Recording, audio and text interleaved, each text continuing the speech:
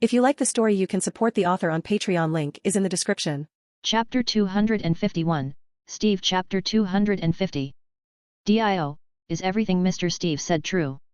Hearing Fang Mo's statement, Jonathan couldn't help but shout, You even despise your own biological father's grave. It's over. Dio's pupils shuddered violently, and he was instantly covered in cold sweat. I'm a fool.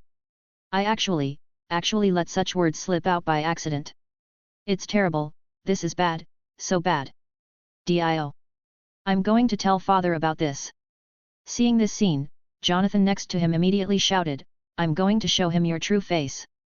You really are a complete bastard. Jojo, this guy. Dio, who was originally in a state of panic, suddenly became angry after hearing Jonathan's words. He looked at Jonathan fiercely, gnashing his teeth. Yes, he indeed could not afford to provoke this mysterious magician at the moment.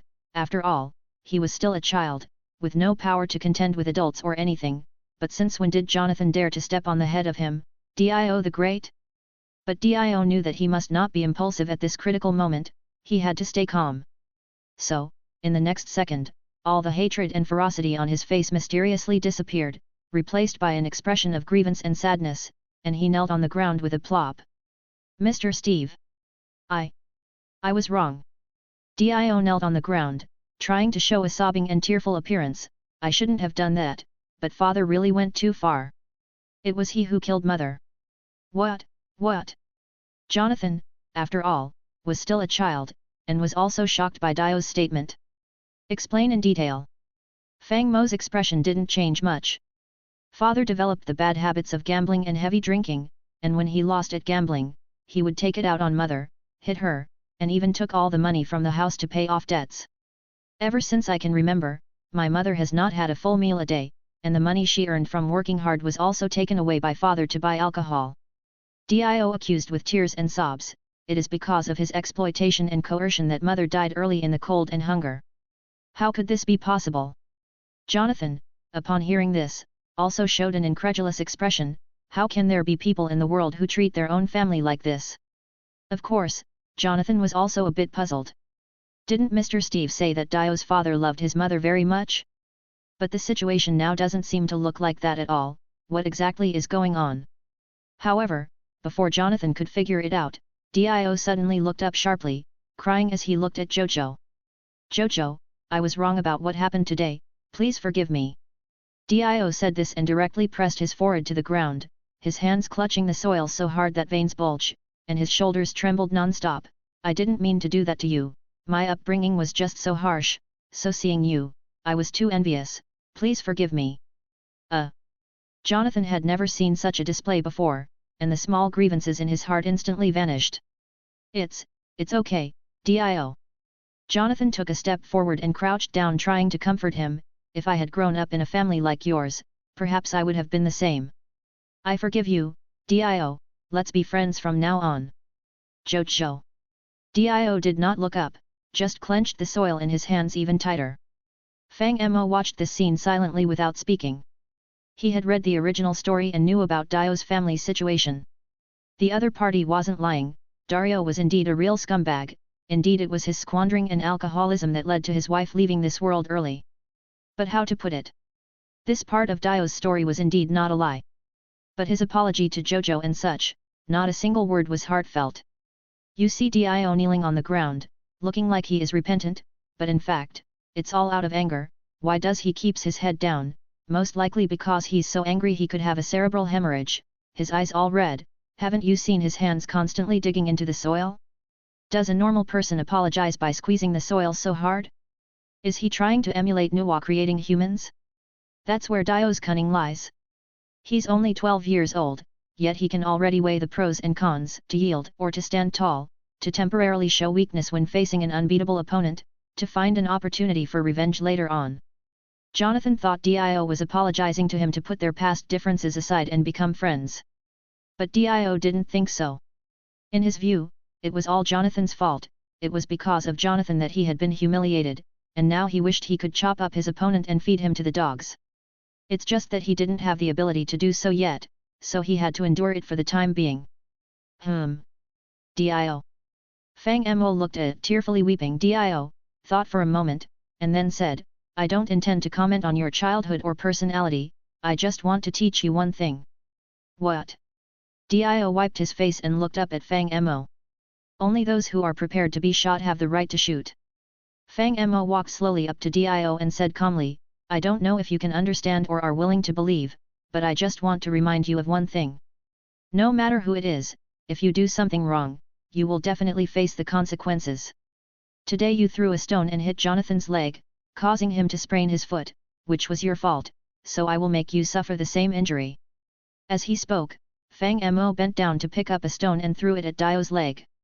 The stone hit Dio's leg, and he immediately widened his eyes in pain, gaping like a fish out of water, and it took a long while for him to recover, curling up on the ground holding his leg and trembling. Mr. Steve. After Jonathan saw this scene, he showed a look of distress on his face. I didn't get hurt that badly, please don't punish Dio anymore. He was just confused for a moment, it would be enough if you just give him a slight reprimand. A reprimand? For him. Fang Mo looked at Dio on the ground, who still had a vicious glint in his eyes like a poisonous snake, and seeing this Fang Mo couldn't help but shake his head and laugh. Reprimands are useless, broken bones are a better textbook. Dio, remember what I said today. Fang Mo said, if you do something wrong, you must bear the consequences, debts must be repaid, and a life taken must be atoned for.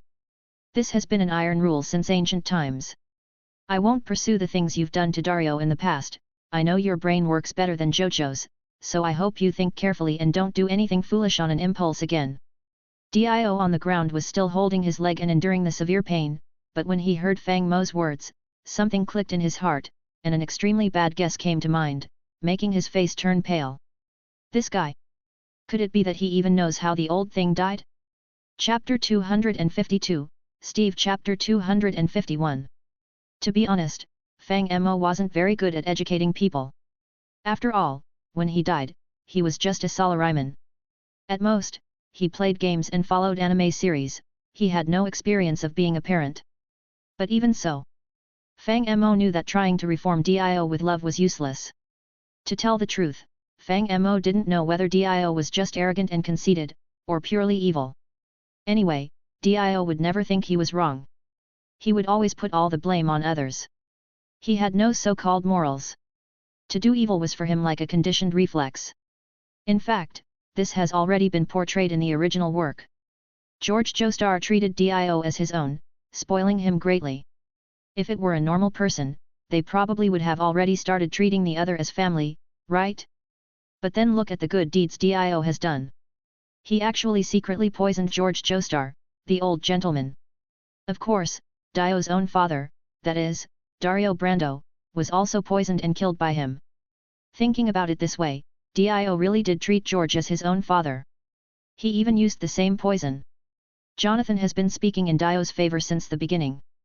But far from being grateful, Dio only grew to hate him more and more. In conclusion, Fang Mo felt that trying to reform Dio with love was useless.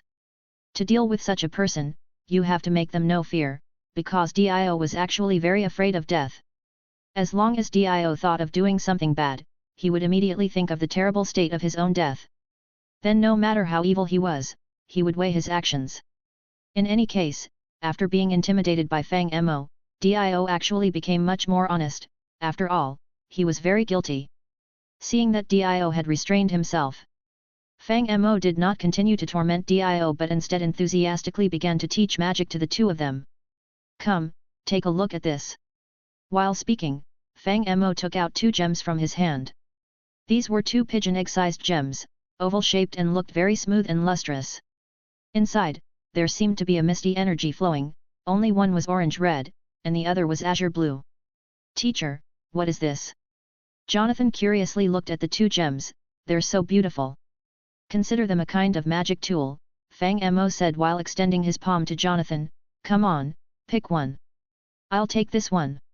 Jonathan didn't think twice before grabbing the orange gemstone. Then, I'll take this one.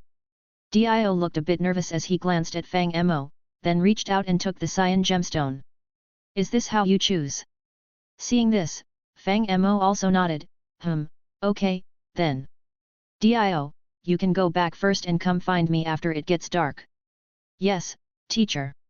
Dio was eager to get away from Fang Mo and quickly nodded before leaving. Then, I will take my leave. After Dio had left, Fang Mo then gave instructions to Jonathan, come, sit cross-legged on the ground, spread your hands, and then hold the stone up to the sundae. Oh. Jonathan nodded and then immediately began to do as he was told. He first sat down cross-legged on the ground, then placed his hands crossed on his legs, assuming a pose similar to meditation, with the stone right above his palms. Because of dealing with Dio's little trouble earlier, it was already around noon. The midday sun shone directly on Jonathan's body, as well as on the stone. Suddenly, the gem trembled and a faint golden power began to flow out from it, gradually enveloping Jonathan's body. It's so warm.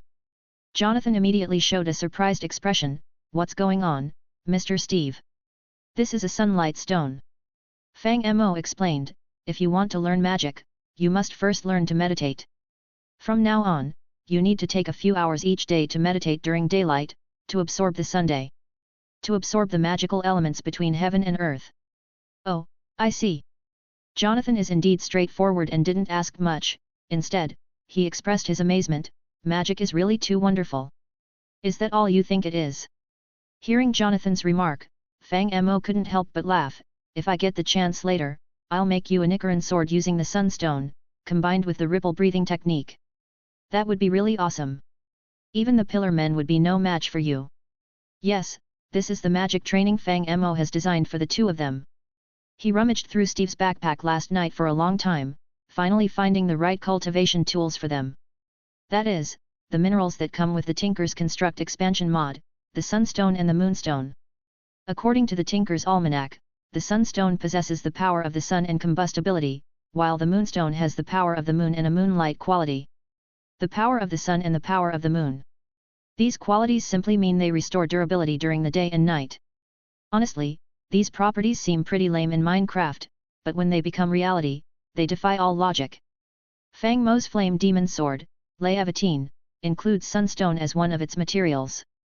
It turns out that the power of the sun, when realized, is not about restoring durability, which is a trash attribute, but as awesome as its name suggests, it can control the power of the sun to some extent. The additional combustible quality also transforms into the ability to release solar flames outward. Are these what you call the Tinker's Construct expansion Sunstone and Moonstone? They are simply the dawn and the bright moon. However, Jonathan immediately chose the Sunstone, which represents the sun, surprising Fang Mo a bit. So, is this also a part of fate? Is it that the vampire must be fought? What Fang Mo mentioned about the Nichiren sword is no joke. He hasn't returned to the Minecraft world yet, so he's not able to forge weapons or anything like that. But once he goes back, he will definitely make something like a Nichiren sword with Sunstone, and then have Jonathan learn the power of the ripple from the ripple users.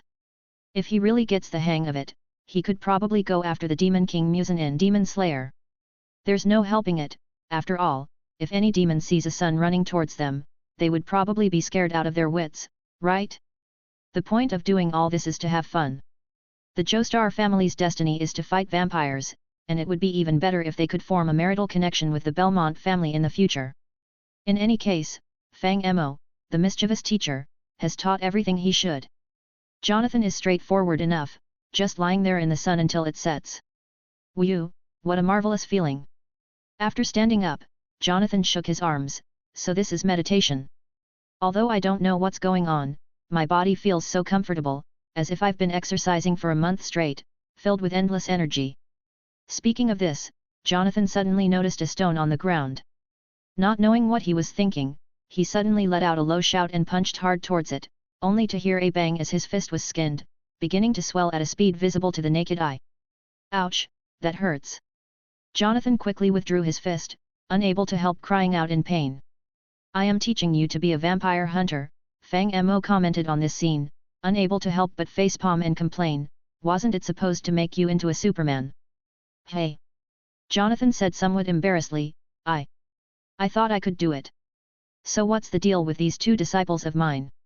Fang Mo facepalmed and then sighed, one is brainless, and the other is unhappy, right?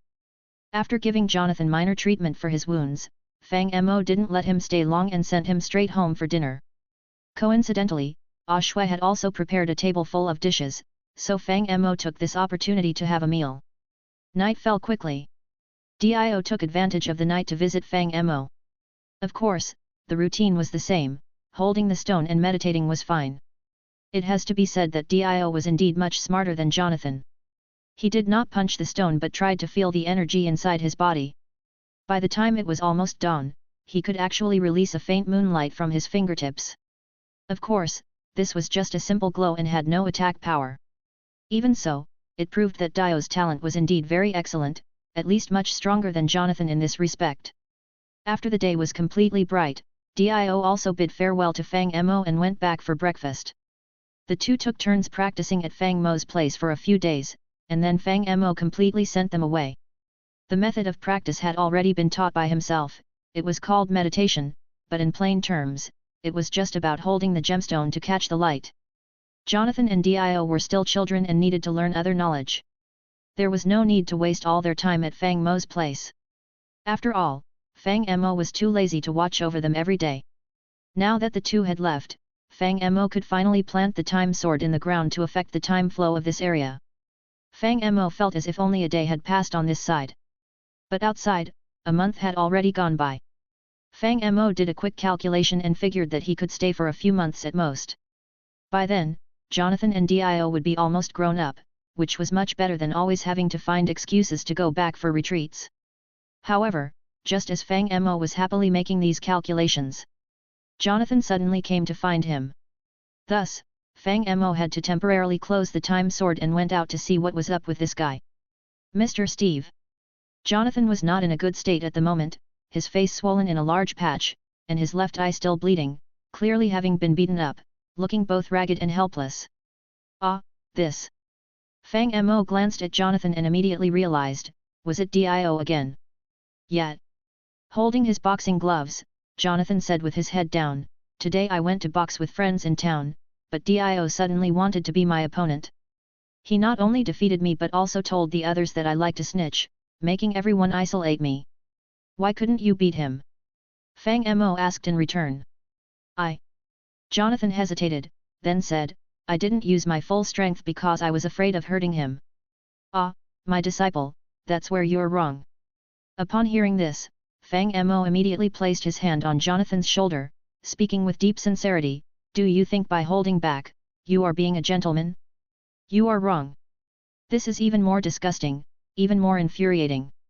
What? Jonathan was stunned upon hearing this, it was completely different from what his father had taught him.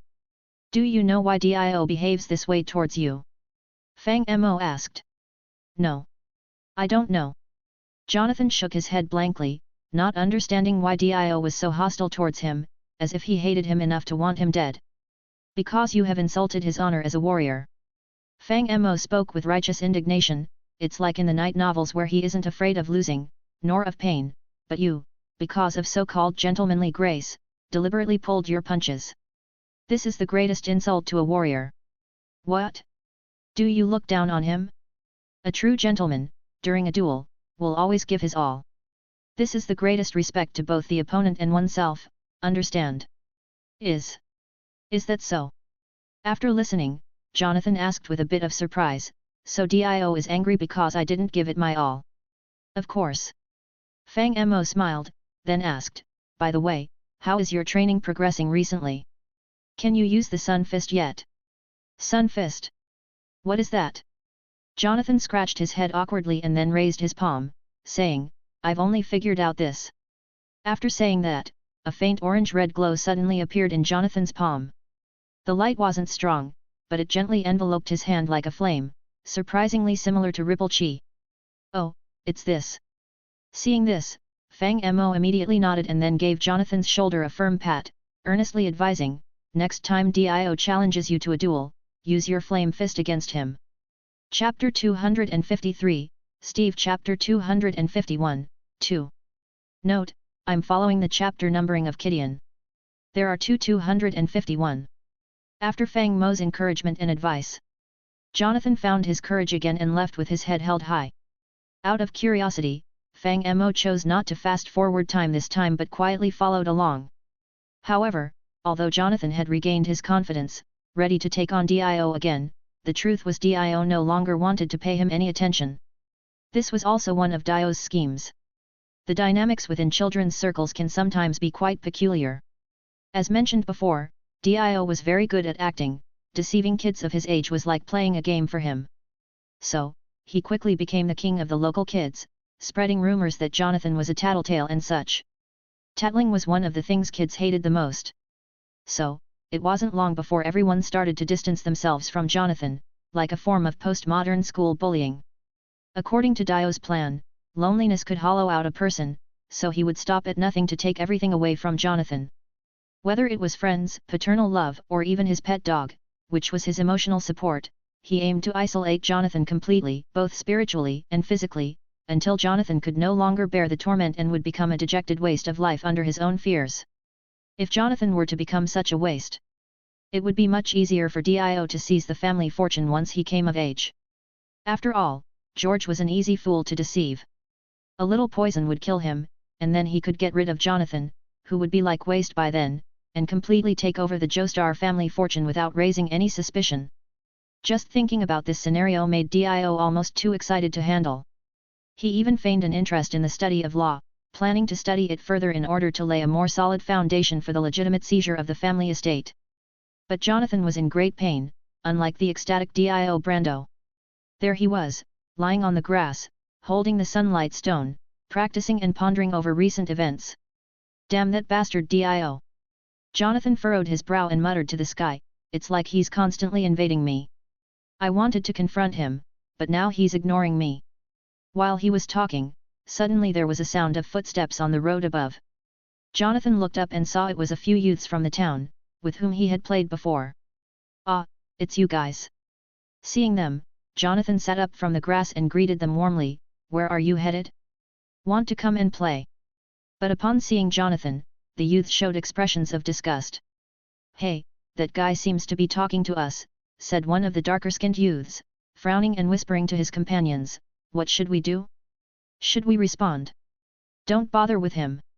A boy in a pink vest next to him looked at Jonathan with disgust, this guy loves to snitch the most, he's like this now, and he'll definitely be a tattletale when he grows up. What did you say?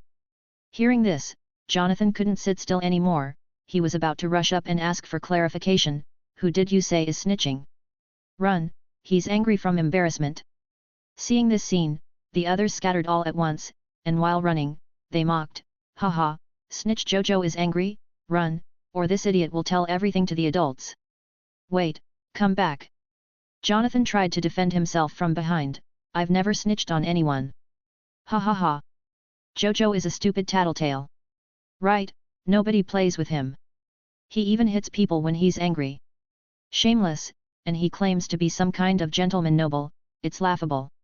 The group continued running while letting out piercing laughter. This laughter was like sharp knives, stabbing into Jonathan's nerves one after another. Damn it! It must be that guy Dio again. Listening to these taunts, Jonathan felt incredibly frustrated and angry, wanting to explain but no one would listen, and telling his father would only lead to being blamed for not being friendly enough. In this moment, he suddenly felt a profound loneliness and sadness. Even his beloved dog Danny had been given away by his father, and now Jonathan had no one he could confide in, a feeling that was very uncomfortable. He couldn't help but smash his fist into the ground. His fist was covered with a faint orange glow, and with a bang, a small pit the size of a bowl was smashed into the ground. Jonathan slowly lifted his arm and saw that the soil inside had turned slightly red, making a hissing sound, and a wisp of blue smoke drifted up from the pit. Hey? What is this? Jonathan was also stunned by the scene. But at this moment, there came a snapping sound from not far above, like someone accidentally stepping on a dry branch. Jonathan looked up in confusion, only to find a blonde, blue-eyed girl hiding behind a tree with a bamboo basket, which seemed to contain some fruit. Hey! Jonathan felt that the girl seemed familiar. However, before he could recognize her, the girl shyly hung the basket on the tree and ran off, lifting her skirt as she turned. Jonathan walked over in confusion, took down the bamboo basket, and to his surprise, found a clean handkerchief inside, with his own name Jonathan Joestar printed on it. Ah, my handkerchief! Seeing this item, Jonathan immediately remembered. This girl was also from the town. One day, the local bullies snatched her toy doll. Acting the hero, he charged in to help, but ended up getting beaten up by the gang, losing his handkerchief in the process. Luckily, he managed to retrieve the doll. So it's her. With that thought, Jonathan hurriedly shouted towards the girl's retreating figure, "Thank you for the fruits, I'll be here tomorrow too, let's play together." She didn't say anything, just shyly glanced at him, and then ran away. However, Jonathan did not realize that he liked this kind of quiet girl, and on top of that, she was very beautiful, so he started to feel moved. What came next was simple. Currently, Jonathan didn't really have any other friends, a loner, and the girl saw him as her savior. Back then in Europe, children grew up early, so it didn't take long for the two to start playing together, from amusement parks to street dates, and even water fights in the creek. Of course, during this time, Jonathan also learned her name, Irina Pendleton. About half a month passed. Jonathan finally realized that he seemed to have fallen in love with the girl named Irina. Due to the excitement, Jonathan urgently needed someone to confide in. Clearly, his old-fashioned father wouldn't do, so after thinking, he decided to go find Fang Mo. "Mr. Steve." Jonathan knocked on Fang Mo's door excitedly, "I have something to tell you." "You found a girlfriend, didn't you?" Fang Mo sat on the sofa drinking coffee, looked at Jonathan with his usual expression, "So how far has it progressed? Have you confessed? Is the first kiss still there?" Jonathan was momentarily stunned. "Teacher, how do you know?" "Nonsense, I am a master of the art of love." Fang Mo rolled his eyes and said, "From far away I could smell the sour stench of love on you." "What, do you need me to give you some tips?" "A master of love?" Jonathan looked somewhat puzzled, "But Mr. Steve doesn't seem to be a flirt, do you have someone you like?" "Shut up! Shameless thief!" Fang Mo immediately took offense, "The realm I'm in is not something you can understand, you probably don't even know what to do when a girl has her period, do you? Let me tell you, this is a matter of life and death." "Oh." Hearing this, Ashwet, who was busy in the kitchen, also became curious and came out, "Does the master know what to do? Do I even need to say it?" Fang Mo waved his hand confidently and said, "Of course, tell her to drink more hot water." "Master, are you sure?" Ashwet glanced at Fang Mo, then at Jonathan, who was listening intently, wondering if she should remind him of something. Is there a possibility that the girl actually just wants him to spend more time with her? However, before Ashwet could finish her sentence, Fang Mo suddenly pulled out a large gold bar. "Take this 100-pound gold bar for now, go back and boil some hot water," Fang Mo said indifferently, "if it's not enough, remember to tell me, I have more." "Ashwet. Jonathan. Have you learned?" Fang Mo tossed the gold bar aside carelessly, then asked Jonathan, "Girls are actually easy to understand, just learn more from me, and you'll soon be able to shed the title of ironclad straight man." "No, teacher, this I really can't learn." Jonathan couldn't help but facepalm and said, "Is there no way to do this without gold bars? You're really dense." Fang Mo looked at Jonathan with a look of frustration as if lamenting his lack of understanding, "Then tell me, how far have you gotten with that girl?" Jonathan chuckled awkwardly twice, then scratched his head and said, "I want to confess my feelings to her." "Not bad, quite courageous." Fang Mo nodded, then asked, "Have you thought about how you're going to confess?" "I was thinking of carving our names into a tree and then surrounding them with a heart-shaped pattern." Jonathan said, his head lowered, a rare shyness in his demeanor, if Irina doesn't reject me." "Are you serious?" Fang Mo was stunned by this confession method. "You're going to confess by carving names into a tree? You don't plan to give her something like a diamond ring?" My allowance isn't enough," Jonathan said, embarrassed. "That method is pretty much in keeping with with your character, but for a confession, it's a bit lame." Fang Mo rubbed his temples, then reached into his chest pocket, "Forget it, let your teacher think of a solution for you." While speaking, Fang Mo pulled out a necklace from his chest. As soon as the necklace was revealed, its pure luster immediately caught Jonathan's attention. "That's beautiful." Jonathan couldn't help but exclaim, "Teacher, what is this?" "This," Fang Mo explained, "is called an azurite. However, this has nothing to do with redstone, and as for why it's called that name, I'm not sure either." Anyway, from now on, this item is the heirloom of the Joestar family, and you'll give it to my daughter-in-law tomorrow. Eh? Daughter-in-law? How could you forget that I am your godfather? Fang Mo said cheerfully, then tell me, as a father, shouldn't I give my full support when my son gets married? But this thing must be very valuable, right? Jonathan couldn't help but say. Look at the gold next to you, and then repeat what you just said. Fang Mo said, I've told you, I can perform alchemy, do you think I would lack money? Then, thank you so much. Teacher. Jonathan finally couldn't resist the temptation of the azure redstone and took it from Fang Mo. Irina and I will definitely cherish this relationship. Oh, the child's name is Irina, right? Fang Mo said, tell me her home address later, I'm quite curious to see what she looks like, just to make sure everything is okay for you. Irina is a very good person. Jonathan didn't doubt him and straightforwardly told him everything he knew. Very good. Fang Mo nodded with satisfaction, then you should go back, and prepare for the confession tomorrow, but remember after the successful confession you have to kiss her, otherwise don't blame me for turning my face. Kiss. Jonathan's face turned red in an instant. Teacher, isn't this too soon? Nonsense. Fang Mo thought to himself that if you don't kiss her soon, Dio will take advantage, but he explained, I didn't ask you to do anything else, don't you think it's romantic? This is called a confirmation kiss, it's proof of the relationship of love when giving the confirmation gift, it's the vow of growing old together. You should know that we magicians take vows very seriously, understand? Then. I'll try my best. Jonathan nodded, seemingly mustering up courage. All right, it's getting late, you should go back. Fang Mo didn't bother to keep him any longer, waved his hand, and sent Jonathan on his way.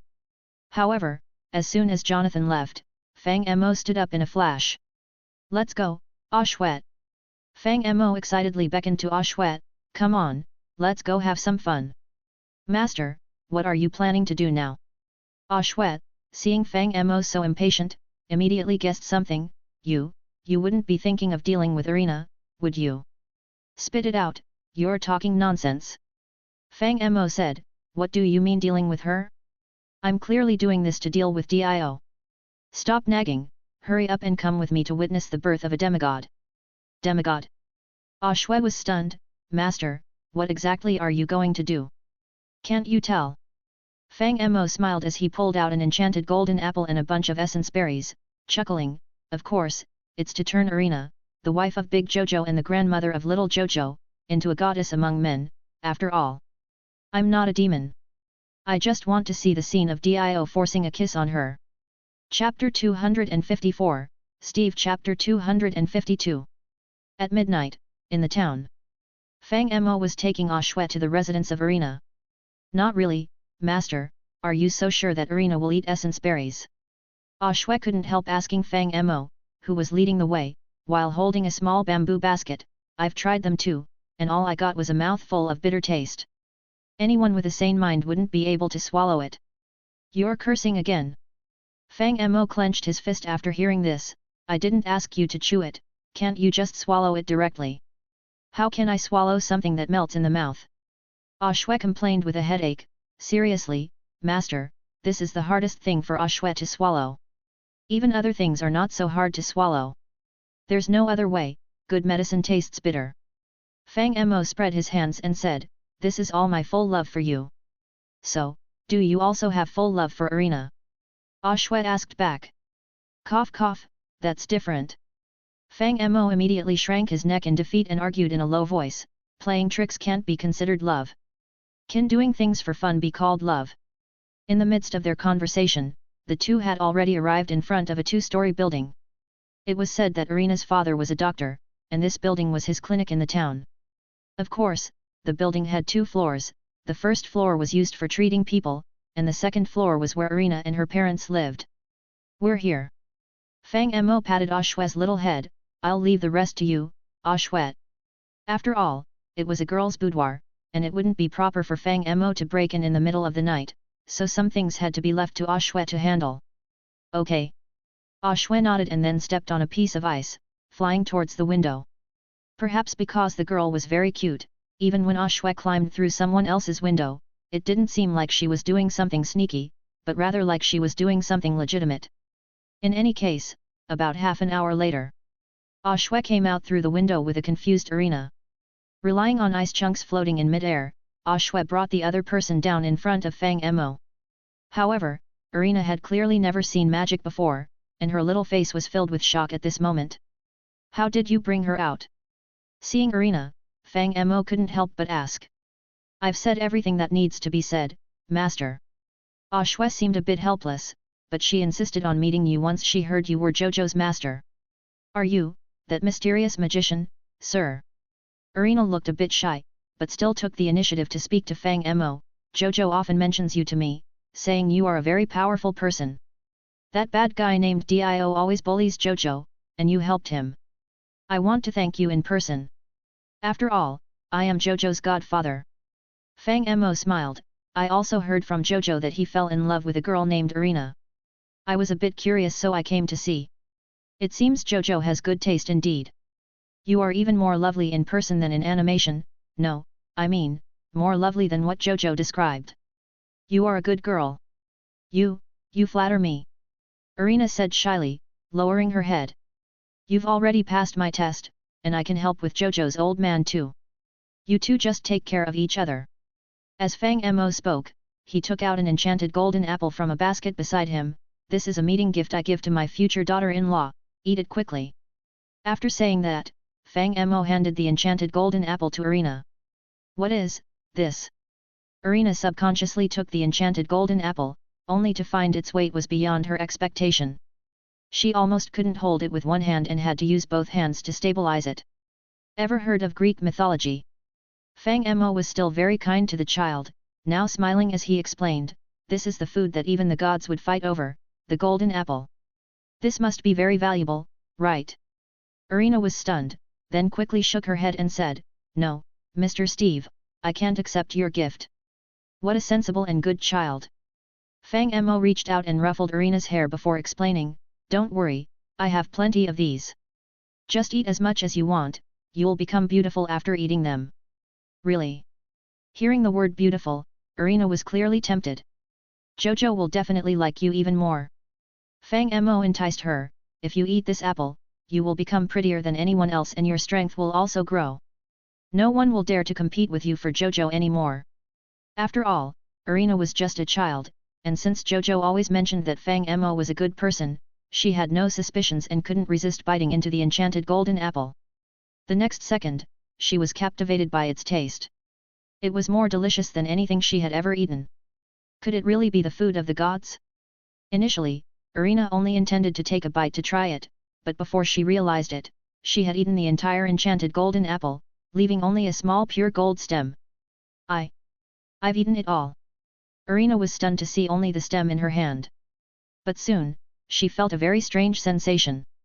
A cool and clear feeling kept emanating from her stomach, as if the food she had just ingested had turned into a pure and powerful energy, slowly merging into her limbs and every cell. It was like a nearsighted person putting on glasses.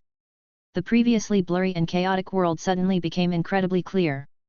Irina could see the dew on the distant grass tips, feel the slight moisture of the evening breeze, hear the rustling of insects under the tree roots, and even her own body seemed to be exuding an endless strength.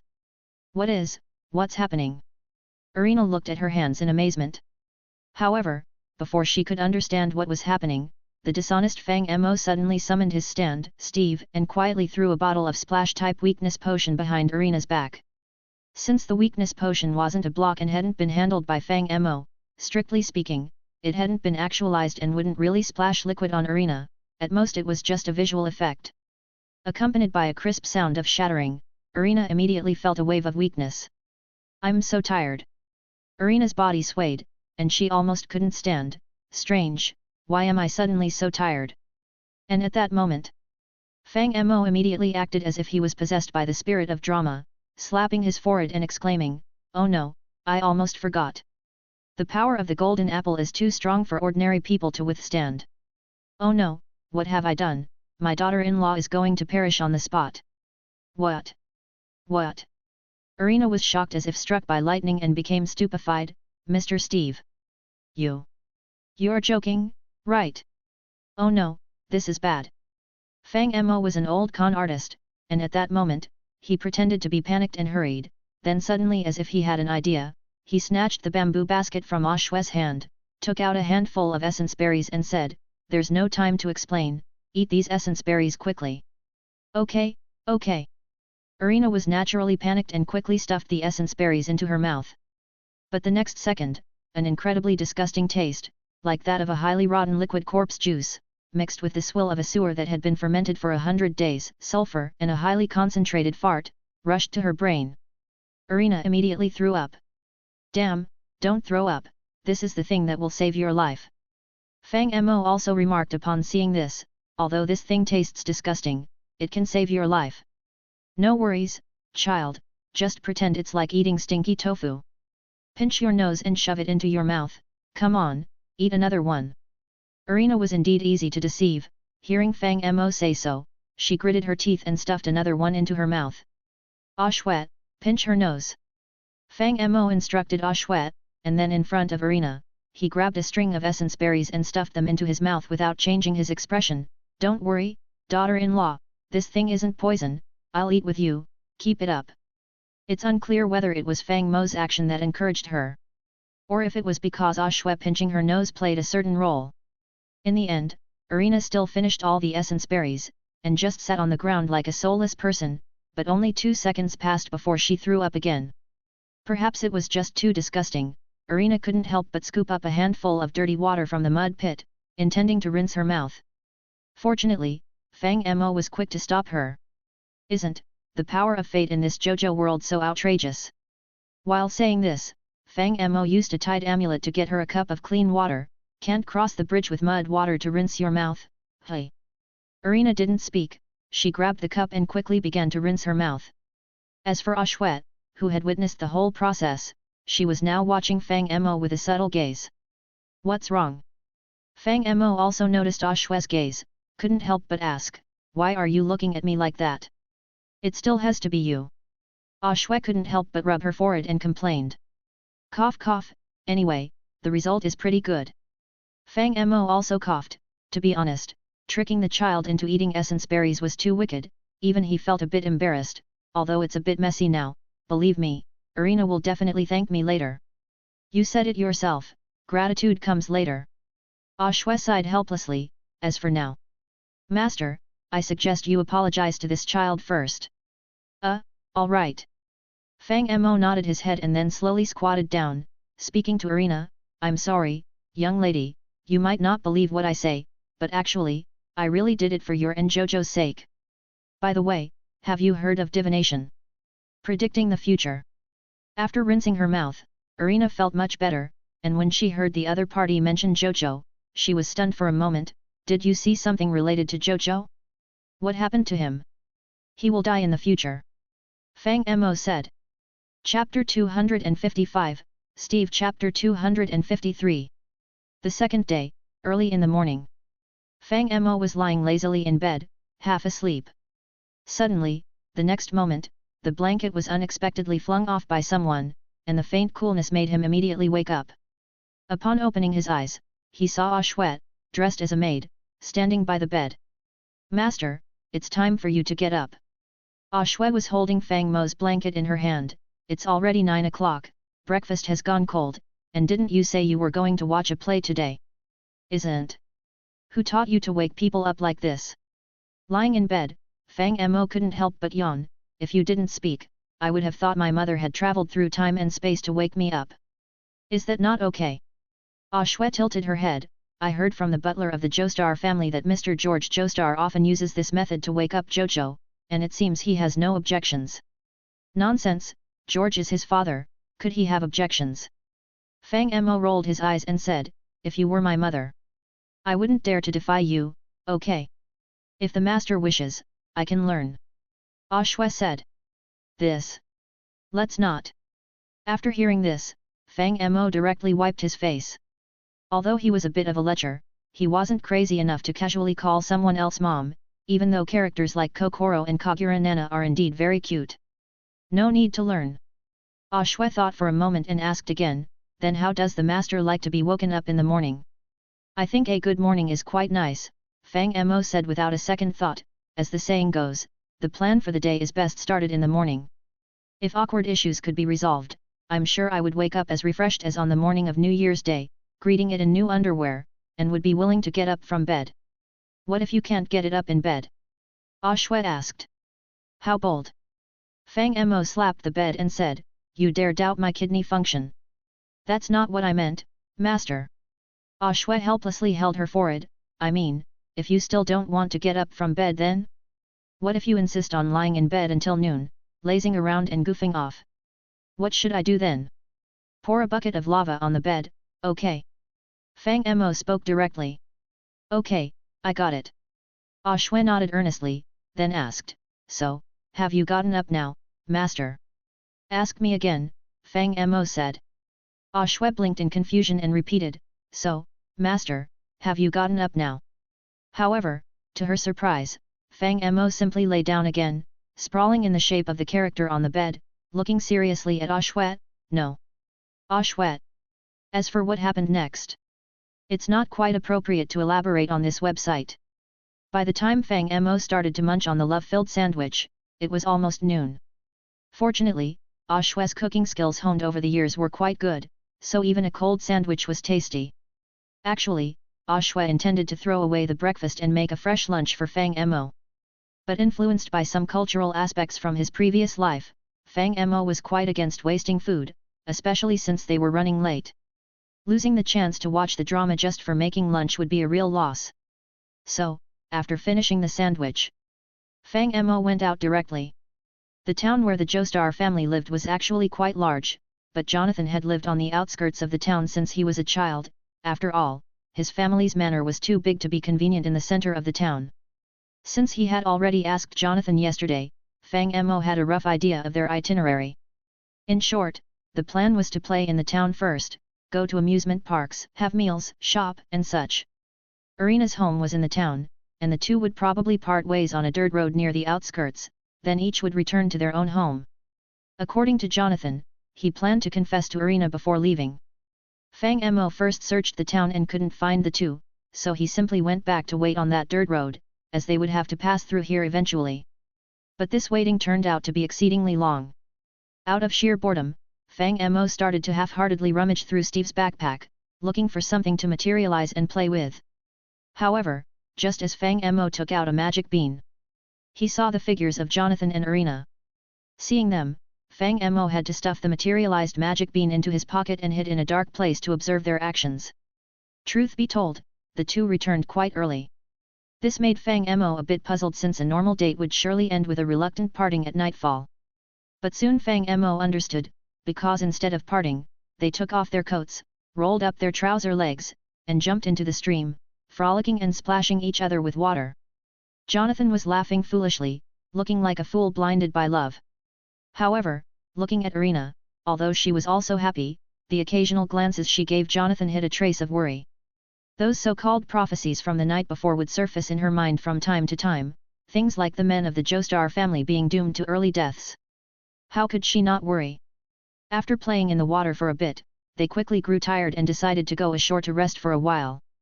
Irina sat on the grass, still pondering the prophecies from last night, but Jonathan pulled out a knife and stealthily climbed up a tree to carve something. Hey!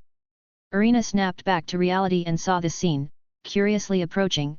Jojo, what are you carving? Then she saw Jonathan carving two names on the tree surrounded by a heart.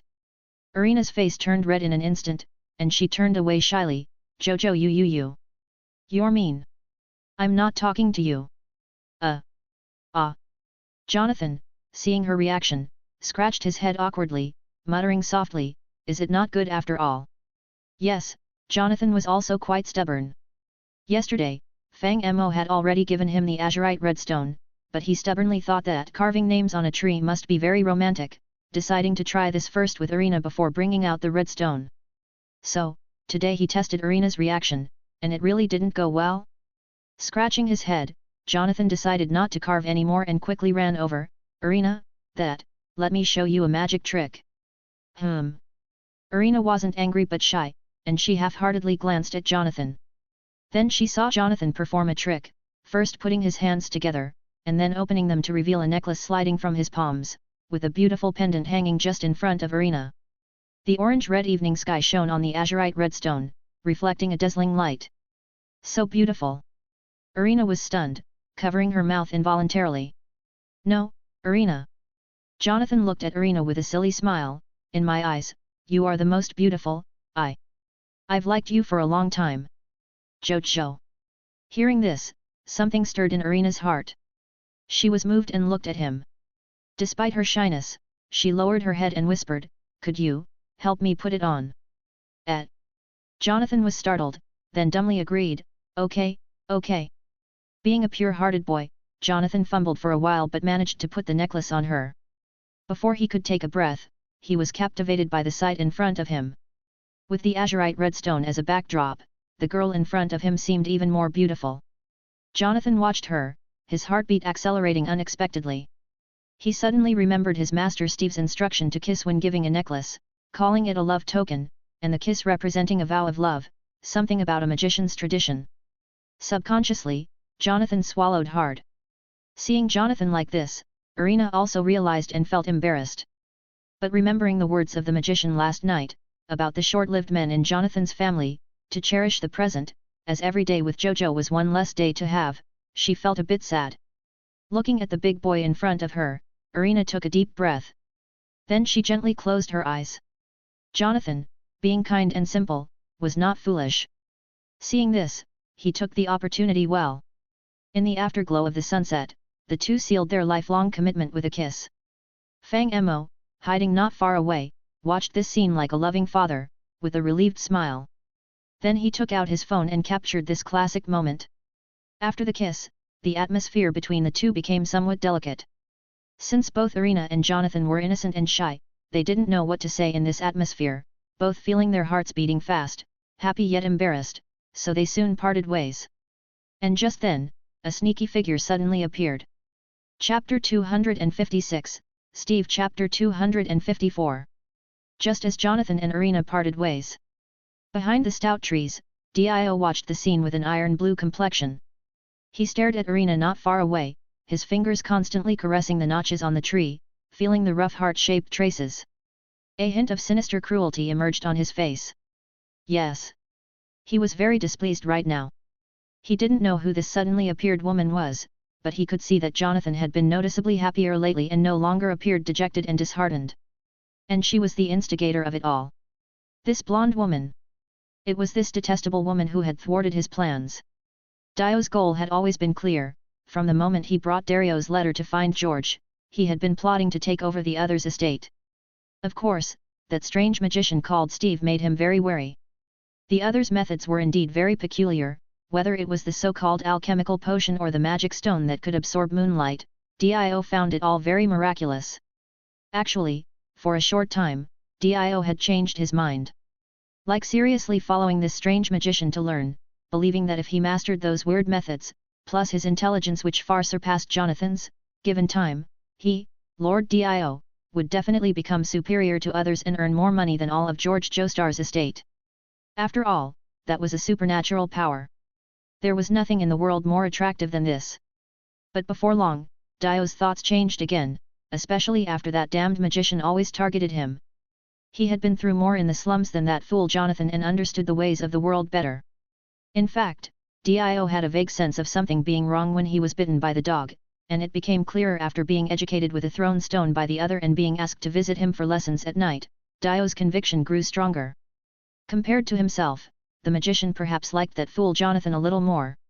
Dio suspected the magician was giving Jonathan private lessons.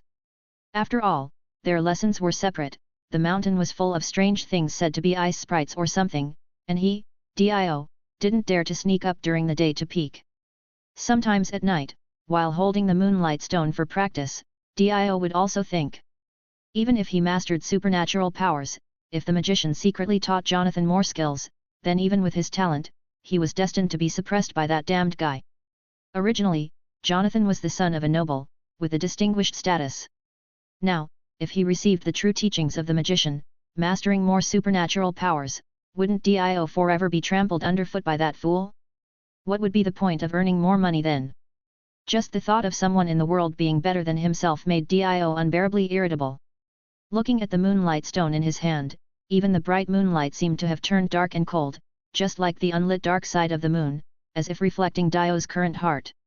Even if it were someone else, any unknown person would do. But Dio would never allow Jonathan to tread on him.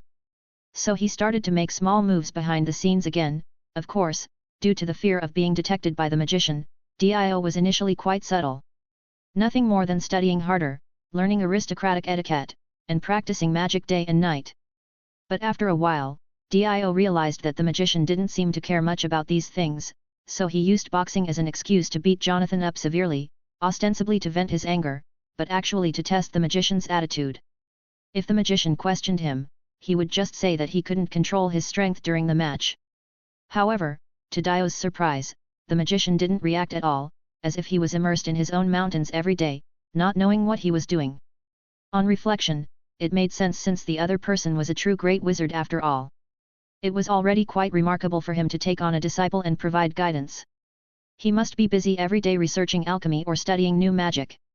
It was said that he kept a giant dragon in the back mountain, but Dio had never seen it and didn't know if it was true or not. In summary, after this probing, Dio had a rough idea. It seemed that the magician didn't pay much attention to him and Jonathan. After a few more tests and finding no reaction, Dio began to grow increasingly presumptuous. He didn't choose the most foolish physical harm but opted for mental bullying. Dio intended to crush Jonathan on every level, whether it was magical talent, learning ability, intelligence, etiquette, social skills. He wanted the idiot Jonathan to lose everything. Whether it was pets, paternal love, or even friends and partners, Dio was determined to take it all away and destroy it. In this way, Jonathan would sink into endless pain and become worthless. As everyone knows, the worthless are useless. Whether Dio wanted to take over the Joestar family's fortune or inherit everything from the magician, Jonathan, a worthless person, couldn't stop anything. Dio believed that the magician wouldn't like a worthless person either. Even if the magician indeed had a soft spot for the Joestar family, if Jonathan completely gave up and became a worthless scum like his own father, the magician would have no choice but to choose him, Dio. Dio's plan was well conceived. It was going smoothly, and Jonathan indeed was depressed for a long time. But recently, Jonathan suddenly became happy because of this woman in front of him. The idiot must have fallen for her. The two developed feelings, and the power of love is very strong, enough to be a pillar of strength for someone. If Jonathan became strong because of this, it would be troublesome. Thinking of this, Dio's expression suddenly turned cold. He, Dio, would never allow Jonathan to fall in love with this woman. You two, come with me. Thinking this, Dio immediately said to his two henchmen, I'll show you a big scene soon. The things you dare not do, I, Dio, will do them for you. Meanwhile, on the other side, Irina was still immersed in the wonderful sweetness of love. In fact, with her current strength, she could hear the noises not far away, but her mind was full of Jojo. She even started to fantasize about which wedding dress to pick, so she couldn't hear anything at all. Touching the azurite red stone on her neck, Irina unconsciously showed a shy smile. But just at this moment, three figures suddenly emerged from the shadows in front and stopped her in her tracks. Irina looked up subconsciously and immediately got startled. The blonde, red-eyed fellow in front of her was none other than Dio, the bastard mentioned by Jojo. Why was he blocking her way all of a sudden? Yo, you're called Irina, right? At that moment, Dio also showed her a sneer that wasn't quite a smile. I see you have been getting along quite well with Jojo lately. Seeing the hypocritical Dio in front of her and the two guys who always bullied her, now looking at her with sneers, Irina suddenly felt scared. Her instinct as a girl made her realize something, and she subconsciously took a step back. But at this moment, Dio kept talking, his eyes aggressively fixed on Irina, and his tone became dangerous. He, Jojo should have been sulking, but recently he's been very happy. It's because of you, hey. What are you going to do? Irina felt a pang of fear in her heart and almost instinctively wanted to run away, but remembering the prediction of Mr. Magician from yesterday, she suppressed her fear and couldn't help but ask, why? Why do you always have to bully Jojo? Because I want that idiot to know all the firsts in his life. As Dio spoke, he slowly walked towards Irina, and when they stood face to face, he suddenly pointed his thumb at himself. They all belong to me, Dio. What? Irina was stunned. However, Dio didn't plan to give her a chance to react. Did you kiss Jojo? He. I guess not yet. Dio suddenly revealed a smug, cold smirk, then suddenly reached out and grabbed Irina's wrist, and with his other hand grabbed her shoulder, preparing to kiss her forcefully without explanation. However, perhaps because Jojo was mentioned, Irina suddenly got startled. Seeing Dio coming unannounced, she was really frightened, her mind went blank, but her body instinctively moved. Don't! Irina suddenly screamed. Then, instinctively, she kicked towards Dio's groin. The kick was as swift as a startled swan, so fierce that the two onlookers hadn't even reacted yet. The mere wind pressure from her leg caused the grass around to lay flat. The crisp sound of breaking bones mixed with the squishy sound of something bursting, Dio's whole body was like a wretch hung on the gallows, his eyes bulging, his pelvis and tailbone shattered into countless pieces in an instant, his eyes almost protruding out of their sockets, his mouth wide open, drool uncontrollably spraying out. Before he could scream in agony, Irina had already struck her second blow in terror. But calling it an attack was a bit of a stretch. In fact, Irina was so scared that she didn't even open her eyes. To protect her chastity, she just instinctively raised her right hand, hoping to push away the villain before her with all her might. However, the real problem was this with all her might. Just like in the third part, where Dio uses the world to attack Kakyoin Noriaki, as Irina's palm struck out, there was a putchy sound, and Dio's left chest was pierced through, all its contents turning into a pile of mush. Dio's pupils shook violently, his whole body filled with immense fear. It was an indescribable terror and despair, every pore stinging like it was being pricked by needles. His expression was twisted and comical, and his body was rapidly growing cold, he even lost the strength to speak. He looked at the woman before him in disbelief. He couldn't believe that he would die here for the trivial reason of trying to force a kiss on her. How could this be? This? How could this? How could he, Lord Dio, possibly die in such a manner? He hadn't even lived to adulthood, to die here like the ridiculous idle chat of peasants after a full meal? Maybe it was the wet and sticky feeling that seemed a bit off. Irina also froze for a moment. Then she instinctively opened her eyes, only to see the horrifying scene before her. Dio was spitting blood, looking at her unwillingly, the light in his eyes rapidly fading. And her palm was inserted into the left side of his chest. Irina was so shocked that she couldn't even react, completely stunned. Cough. Ugh. At this moment, Dio coughed, and a drop of warm blood splashed onto Irina's cheek. Feeling the real warmth, the stickiness in her hand, and the pervasive, rust-like stench of blood around her, Irina's nerves finally reacted. Yeah! Irina screamed in terror and reflexively pulled back her arm. However, this only increased Dio's bleeding. His coccyx and pelvis were shattered, and he couldn't stand, falling into the mud pit like a broken sack, letting the dirty water soak his chest, dampen his cheeks and hair, making him look utterly wretched. But to be honest, he was already no different from dead. His heart was blown to bits by a punch, and with the massive blood loss, all the organs in his body had already ceased to function, even his brain was gradually nearing death due to lack of oxygen. The cold, terrifying darkness gradually enveloped Dio. Dio! Dio! It was only at this moment that the two stunned lackeys behind him came back to their senses, tears streaming down their faces as they ran away. Murder! Crybaby Irina has committed murder! Plop! Irina was also scared out of her wits, and she fell right into a muddy pit. I've killed someone! Irina looked at her hands in a daze. She didn't know how she had done it, nor why Dio had crumbled to the touch like paper, but the fresh blood on her hands was telling her that she had killed someone. Thinking of this, Irina couldn't help but cry out in fear. She wanted to use the first aid knowledge she had learned from her father to save Dio, but the guy didn't even have a heart anymore. How could she possibly save him? Now she was really done for, she was sure to die. Who will save me? Irina hugged her head in fear and trembled as she spoke. However, just when she was at a loss, suddenly a warm, large hand was placed on her head. Irina shuddered and instinctively looked up at the newcomer. The figure stood against the light, and she couldn't see his face, but she could see his straight back and broad shoulders.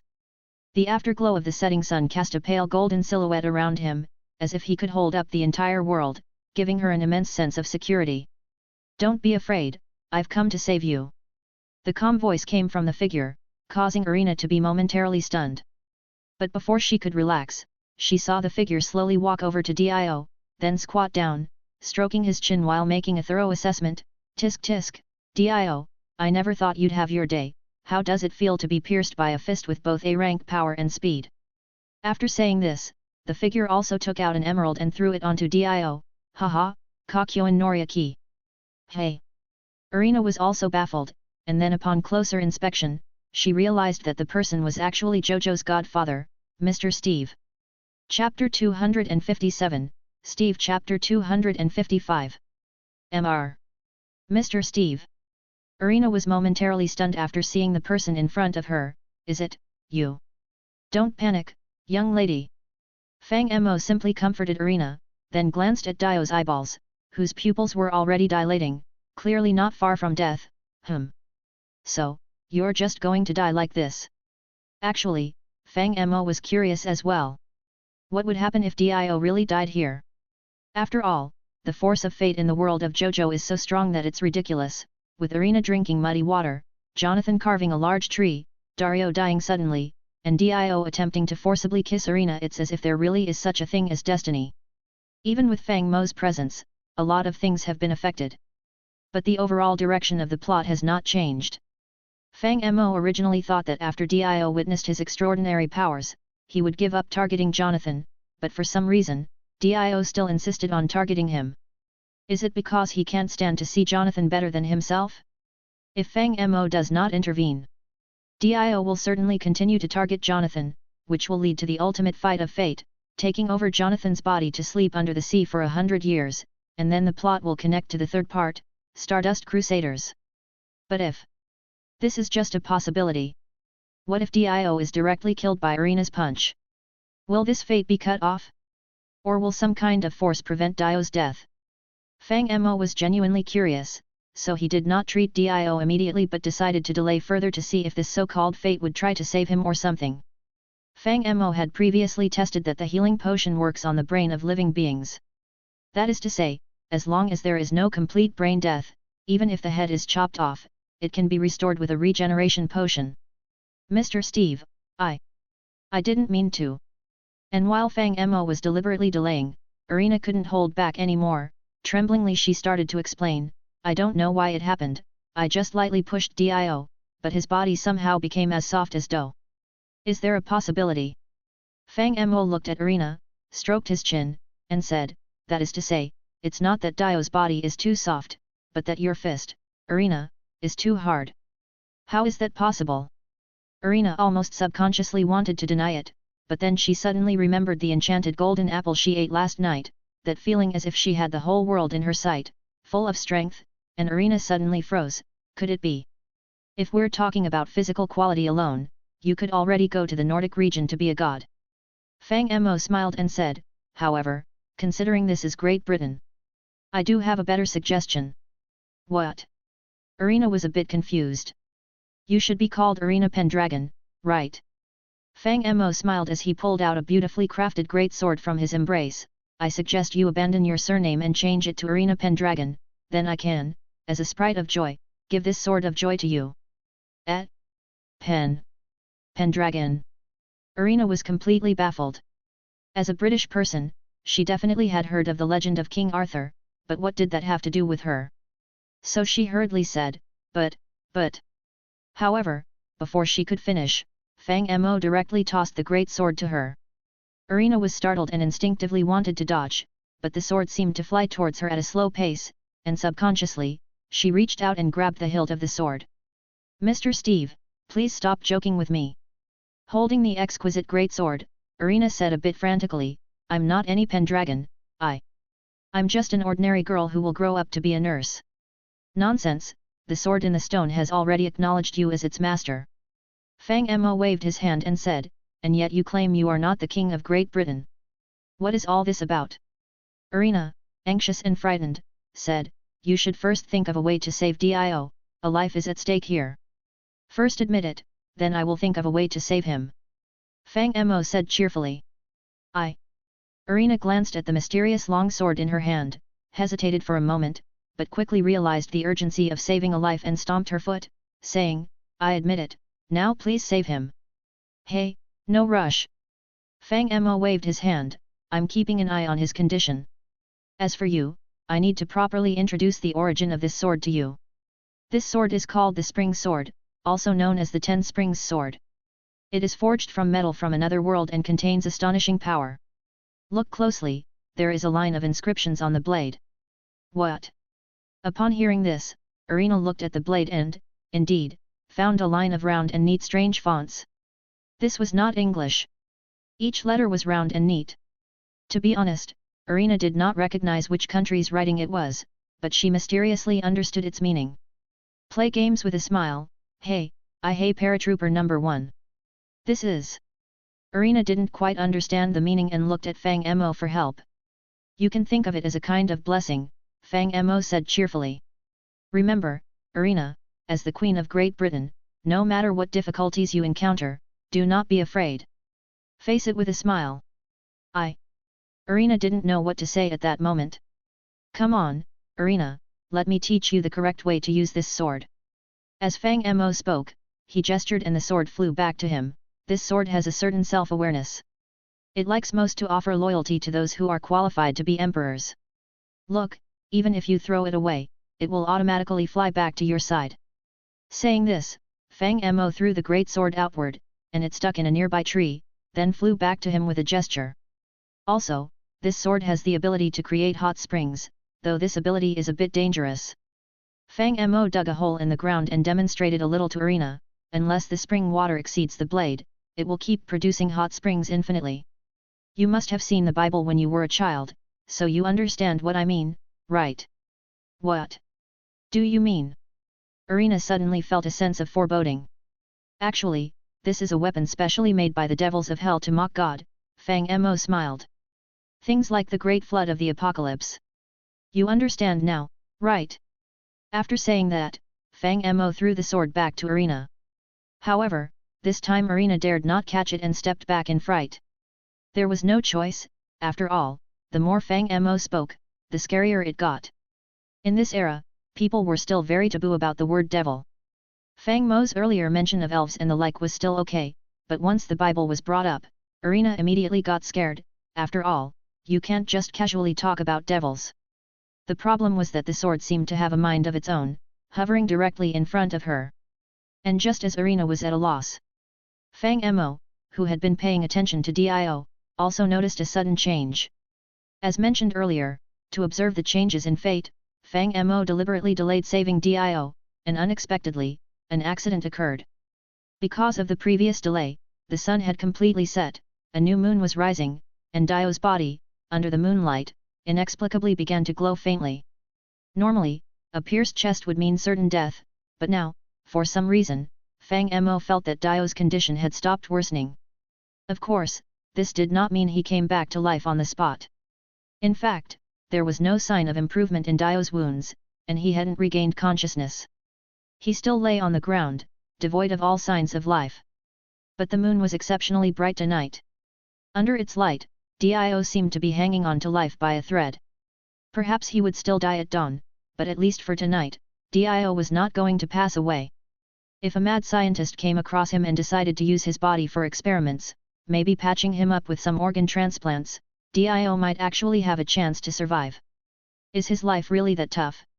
Seeing this scene, Fang Mo was also somewhat surprised. Honestly, for a moment, Fang Mo even wanted to crush him into a ball of meat paste, to see if this so-called power of fate could stop him. But considering the plot that followed, Fang Mo gritted his teeth and held back. If Dio died now, the most significant impact would be on the fifth part, the second, third and fourth parts would not be greatly affected.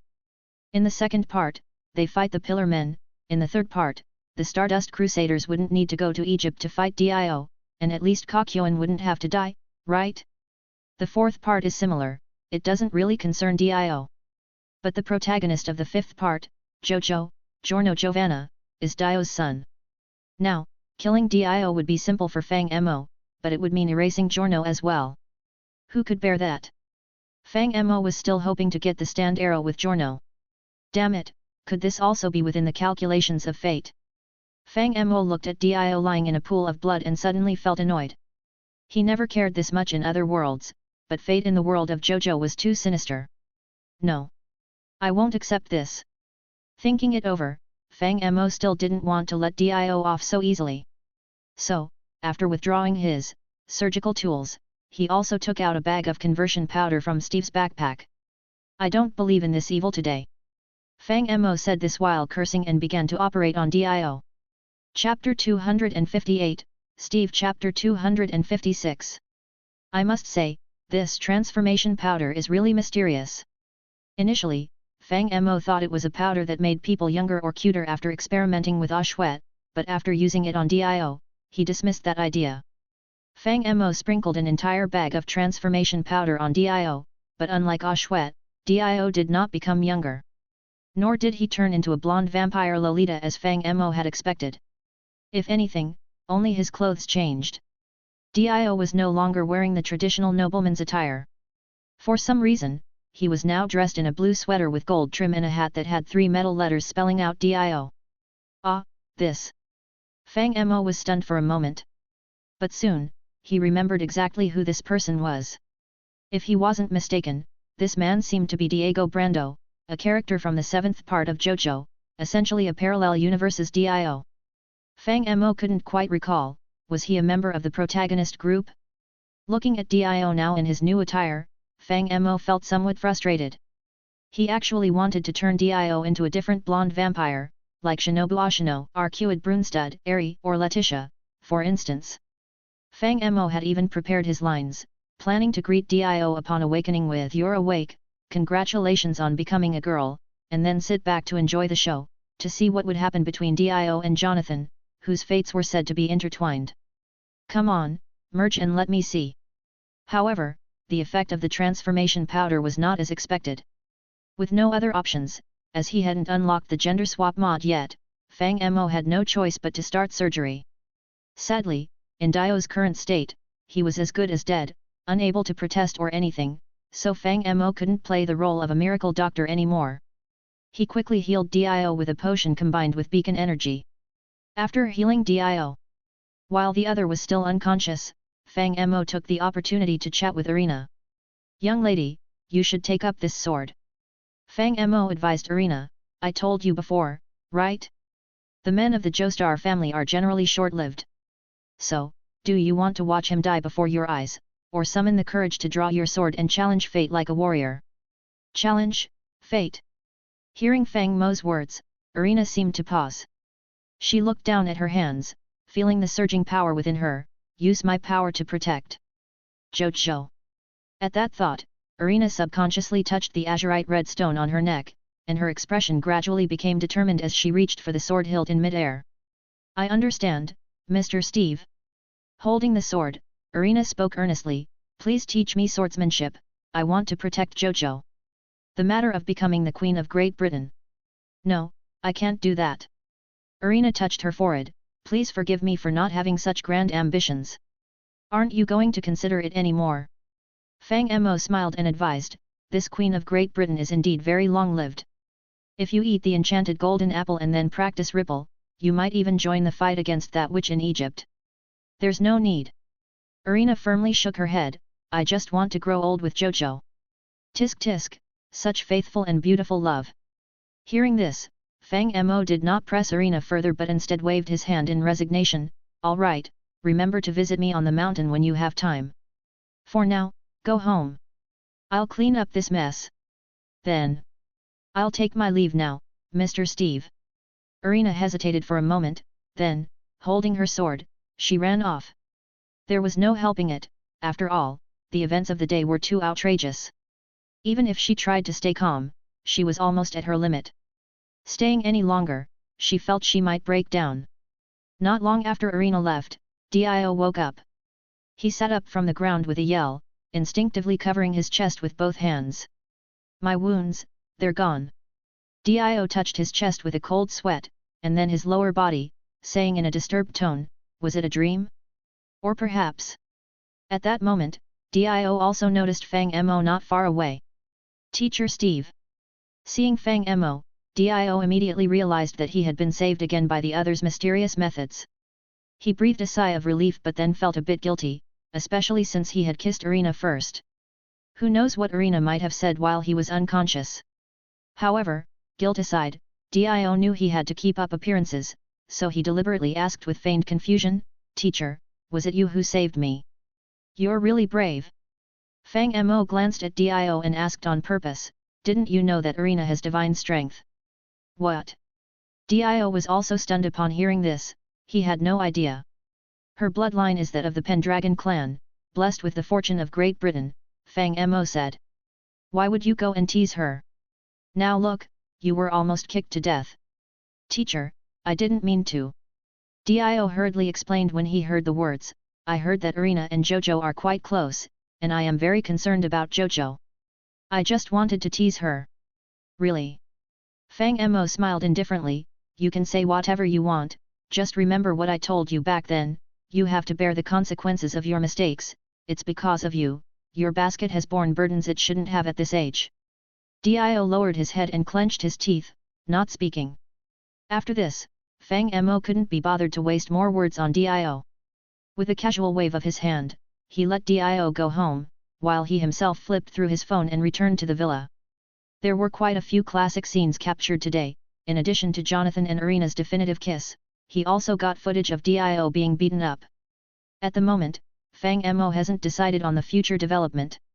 Whether to defy fate alone or otherwise, if he really plans to follow the plot, Fang Mo plans to wait until the third part, to plaster these hopeful photos all over Egypt, hoping to evoke some of Dio's good childhood memories. And when Fang Mo returned home, he also chatted with Ashue about what happened today. When mentioning Arena and Jonathan, Fang Mo also took out the photos to show her, and Ashue seemed quite relieved, expressing that Jojo, this blockhead, has finally grown up. Soon the two of them started to eat dinner while chatting, and the atmosphere was very warm. At the same time, elsewhere, Dio's situation is a bit bad now. Originally, after today's meeting, Jonathan was in a dazed state, with his mind full of Arena's image. When he got home, even the butlers and maids could tell that the young master was a bit odd, though of course, they didn't say anything. However, just at this time, there came a series of crying and wailing from outside. Curious, Jonathan went out to see and found that they were Dio's two lackeys. "Jojo! You quickly call your father to go out and see." These two lackeys were so frightened that they were pale and trembling like sieves, and with a cry, they said to Jonathan, "Dio! Dio has been killed by Arena." "What did you say?" Jonathan was completely baffled when he heard this. "Arena killed Dio? Your story is just too far-fetched. Why don't you say that Dio has turned into a demon king and is going to rule the world?" Despite his doubts, Jonathan could see that the fear on their faces wasn't feigned, so he asked carefully about what happened. That's when things went south. The two lackeys were so scared they spilled everything like pouring beans out of a basket. This included the fact that Dio had planned to force himself on Arena. This was all pre-arranged, the two of them were supposed to stand guard and watch the fun while Dio, the mastermind behind the scenes, intended to bully Jonathan. Hearing that Dio wanted to bully Arena, Jonathan, in the throes of a passionate romance, was instantly incensed. He didn't believe what they said, that Arena had punched Dio to death. In his eyes, Arena was a gentle and fragile girl, and Dio was a scoundrel who couldn't even beat him in a fight. "You say Arena punched Dio to death? Isn't that just nonsense?" Anyway, after hearing about this, Jonathan didn't think much and rushed out like an arrow released from its bow, and halfway there, he encountered Dio with a sullen face, ready to go home. "Dio!" Jonathan roared as he charged at Dio, "What did you do to Arena?" "Jojo!" Dio frowned upon seeing Jonathan, and with annoyance, he waved his hand and said, "Get lost, I'm in a bad mood, I don't have time to play with you." But Jonathan didn't care at all and went straight up to grab Dio by the collar. "Dio!" Jonathan, grinding his teeth, said, "Tell me honestly, you scumbag. Did you bully Arena behind my back? You say I bullied Arena?" Seeing Jonathan's aggressive demeanor, Dio couldn't help but recall the moment he was stupidly and miserably beaten to death by him, and his already terrible mood worsened, his expression turning fierce. "Do you think it's me, Dio, bullying Arena?" Chapter 259, Steve Chapter 257. "Do you think it's me, Dio, who is bullying Arena?" Upon hearing this, Dio's face immediately showed an uncontrollable rage. He fiercely raised his knee and struck Jonathan, who in pain let go of Dio's collar. Seizing the opportunity, Dio launched a frenzied attack. It was as if Dio was venting his anger. He brutally elbowed Jonathan in the face. The blow was too harsh, deforming Jonathan's face. Blood sprayed from his nose and mouth simultaneously, blurring his vision. He instinctively stepped back, stumbling and leaning against a tree, slowly sliding down. Jonathan felt the pain on his face. For some reason, his thoughts became more resolute. He thought of Dio's relentless bullying, his aggression, and how he had taken everything that belonged to him. At this moment, Jonathan realized he absolutely couldn't fall now. Otherwise, he would live in Dio's shadow for the rest of his life, becoming a weak, timid wretch. Especially since Dio had now crossed his bottom line. Dio could bully him in any way, but how dare he use despicable means to bully Arena? Thinking this, Jonathan felt a burning rage inside. He slowly stood up, a dazzling light bursting from within him. The power of the sun gradually enveloped his body, eventually turning into a blazing aura, making him appear like a majestic and upright sun god. Dio watched this scene coldly. He glanced at the sky where the bright moon was emitting a cold light. Fool! Dio muttered under his breath, then readied himself for battle. In his eyes, Jonathan was indeed a fool. The night was his domain, with the endless power of the moon, he was invincible. Moreover, this time it was Jonathan who attacked first, giving Dio a justifiable reason to defeat and ravage him. If he could defeat Jonathan again, he probably wouldn't dare to defy him anymore. Humph, humph, humph. This is the best revenge against that damn Arena. Dio, Just then, Jonathan couldn't hold back anymore, he roared and charged at Dio. Dio got serious, his body shining with a cold silver light. He crossed his arms in front of him, blocking Jonathan's punch. Then, suddenly Dio spun and unleashed a whip kick, striking Jonathan's face. The immense force made Jonathan spit out blood. Seeing this, Dio also got excited. Ha! That damn Arena! How dare she hit me? I'll make her favorite Jojo kneel and beg for mercy and apologize. Just the thought of it thrilled him. However, just as Dio was getting excited, a large mass of dark clouds inconveniently floated by, covering the moon. Nanny! Dio was stunned for a moment. However, in the time it took for him to be lost in thought, Jonathan gritted his teeth and withstood his kick, then immediately pressed both hands on his head. Seeing this, Dio immediately tried to pry Jonathan's arms apart with a reverse hand, but Jonathan clung to his hair with his fingers. In pain, Dio became irate and didn't think twice before attempting to kick Jonathan. But this time, Jonathan didn't give him a chance and instantly headbutted Dio in the face. This heavy blow landed right on Dio's nose, and in an instant, a sharp pain burst through his nasal cavity, causing Dio to momentarily lose his focus. Seeing his chance, Jonathan quickly seized the moment and swung his fists with all his might at Dio. Dio! Although Jonathan was only a teenager, he was naturally strong. In his rage, augmented by the power of the sun, his punches were like two heavy hammers. Just one punch caused Dio's face to bleed profusely, his nose to collapse, and his jaw to become dislocated. Today, if I don't beat you to tears, my name isn't Joestar. Ora ora! Jonathan had no intention of stopping. He mercilessly pummeled Dio's face left and right, causing his left eye to swell shut, his forehead to swell, his jaw to become dislocated, and blood to pour from his mouth and nose. Finally, with a powerful straight punch, he sent Dio flying. Unfortunately, Dio fell into a filthy puddle. You, how dare you! Feeling the stench and stickiness of the mud and water on his body, along with the burning pain on his face, Dio's mentality finally snapped. He remembered how Arena had also sent him flying into a mud pit before, and now, intending to take revenge on Jonathan, he ended up in the same situation again, which brought his humiliation to a breaking point. So, Dio was driven to tears. How dare you treat me like this? Dio cried as he got up from the ground, his face a mix of anger and grievance, and he shouted through gritted teeth, "You dirty, damned fool! I'm going to kill you!" Saying this, Dio angrily reached for the dagger at his waist. Ah! However, Jonathan didn't notice Dio's movement, instead focusing on his face. "Dio, did I really make you cry? Shut up! I'll kill you!" And just as Dio was about to rush at Jonathan with a knife, suddenly, a stern shout rang out. "What are you doing?" Suddenly hearing this voice, both were startled. Jonathan instinctively looked towards the source of the voice, "Father." Upon seeing this, Dio immediately hid his dagger in his hand. Actually, George Joestar had already seen what had just happened. However, after seeing Dio draw a knife, in order to prevent Dio from doing something irrational and hurting his son, George chose to take the initiative. He quickly began to scold his own son. "Men are bound to fight. But Jojo, what I saw was you beating Dio, who had already lost the ability to resist. This is not the behavior of a gentleman, you have really disappointed me." George shouted, "No need to explain, both of you go back to your rooms." "What?" Jonathan also had an incredulous expression after hearing this. However, he still did not dare to disobey his father, and at that moment could only glare fiercely at Dio, then turned and left with a face full of anger. Of course, Dio also gave Jonathan a cold look before leaving as well. That night, neither of them had dinner.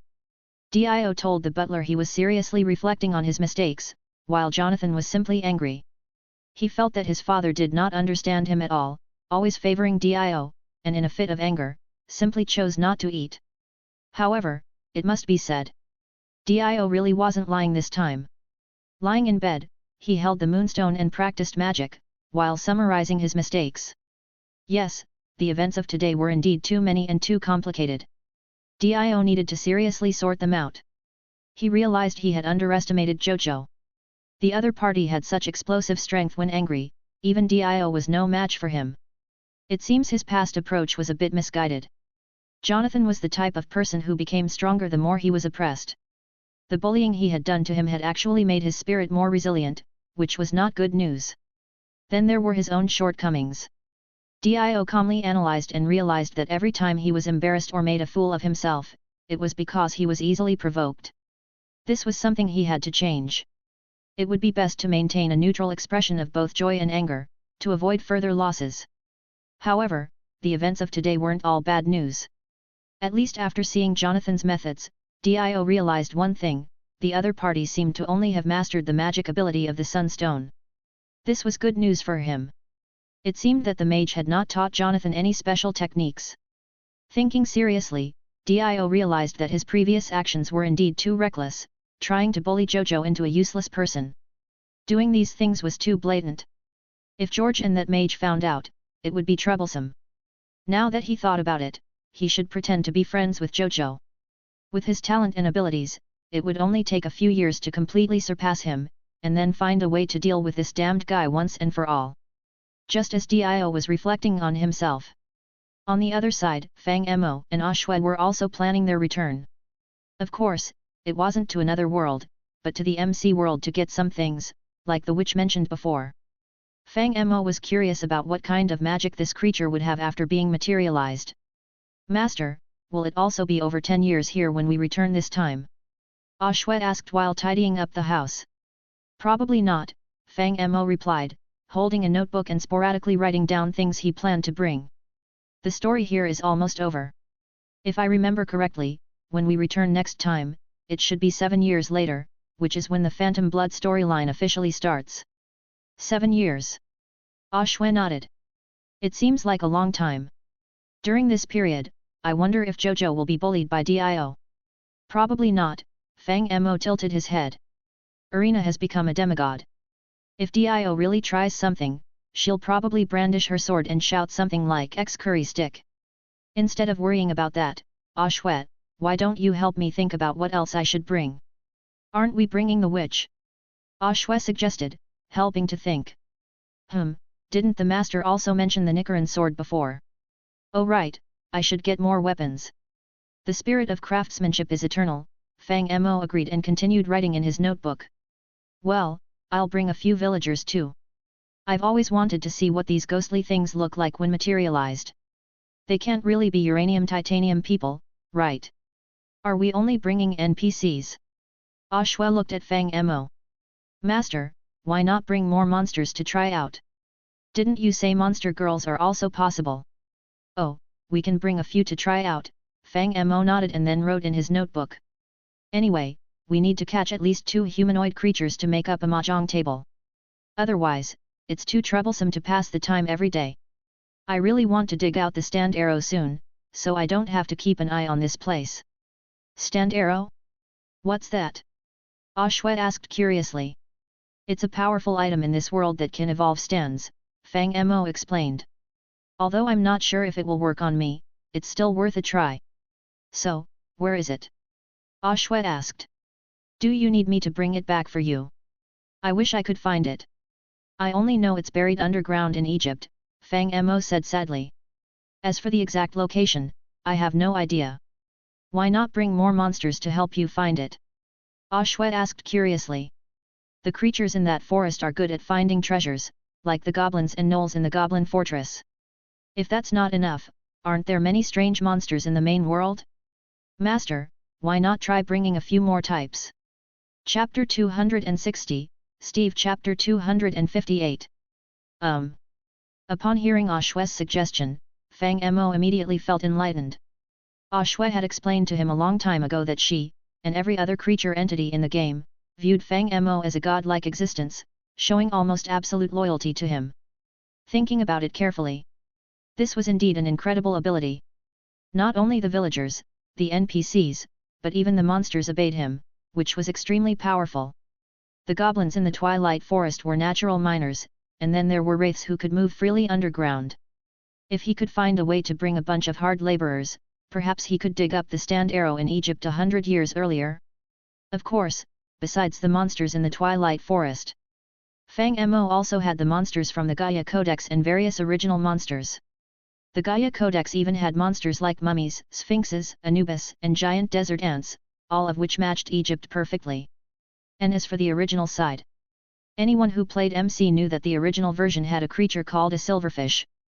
As is well known, silverfish can move back and forth in stone blocks, a cunning and despicable little creature.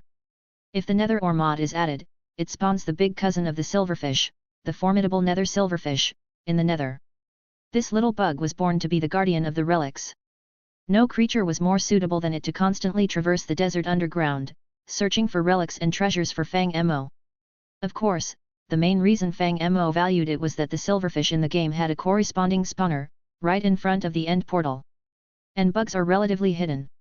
Even if they excavate on a large scale underground, it won't affect the world. Let's go back now. Thinking of this, Fang Mo also became a bit restless. Ashwet, stop doing the dishes and go back to the sword. I'll take you back to the MC world right now. Sorry, master, can you wait for me a bit? Without turning her head, Ashwet said, as your maid, I will not allow these dishes to soak in the sink for 7 whole years. It's okay, I can even take the house with me this time. Fang Mo waved his hand and said, hurry back to the sword, I can't wait to be the overlord of the bug race, even if I can only control silverfish. Okay. Ashwet put down the plate in her hand with a bit of speechlessness and wiped her hands with a towel. Actually, it's good this way. Otherwise, if this house is left vacant for another 7 years, it might appear somewhat old and outdated. Wait until I go back to Marvel and have Stark build one for me. Fang Mo said, or when I draw the Book of Ages from the DC Universe, I can also ask Batman for a whole set of manors, castles, and the like.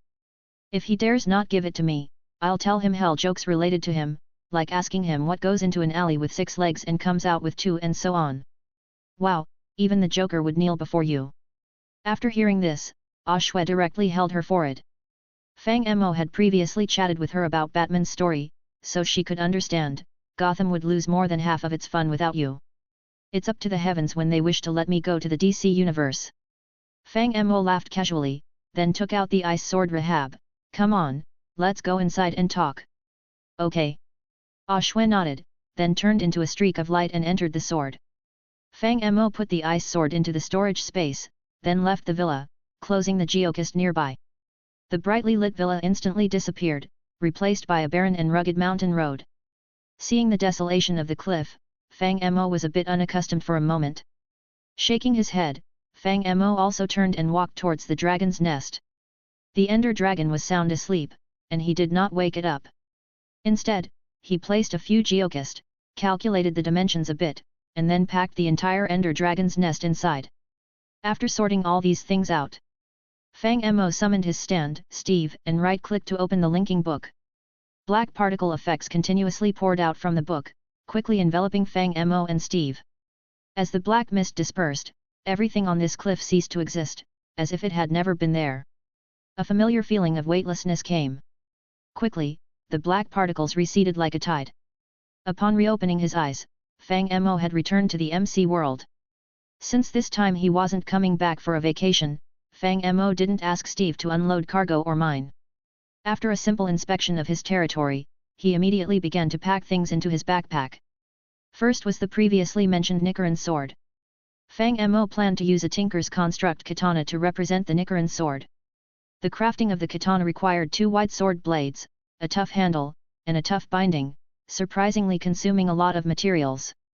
Fang Mo flipped through the tinker's guide, planning to use silver and menulin for the blade, sunstone for the tough handle, and for the binding, he chose prehnite. Silver's property wholly is to cause greater damage to the undead. Coupled with the insatiable of menulin, it can make one more courageous in battle. The property of sunstone, when materialized, also perfectly targets the undead. As for the final prehnite, it can provide life recovery effects when the user's life is in danger. Of course, that's not all. Fang Mo then infused the weapon with the solid foundational healing properties of emerald through engraving. Regarding enhancements, the haste of redstone, the sharpness of quartz, the attack power of diamond, the infinite durability of the endurance board, the undead killer of sacred soil, the heat of blaze powder, and some of the original enchantments. Although not all maxed out, in the Jojo world, it is a divine weapon of great power. If any Ripple Master picks it up, even the Pillar Men might not be able to withstand its havoc. This is truly the Pillar Annihilation Blade. After making this sword, Fang Mo directly took Steve to the Twilight Forest. Fang Mo's plan was to find the arrow buried in a certain Egyptian relic. However, Egypt is so vast, if he were to use the Ender Sword to disguise as Goblin, he might tire himself to death before capturing many. Thus, Fang Mo came up with a new idea. That is, to directly use the geochest to capture them. If a geochest is well planned structurally, it can hold hundreds of goblins without a problem. Plus, these creatures also spawn in the Great Mine, so setting up a production line makes capturing them very easy. However, upon seeing the monster spawner, Fang Mo suddenly had another idea. Can this monster spawner be materialized? As soon as this thought emerged, Fang Mo became somewhat unsettled. If he could place a monster spawner in reality, then, wouldn't he have an endless supply of goblins? After some thought, Fang Mo decided to take a few spawners back to try, such as goblins and silverfish. At the same time, he captured a large number of villagers, intending to materialize them to see if they become villainous or ordinary humans. Of course, he also didn't forget to capture wraiths from the Twilight and, to avoid a future trip, even captured creatures like the Wither Hydra. He also captured creatures from the main world's Gaia Codex, like the humanoid creatures, and took them away. However, he didn't stay in the MC world for too long. The efficiency of the monster spawner production line was quite high. After waiting for a few days, Fang Mo took a large amount of materials and MC creatures back to the Jojo world. With the familiar black fog slowly dissipating, Fang Mo opened his eyes and looked around. This place looks like a primitive jungle, where even monkey calls can be heard. This is the nature of the Book of Ages, where the landing spot is always random, and even Fang Mo himself doesn't know where he will end up. But luckily, he had prepared in advance. Before leaving the world, Fang Mo left an ender handle at a certain spot on the mountain top. At this moment, with the thought, Flying Thunder God, oh no, the effect of brown magic activated, and Fang Mo returned to the cliff behind the Joestar family's home in the blink of an eye. This Tinker's return to town technique is indeed awesome.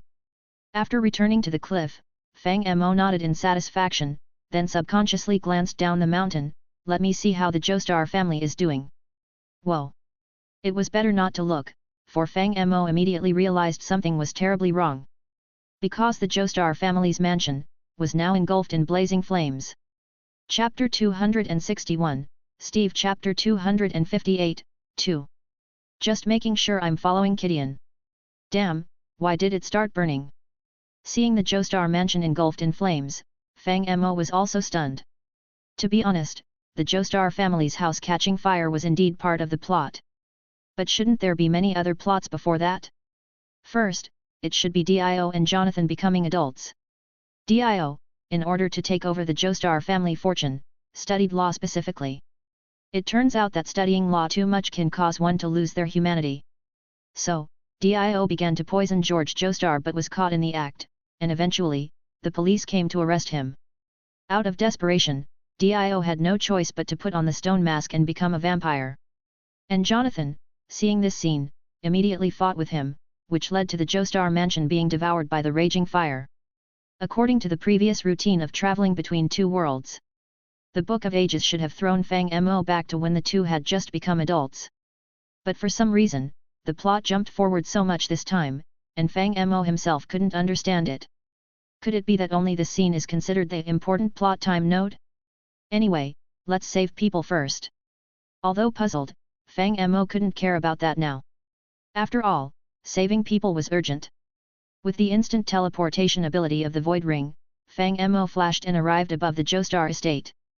Then, he clasped his hands together, and the Evertide amulet inside his body activated instantly. Towering waves surged around Fang Mo, crashing down like the Milky Way pouring down. Under the power of the Evertide amulet, the Joestar estate instantly turned into a vast sea, and the mansion itself was also flooded by the rolling waves, extinguishing the flames in the blink of an eye. Seeing the flames dissipate, Fang Mo also withdrew his control of the surrounding water flow and slowly descended to the ground. However, before he could approach the Joestar mansion, a person suddenly emerged from a nearby fountain, probably just choked on water, and was coughing in a bit of a disheveled state. Fang Mo looked up at the person, finding a strange blonde man with a high top hat and a long diagonal scar on his face. If judged only by his appearance, he looked a bit ferocious and scary, but for some reason, he seemed to have a firm and upright aura, not like a bad person. Someone who flew down from the sky. Of course, the man also saw Fang Mo and seemed to be quite startled. This is just like a deity descending in a stage play, rescuing the righteous side from the unfortunate flames. Wait. Muttering to himself, the man suddenly realized something, looking incredulously at Fang Mo. You wouldn't happen to be the Lord Wizard Jonathan spoke of, would you? That's right, it's me. Fang Mo straightforwardly admitted, so you must be the legendary first commentator, as well as the oil tycoon and owner of the SPW consortium, Speedwagon, right? Although you got my name right, it seems like everything else is incorrect. Speedwagon strangely said, I am neither an oil tycoon nor the commentator you mentioned. I am just a meddlesome thug from Ogre Street, attracted by Mr. Jonathan's gentlemanly spirit, simply wanting to help him. Ah. Right. Mr. Jonathan is still inside. Towards the end, Speedwagon suddenly realized, hurriedly saying, Wizard, Lord Wizard, please go save Mr. Jonathan. He and his father are trapped in this building. Oh. Fang Mo nodded, knowing this was not the time for idle talk. Thus, he walked straight towards the manor's main gate. With a gesture, the collapsed beams and rubble were violently torn apart and tossed into the yard like trash. With the path clear, Fang Mo slowly walked in. The interior of the Joestar Manor was in chaos, having just caught fire and then being forcefully flooded. Everywhere were scorch marks, and lighting fixtures like candles and kerosene lamps were all destroyed, leaving pitch-black darkness. Fang Mo had Steve hand him a large sword. As soon as his palm touched the hilt, a flash of white light transformed the pixel art-style sword into a realistic one, with dazzling light bursting forth from the blade. This was the synergy of Tinker Constructs and Thermal Expansion, the Luminous Alloy Greatsword. This weapon, forged from luminous alloy, has a glowing trait in the game. When realized in reality, this trait becomes a constant emission of bright light, so Fang Mo prefers to use it as a nuclear-powered torch rather than a weapon. In the original plot of the first part of Jojo, Dio accidentally discovered the true use of the stone mask. So, when his plot was exposed, he simply stabbed Jonathan, planning to use the latter's blood to activate the stone mask and turn himself into an immortal vampire. However, George Joestar, seeing his son in danger, used the Joestar family's once-in-a-lifetime teleportation ability, sacrificing himself to block the knife for Jonathan. An angry Jonathan then confronted Dio, and in the process, the fire destroyed the house. Dio was thrown from midair by Jonathan, landing right on a metal spike at the top of a statue. Subsequently, the building collapsed, burying Dio alive. The building was now on fire. This meant that Dio and Jonathan might both be inside. Carrying the light sword, Fang Mo searched the manor's ruins, even examining the metal statues, but Dio was not hanging on them. Although he didn't find Dio, Fang Mo saw Jonathan in a corner. Jonathan was holding George's body, with the golden power of the sun emanating from him, constantly trying to heal George. However, the power of the sun and Ripple were not the same, so the healing effect was not satisfactory.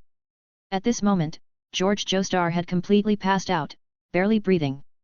Jonathan, seeing this, was in immense pain and sadness, even shedding tears. Just then, a light shone on him, and he squinted towards the source, seeing Fang Mo. "Teacher Steve." Jonathan immediately showed an incredulous expression, exclaiming in shock and delight, "You're back? That's great. Please, save my father quickly." "But he told me more than 20 years ago that he wanted to die here." Fang Mo spread his hands. "What?" Jonathan was stunned after hearing this. How could my father? However, before Jonathan could say anything more, Fang Mo suddenly made a classic expression, "But, I refuse." "This." Jonathan seemed even more confused after hearing this. But Fang Mo didn't pay attention to him and directly prepared to start the treatment. Considering George was just an ordinary person and was destined to die, Fang Mo didn't dare to waste time with frivolous talk, fearing that George might accidentally pass away. So, he instantly teleported over and pointed a finger at George. The power of the internal beacon activated, and George Joestar's body was instantly enveloped in a layer of white light. "What has happened during the time I was away?" Fang Mo took out a bottle of potion, poured it into George's mouth, and then turned to Jonathan to ask, "How did this house catch fire? Didn't I tell you to keep a few copies of Naruto in the house, didn't you listen? And about your father, what's going on with him? It's all Dio's doing." Hearing Fang Mo's question, Jonathan angrily said, "It turns out he has always harbored resentment against me. He also recklessly pursued those supernatural powers without considering the consequences." Tell me in detail." Fang Mo nodded and entered onlooker mode. "The story begins shortly after you left." It was probably Fang Mo's appearance that finally gave Jonathan a sense of relief. His tense nerves gradually relaxed, and he began to recount the events of the past years. "Not long after you left, Dio suddenly changed, as if he became a different person. He started to make friends with me actively, not only discussing academic matters but also occasionally sharing insights about magic. Dio's behavior was so genuine that I even doubted whether he had truly reformed. But the events of the past were too vivid in my mind, and I couldn't forget them. However, I couldn't refuse his kindness, so we became friends in the eyes of others. This went on for 7 years, but I still couldn't forget his past actions. One day, while researching the stone mask, I inadvertently found a letter. It was from Mr. Brando to my father. The letter described Mr. Dario's illness, which was exactly the same as my father's condition at that time. A terrible thought crossed my mind, and I instantly understood all of Dio's intentions." Jonathan said this and closed his eyes in pain. "I wished it was all my foolish imagination, but later, when I went to investigate on Ogre Street, the truth became clear. Dio had been poisoning my father all along. Mr. Speedwagon said that Dio might have been after my father's wealth. So, when he returned home again, I confronted him with the police. But what I didn't expect was, he wasn't after my father's wealth at all." Jonathan said angrily, gritting his teeth, "He just purely hated me. He said he would never forgive me for what I did 7 years ago, that he wanted me to live in pain forever, and that he would always be above me. He took out that strange mask and rushed at my father. Despite my desperate attempts to stop him, it was too late. My father was stabbed, the blood activated the mask, turning Dio into a complete monster. I don't know how to describe it, but Dio could absorb people's vitality. He became invulnerable to weapons, immensely strong, and instantly killed all the policemen. But strangely, when I attacked him with the power of the sun, his body became as fragile as paper. The arm he used to punch me instantly turned to ash." Jonathan said this with an exhausted expression. He was screaming in pain, saying something I couldn't understand, something like, "Damn old man, was this also in your calculations?" Then, the corpses on the ground suddenly came back to life, knocked over the surrounding oil lamps, and Dio escaped in the chaos. After hearing Jonathan's story, Fang Mo also fell into deep thought. To be honest, he was a bit lost on how to comment on this plot twist. It seemed like he was still getting blamed even though he had left the scene. However, before Fang Mo could say anything, a rush of footsteps sounded at the door, and a beautiful figure with blonde hair, carrying a big sword, rushed in worriedly, "Jojo! Are you all right?" At the same time, a familiar and robust figure darted out from her feet. Woof! Chapter 262, Steve Chapter 259. Arena. Jonathan seemed startled to see her, and Danny too. "Jojo, are you all right?" Arena didn't pay much attention to Jonathan's expression. She was really anxious, hurriedly running over while holding up her dress, and asked with concern, "I heard the Joestar Manor caught fire and I came right over. How are you? Are you hurt?" "I'm sorry to worry you, but I'm not injured." Jonathan shook his head and said, "Maybe it's the magic of the sunstone. Such high temperatures won't harm me. But what about you, Arena, what's with this outfit?" Arena hesitated, looking at the great sword in her hand, then said, "I want to protect you, Jojo." Woof! Danny, who was nearby, also barked excitedly, wagging his tail at Jonathan. "Protect me?" Hearing Arena's words, Jonathan couldn't help but show a somewhat strange expression. As a gentleman of the Joestar family, how could he let the woman he loves protect him? But before he could voice his refusal, a hand suddenly landed on his shoulder. "Jojo, I'd advise you not to refuse her." Fang Mo smiled at Jonathan, "You might think she's just a weak woman, but in reality, she has awakened the blood of the Red Dragon. She's a noble queen with the fate of all Great Britain in her.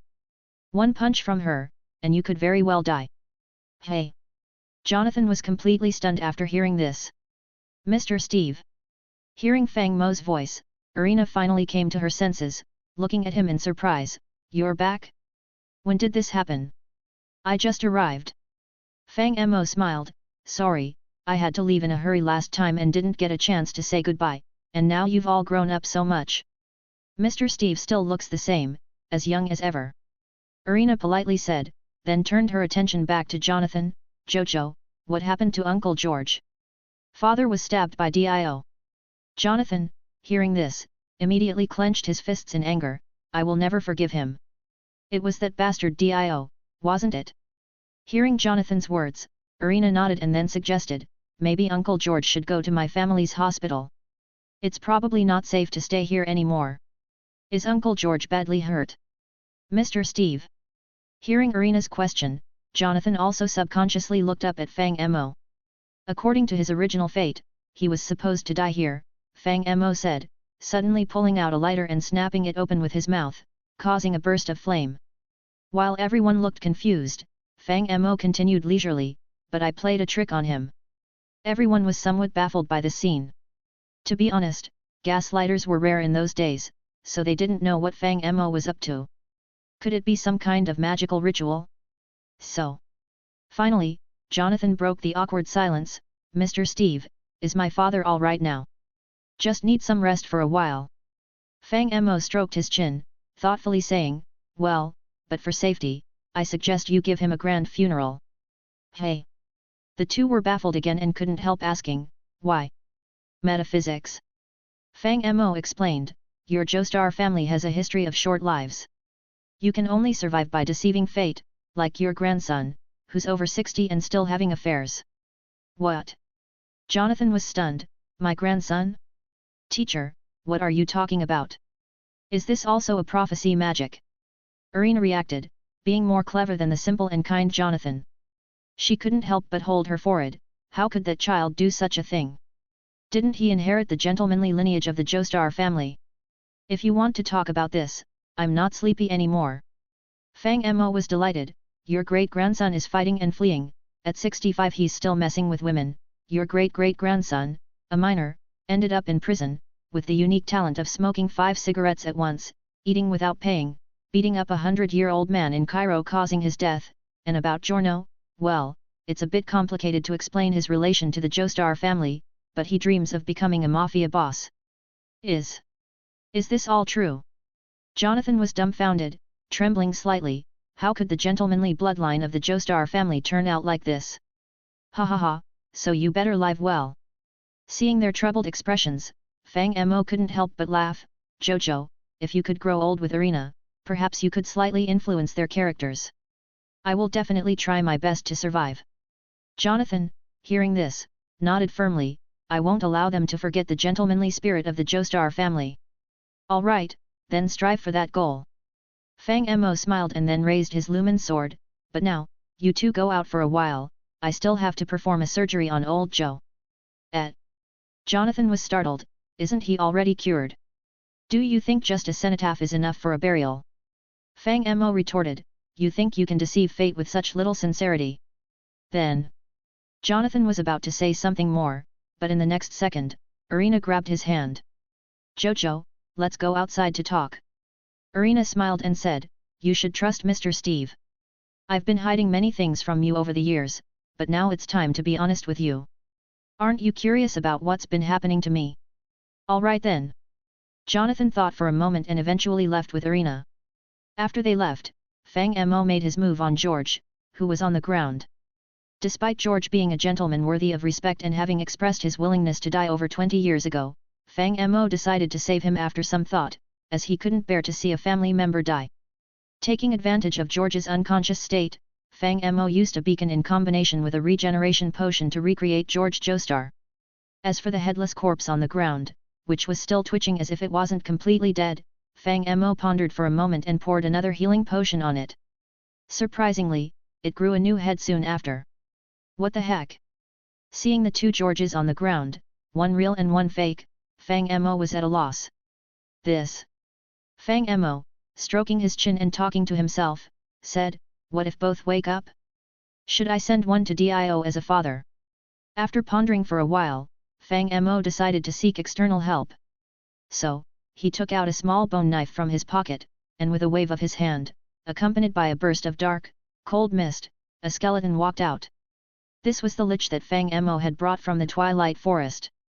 Considering the lich was related to sorcery and the undead, Fang Mo decided to ask it for advice.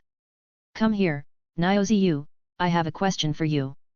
Fang Mo waved to the lich and pointed to the two Georges on the ground, saying, I have two Georges here, help me see which one is real and which is fake.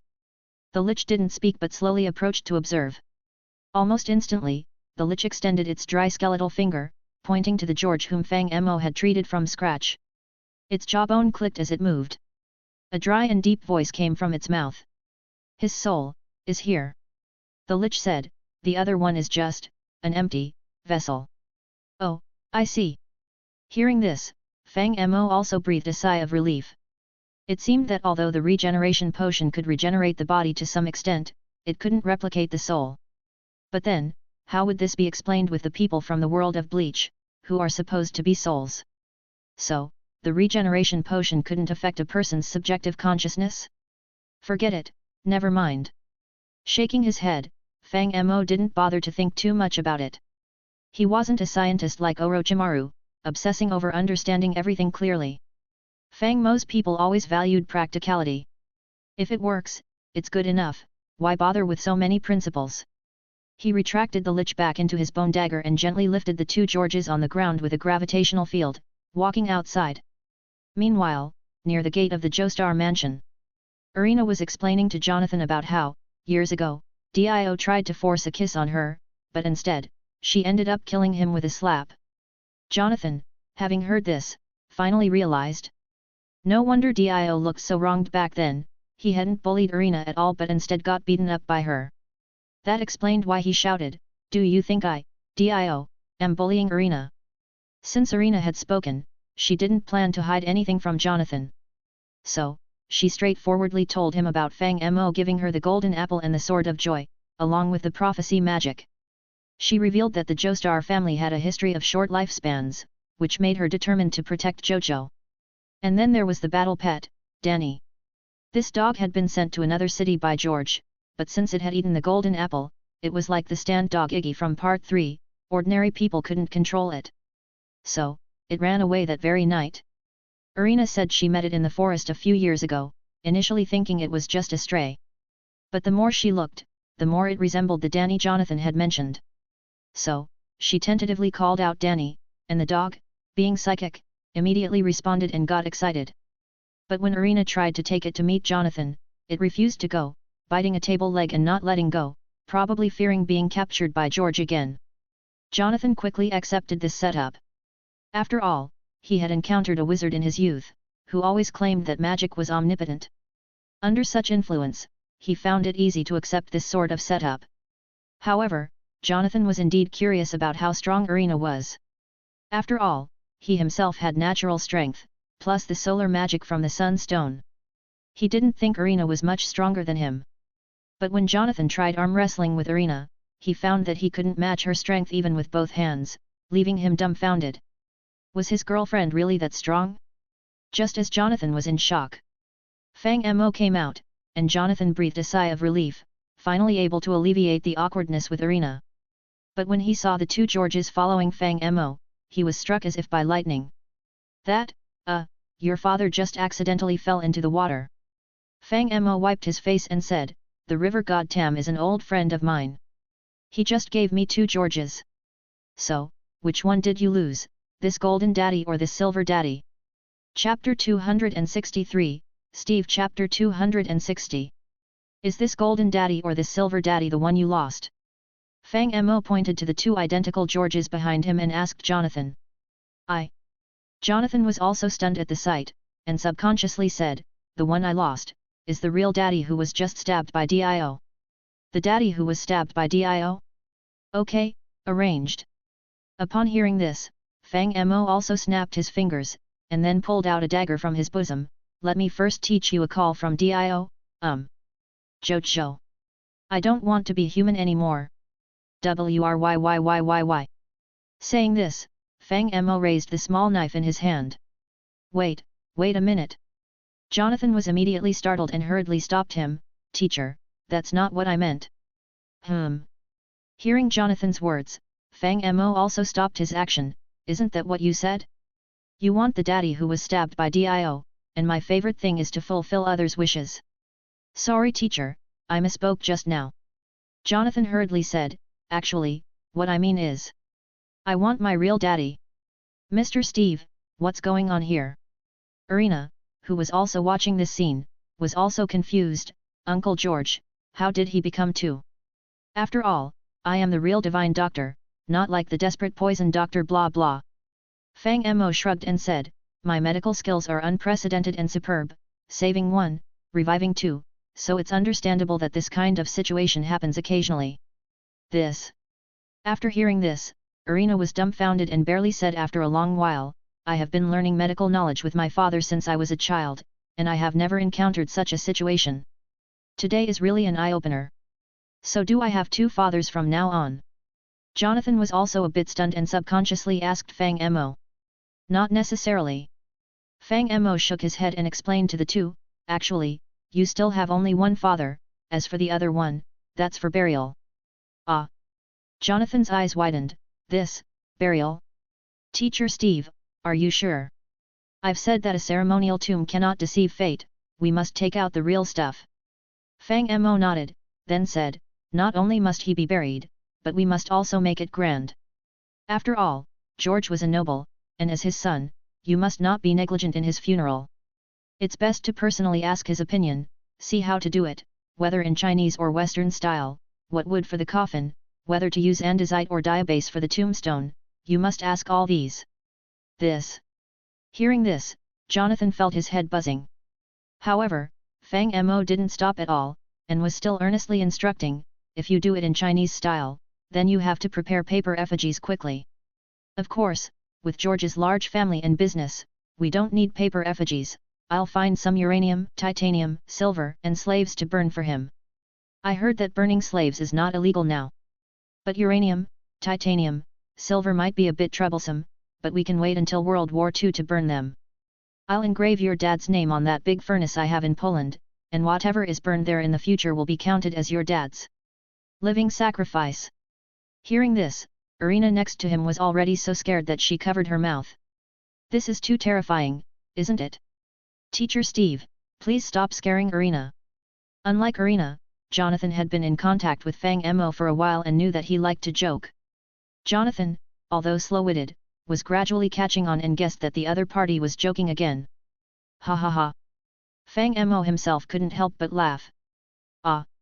Seeing Fang Mo's actions, Jonathan helplessly held his forehead. His teacher was very good in every aspect but too unreliable. Are all mages like this? so, it was a joke. Irina, hearing this, also couldn't help but breathe a sigh of relief. She hadn't been in contact with Fang Mo for long, merely tricked by him into eating golden apple and essence berries and then given a sword. After that, Fang Mo vanished. She had wanted to find him to train in swordsmanship but couldn't find him. She had thought those things she just heard were true. But jokes aside, this funeral matter still needs to be handled. After a slight chuckle, Fang Mo continued speaking to them, at least I wasn't joking about destiny. Jojo, your Joestar family has indeed been short-lived for generations. Is that so? Hearing this, Jonathan slowly nodded, I understand, teacher. I'll take this matter seriously. These two old Joes behind me. Fang Mo said, the one on the left is real, your father's soul is here. The one on the right is fake, just an empty shell. If you don't believe it, you can transfer both to the hospital first. The one on the left will wake up, while the right one will be a permanent vegetable. Then let's wait until my father wakes up before deciding. If we bury him now, I'm afraid of mixing them up. Jonathan thought for a moment and then turned to Irina, by the way, Irina, can we go to your hospital? Yes, of course.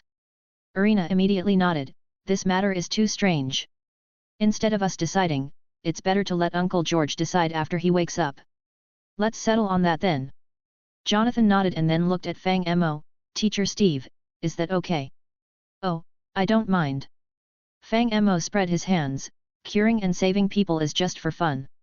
The real task is to study how to hold a funeral. I have to help a highly respected mage at Kamartaj with his funeral soon. This time it's good practice. I'm afraid I might laugh during the ceremony. Hearing Fang Mo's statement, Jonathan and Irina exchanged glances, both speechless. Silence lingered for a long time, finally broken by Jonathan. By the way, Teacher Steve. Jonathan seemed to suddenly remember or just wanted to change the subject, and suddenly asked Fang Mo, when you came in to put out the fire, did you see a man named Speedwagon? Oh, you didn't mention it, I almost forgot about him. Upon hearing this, Fang Mo also slapped his head and said, I was wondering what was missing. I saw him just now. Didn't you two see him when you came out? No. The two exchanged glances and both shook their heads. Where did you see him? Jonathan asked somewhat curiously, Speedwagon is not the kind of man to flee in the face of battle. He should still be around here. It seems like he was in that fountain over there. Fang Mo thought for a moment before speaking. Nanny. Jonathan, greatly surprised upon hearing this, hurriedly ran towards the distant fountain. There, he indeed found the other party soaking in the fountain, but by then, he had already lost consciousness. Fortunately, he was lying face up in the water, and the buoyancy kept his face above the surface, preventing him from drowning. Jojo, is this gentleman Mr. Speedwagon? Irina also walked over and seeing Jonathan dragging the other out of the water, she asked in surprise, how did he get burned like this? Was it because of the recent big fire? Speedwagon, born in Ogre Street, shares a similar unfortunate background with Dio. Yet, he has the shining qualities of a hero, which I greatly admire, Jonathan said. It was with his help that I was able to find evidence of Dio's secret poisoning and catch the Eastern man who was selling the poison. Is that so? Irina nodded after hearing this, then he truly is a real hero. Teacher Steve, can you also help treat Mr. Speedwagon? Jonathan looked up at Fang Mo, he got burned like this while trying to save me, and now he is unconscious. Do you want this Speedwagon gold, or this Speedwagon silver? Teacher Steve, this is no time for jokes, Jonathan said with a hand on his forehead. He's my lifesaver, after all. And he's not a member of the Joestar family, so he shouldn't have the kind of short-lived fate that requires holding one's own funeral to escape a calamity, right? That's also true. Fang Mo nodded, acknowledging that he indeed needed to save the man. Everyone, stand back, the divine doctor is about to make his move. Hearing this, Jonathan and Irina quickly stepped aside, not wanting to interfere with Fang Mo's work. As for Fang Mo, he slowly approached Speedwagon. To be honest, the latter was initially conscious, but passed out as soon as Fang Mo turned around. He was probably just holding on with sheer willpower, considering how painful extensive burns can be. Thinking this, Fang Mo immediately began to tear open the other's clothes. Due to the burning, his clothes had fused with his flesh, turning into a charred substance resembling charcoal. Holy smokes, this burn is really severe. While complaining about the severity of the burns, Fang Mo activated the regenerative abilities of his beacon. Under the influence of the energy from the underworld, the hard shell on Speedwagon's body quickly receded, and his flesh began to wriggle and heal at a visible rate. In just a few minutes, Speedwagon abruptly sat up. Monster! That monster named Dio! Speedwagon, with wide eyes, shouted in panic and surprise, "In my life, I've traveled many places, seen various things around the world. I've seen rare animals in America, strange plants in Asia, the great trees of the Caribbean, and even huge tornadoes. But I have never seen a monster like Dio. Well, well. He's already explaining how to save his life as soon as he wakes up." Seeing this, Fang Mo also placed a hand on his forehead. Chapter 264, Steve Chapter 261. Ah! Hearing Fang Mo's words, Speedwagon finally came to his senses and stopped his commentary. "Mr. Jonathan? Mr. Teacher? Mr. Speedwagon, it's good that you're all right." Jonathan also slightly relaxed upon seeing this. "I just saw you faint in the fountain, you must have been seriously injured, but now you're fine, it was the teacher who saved you. No wonder I don't feel any pain at all, is this the power of magic? It's just like a dream." Speedwagon incredulously looked at his own body, and hurriedly thanked Fang Mo. "Thank you, Mr. Teacher. After all, commentators aren't killed in battles between armies." Fang Mo smiled and waved his hand. "Just remember to find a safe place for commentary next time. I've been wanting to ask since a while ago, what exactly does this commentary refer to?" Speedwagon couldn't help but ask curiously, "Is this some kind of story?" "Mr. Teacher, why don't I understand it?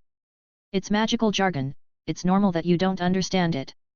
Fang Mo said, "Basically, it means that you've done well. Jonathan indeed lacks someone like you by his side. I appreciate what you've done. Is that what it means?" Hearing Fang Mo's words, Speedwagon also scratched his head a bit sheepishly. I'm not as excellent as you say. I was just inspired by Mr. Jonathan's courage and belief, and wanted to help him from my heart. I know I still have many shortcomings, like my strength is far inferior to yours. It's okay, what does a commentator need fighting strength for? You are invincible when you commentate." Fang Mo comforted him with a smile. "If it really doesn't work out, you still have your hat trick, right? Just do that a few more times. That's just a despicable sneak attack. Since it hurt Mr. Jonathan, I've already thrown that hat away. From now on, I want to fight alongside him openly and honorably." Speedwagon said. "Oh, you threw it away." Hearing this, Fang Mo also subconsciously nodded. The so-called hat trick was actually a stunt Speedwagon performed once in the original story. It's called the hat-throwing knife, where the brim of a top hat is replaced with a blade, and then the hat is thrown at the enemy like a boomerang. Fang Mo thought Speedwagon could only perform this stunt once in his life. Now it seems like he threw it away voluntarily. "Mr. Speedwagon." And while the two were talking, Jonathan also started speaking. "Since you've woken up, let's leave this place first." "Where are we going?" Speedwagon asked. "Are we going to find that demon Dio?" "Not yet." Jonathan couldn't help but say, "I'll wait until my father wakes up and then give him a grand funeral." "Oh, then we must hurry." "Wait, what?" Speedwagon thought he had heard wrong and stared in confusion. "Wait for Mr. Joestar to wake up and then hold a funeral for him? What? What is this? A live burial?" "Of course not." Jonathan immediately said, "This is just a magic ritual to avoid my father's fate of death. We need to put a substitute in the coffin and hold a funeral to escape the curse of fate.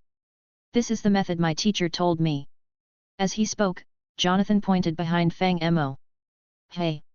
Because it was dark, Speedwagon didn't notice George at first, until Jonathan pointed it out. He then saw the two Georges behind Fang Mo, and was completely stunned. "Two Mr. Georges? My goodness! Aren't you afraid of mixing them up?" "Of course, I am afraid," Jonathan said, "so we have to go to the hospital first, and after my father wakes up, I will tell him about this myself." "Is that so?" Hearing this, Speedwagon was relieved. "You really scared me. Worthy of the legendary mysterious mage, every moment seems to challenge the limits of my knowledge and cognition. But this is good. With you involved, Dio should not be a threat anymore." "I'm sorry." However, to Speedwagon's surprise, Fang Mo suddenly shook his head, I do not intend to take action this time. Nanny. Speedwagon was shocked and blurted out, Mr. Mage, why do you say that? Do you know what Dio has become? He can instantly drain people's vitality. This guy has turned into a complete monster. Do you want me to take action? Fang Mo looked at Speedwagon, suddenly showing a mischievous smile. Of course. The young Speedwagon, not yet realizing the seriousness of the situation, immediately nodded, your magic can kill that monster in an instant, right? This is also a good opportunity for you to clean up the mess. Fang Mo didn't speak, but just raised a finger and aimed it at a distant cliff. The next second, an ominous arc flashed, and a dark purple murky orb appeared at his fingertip, followed by a terrifying beam of light shooting straight towards a nearby mountain. There was a loud boom, and half of the mountain disappeared. However, the beam of light did not show any sign of stopping, continuing to fly diagonally into the sky, drawing a dazzling white light in the atmosphere, and finally disappearing at the end of the sky. Not just Speedwagon, Jonathan, and Arena, but even Danny, crouching on the ground and wagging his tail, was scared silly. His tail clamped up, and he lay trembling on the ground, whimpering. I guess Dio is probably hiding in some nearby place. Fang Mo stroked his chin, deliberately speaking to himself, I'll fly over there and fire a shot like that, ensuring that Dio and the stone ghost mask disappear into smoke together. What do you think? Teacher, let's just forget it. Jonathan was the first to react, quickly advising, Dio harmed my father, and I plan to settle this grudge personally. Please do not intervene. I can defeat him. What an outrageous scene. Speedwagon, upon seeing this, couldn't help but tremble with excitement and began to comment, it's like a bizarre painting that could only appear in dreams. Compared to this unbelievable sight before us. Dio, that monster, seems so insignificantly small, having chosen to betray his own teacher. What a foolish guy. He hasn't realized that he's lost the greatest support of his life. Arena, however, didn't speak, but her dramatically shaking pupils said it all. Honestly, it was only at this moment that Arena realized something truly terrifying, not the vampire, not Dio, not even fate, but the mysterious and unpredictable mage before her. Whether it's supernatural beings or cunning plots, everything seems like a joke in his presence. The sword he casually gifted her holds the power to destroy the world. Arena had tested it over the years, it could truly create tsunami-like hot springs, capable of engulfing everything in this world. Nobody knows how many more tricks he has up his sleeve, how many secrets he's hiding. After all these years, his appearance shows no signs of aging. Can the legendary mages really achieve this? Or is it something only gods can do? Arena suddenly thought, he seems to have some kind of prophetic ability and has been trying to prevent those futures from happening. But why does he do this? Honestly, Arena couldn't quite understand. Could it really be just because Jonathan is his disciple? But isn't Dio his disciple too? Why are you always persecuted? Fang Mo noticed Arena's expression and smiled, surprised by the power I've shown. Indeed, it's very astonishing. Arena hesitated before nodding. Do you know why I'm really here? Fang Mo smiled. He wasn't a fool and had seen the doubt on Arena's face. He asked directly, do you think it's strange that I help you without asking for anything in return? Arena hesitated for a moment, then finally nodded. Actually, I greatly admire the Joestar bloodline. Facing a sweet girl, Fang Mo was more patient, not just Jonathan, but also you and his descendants. Although they're not very serious people, they unexpectedly all have hearts of gold. It's just that fate is too annoying, even though I was caught off guard, so I decided to personally step in and confront this fate. Is that so? Arena subconsciously nodded, trying to slowly digest the information in Fang Mo's words. Alright, don't just stand here guessing. Fang Mo waved his hand, the Joestar mansion is now ashes, and the mountain I owned was also blown up. Anyway, for now, let's find a place to rest. The group was somewhat speechless, he himself had caused the destruction of the mountain. However, considering the mage's immense power, no one said anything. Led by Arena, they quickly headed to the neighboring city. Yes, Arena no longer lived in the town. A few years ago, her father made money and planned to open a larger hospital in the city, so their whole family moved to a farther place. In fact, the reason Arena rushed over tonight was because of Danny. Danny often ran near the Joestar mansion to observe, although he didn't dare to enter, he still missed Jonathan. But tonight, he suddenly smelled blood and hurried back for help. Then, Irina, with her demigod body, ran from the neighboring city in less than half an hour, her large skirt fluttering. It only took Irina half an hour to arrive. But it took Jonathan and the others 3 whole hours to walk there. Fortunately, Irina's family's hospital was quite large. After entering, they first greeted Irina's father, and then settled George Joestar. Speedwagon volunteered to take care of Mr. George and stayed in the same room with him. As for Jonathan, he was somewhat restless. Today he indeed lost a lot, but at the same time, he gained a lot. So now, he especially wanted to talk more with Irina, as the ordeal had brought them closer. It felt like they were ready to get married right away with a red bridal veil. But just then, an uninvited guest suddenly arrived unannounced. Chapter 265, Steve Chapter 262. Under the cover of night, Jonathan suggested going out for a walk to enjoy the evening breeze. Irina was a bit shy, but still nodded in agreement to his request. Together, they left the hospital and wandered aimlessly on the deserted streets nearby, enjoying a peaceful moment undisturbed. However, it wasn't long before Jonathan suddenly noticed a strange person by the road. It was a man in a white suit, wearing a top hat, and sporting a pair of neatly trimmed small mustaches. He was just standing by the roadside, quietly staring at them. "What's wrong, Jojo?" Irina, who had noticed Jonathan's expression, asked. It's worth mentioning that Irina, now possessing the body of a demigod, was much stronger in both strength and perception than Jonathan, so she had also noticed the odd man. She quietly clenched her fists and asked Jonathan in a low voice, "Is that guy an enemy?" If Jonathan nodded, Irina was ready to rush into battle immediately. After all, she was no longer the same little girl she had been years ago. Realizing that medicine couldn't save the Joestar family, Irina had unhesitatingly begun martial training. Fortunately, her father was a wealthy doctor who used his connections to find her many famous teachers. Now, Irina was a true warrior. "I'm not sure if he's an enemy," Jonathan admitted, scratching his head in confusion. "I don't know him, but he seems to be staring at me." However, before Irina could say more, the strange man suddenly spoke, "Jonathan Joestar, and the lady beside you, Irina Pendleton. Who are you?" Jonathan immediately became alert upon hearing his name called out. "I didn't expect you to survive after combating the power of the stone mask," said the mustached man in the white suit. He suddenly charged at Jonathan like lightning, aiming a rapid strike with his little finger at the junction of Jonathan's chest and abdomen while making a strange noise, "Hwang! That's fast!" Jonathan's pupils shrank as he instinctively raised his hand to defend. However, Irina was quicker. Just as the mustached man's attack was halfway through, a pale hand swiftly grabbed his wrist. "What?" The man seemed surprised, instinctively turning to Irina. "What do you want to do to my Jojo?" Irina's face, which was usually innocent, grew cold and a powerful aura began to emanate from her, almost solidifying and causing her golden hair to flutter as if in a breeze. Just looking at her, one could feel a kingly aura, so oppressive it was hard to breathe. "This?" The man was taken aback. Almost instinctively, he tried to break free from her grip, but her soft, pale hand tightened like an iron clamp, making his bones creak. "It seems you really are an enemy," Irina said, her gaze sharp. She then motioned behind her, and a streak of silver light, like a shooting star, fell from the sky into her hand, transforming into a splendidly shining greatsword.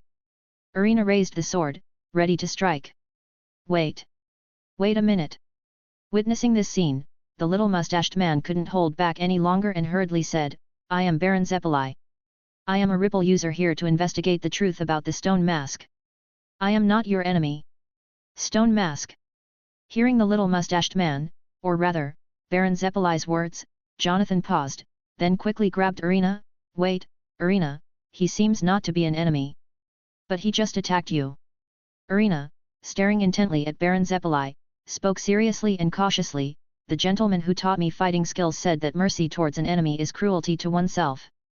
Some people, when they find they can't win in a fight, try to be cunning in other ways, using their words."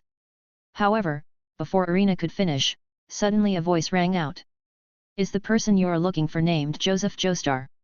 Everyone turned towards the voice and saw Fang Mo approaching, continuously saying, "Your great-grandson, the historic man who split the ripple technique into 2 skills, if he can win he uses ripple, if not, he runs. Teacher Steve. Seeing Fang Mo approaching, Jonathan was also startled. You didn't go to rest. I was resting, but suddenly I sensed the presence of a ripple user and came out of curiosity. Ripple user? Irina looked curiously at Baron Zeppeli. What does that mean? Let him go, Irina, he's a good man. Fang Mo instructed Irina. As everyone knows, the Zeppeli family is full of loyal martyrs. Mr. Steve knows him. Hearing this, Irina obediently released her hold. Baron Zeppeli quickly withdrew his hand, which in less than a minute had already bruised, indicating the immense strength of his captor. Had she wished, she could have broken his wrist in an instant. Baron Zeppeli was internally shocked at this thought. How could her strength be greater than a vampire's? How was she trained? But this was something Baron Zeppeli clearly couldn't comprehend, so he began to use his ripple breathing technique to heal himself, and in the blink of an eye, the marks on his hand began to fade and disappear, which surprised Jonathan. Cough cough. I apologize, it was my impoliteness. After healing his wrist, Baron Zeppeli slightly lowered his head. Let me reintroduce myself. My name is William A. Zeppeli, a ripple user here concerning the stone mask. That strange stone mask? Jonathan asked, what does ripple user mean? Are you, also a magician? One question at a time, Jojo. Baron Zeppeli said, the stone mask I mentioned is the one passed down in your family, the cursed mask that can turn a human into a complete monster. If it falls into the hands of someone evil, it would be a disaster for the whole world. I've spent half my life chasing it, until recently, when I learned it was in your possession. I'm sorry, perhaps it's already too late. Jonathan, hearing this, couldn't help saying, Dio, he has already become that kind of monster. He took the stone mask, I don't know where he fled to. I know. Zeppeli nodded, maybe all this is fate's arrangement, you two are destined to have a duel of fate. But I must remind you, Jojo, courage alone is not enough to win against a vampire. I will defeat Dio. Jonathan clenched his fists, resolutely saying, I have not only courage but also the magic taught by my teacher. Now, Irina and Danny will fight alongside me, and we will surely stop him from doing more evil. Magic. Hearing this, Zeppeli subconsciously glanced at Fang Mo. What are you looking at me for? Want a secret code? Fang Mo also looked at Baron Zeppeli. Well, okay, the hymn of humanity is a hymn of courage. The greatness of humanity is the courage of the Gria. Wait. Zeppeli felt something stir in his DNA and almost spoke out, but then he realized something was wrong and quickly adjusted his forehead. That's not what I meant. Magician, I have a question for you. Did you previously raise a dragon? Oh, right. Hearing Zeppeli's words, Fang Mo also remembered, my child caused trouble before, but I've already severely disciplined her. After I finish up here, I will personally apologize to that ripple master. No worries, Master Ton Petty was not angry. Zeppeli shook his head, on the contrary, he was quite happy. With your participation, neither the men of the pillars nor the vampires will threaten this world anymore. Many people's destinies will be rewritten, which is a blessing. For this, he is willing to offer you the Redstone of Aya. Is that so? Fang Mo nodded, realizing that Master Ton Petty really had some skills, at least in fortune-telling. But could he help predict something for himself, like how to get home? I should visit him when I have time. Touching his chin, Fang Mo made up his mind, then turned to Jonathan, by the way, Jojo, next you should learn the ripple technique from Mr. Zeppeli. It should be helpful to you. Ripple? What is that? Jonathan asked curiously, is it another kind of magic, teacher? Sort of. Fang Mo subconsciously touched his head. To be honest, this ripple breathing technique sounds quite scientific, but its principles are all magical. Calling it magic is not wrong, anyway, it's compatible with what you are learning now. Learning it could be very beneficial for you, and you might even combine magic and ripple to create the power of vibration. Otherwise, you'll always be the weakest in the team, which is hard for me as your teacher. Ah? I'm the weakest in the team. Jonathan was stunned by this. It was one thing for Irina to be stronger than him, but was he even weaker than Danny? That was quite disheartening. The so-called ripple is actually a method of generating power through breathing. Baron Zeppeli, hearing this, also gave Jonathan a brief explanation, I didn't mean to attack you just now. I wanted to poke your diaphragm with my finger to make you breathe in a special way, but I was stopped by Lady Irina. Sorry, I didn't mean to. Irina apologized with her head lowered. It's fine. Zeppeli generously waved his hand, then turned his gaze to a river nearby, locking onto a toad. Anyway, let me show you first the charm of Ripple. But before he could approach, suddenly a hand rested on his shoulder. Zeppeli turned around in confusion, finding Fang Mo, the one stopping him. In this world, Fang Mo said solemnly, I advise you not to attack toads. Chapter 266, Steve Chapter 263. I advise you not to mess with the toad. Fang Mo held Zeppeli's shoulder, warning him earnestly, the force of fate in this world seems to have a special affection for toads. Anyone who dares to mistreat a toad, is basically not far from death. Hey! Zeppeli looked at Fang Mo somewhat strangely. You're just a passerby Ripple messenger, not a wizard, so it's normal for you not to know these secrets. Fang Mo shrugged, explaining seriously, in this world, a toad is the incarnation of a supreme deity. Anyone who bullies a toad, whether they are good or evil, will have a very tragic end. Teacher, are you serious? Jonathan became nervous immediately. I think I caught frogs in the river when I was a kid. You see, case closed, right? Fang Mo spread his hands. I said, why would such a good kid like you die young? It turns out you bullied a toad. No worries, I'll find an opportunity to chop off your head as a treatment. Indeed, Fang Mo was not joking. In the world of Jojo, those who dared to harm a toad really did die. Zeppeli used a toad to demonstrate the power of Ripple to everyone, resulting in a tragic sacrifice, and Dio disintegrated because he insulted a toad. Tearful Luca struck a toad and died on the spot. Doppio developed a sudden illness and used a toad as a phone, brutally shot to death. Diavolo ate a frog alive, falling into an endless cycle of death. Risotto extracted iron from a frog and was killed by a small plane.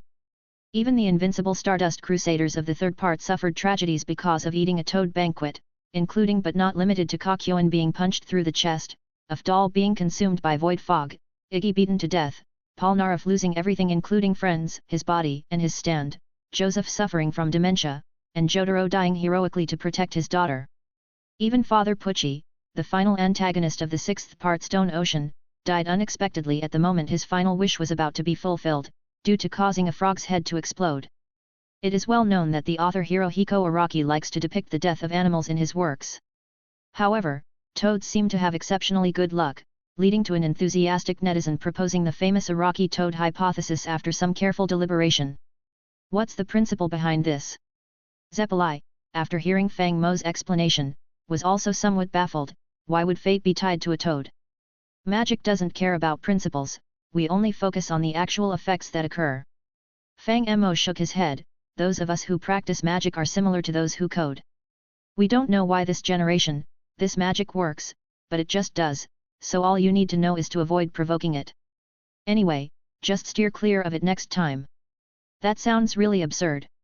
After hearing Fang Mo's words, Zeppeli was honestly baffled. However, he soon recalled the prophecy of the Master Tonpetti, which said that the man in front of him was so powerful that he could even tear apart fate. After thinking for a moment, Zeppeli nodded respectfully, thank you for the warning, I'll be careful. If you really want to use a creature to demonstrate Ripple, I suggest you use this. Seeing Zeppeli's understanding, Fang Mo smiled, directly pulling out the materialized silverfish from behind him, squeezing its belly lightly. 2 eggs flew out instantly, turning into 2 glowing maggots, or silverfish. This is... Everyone was stunned at the sight. Miner's happy worm.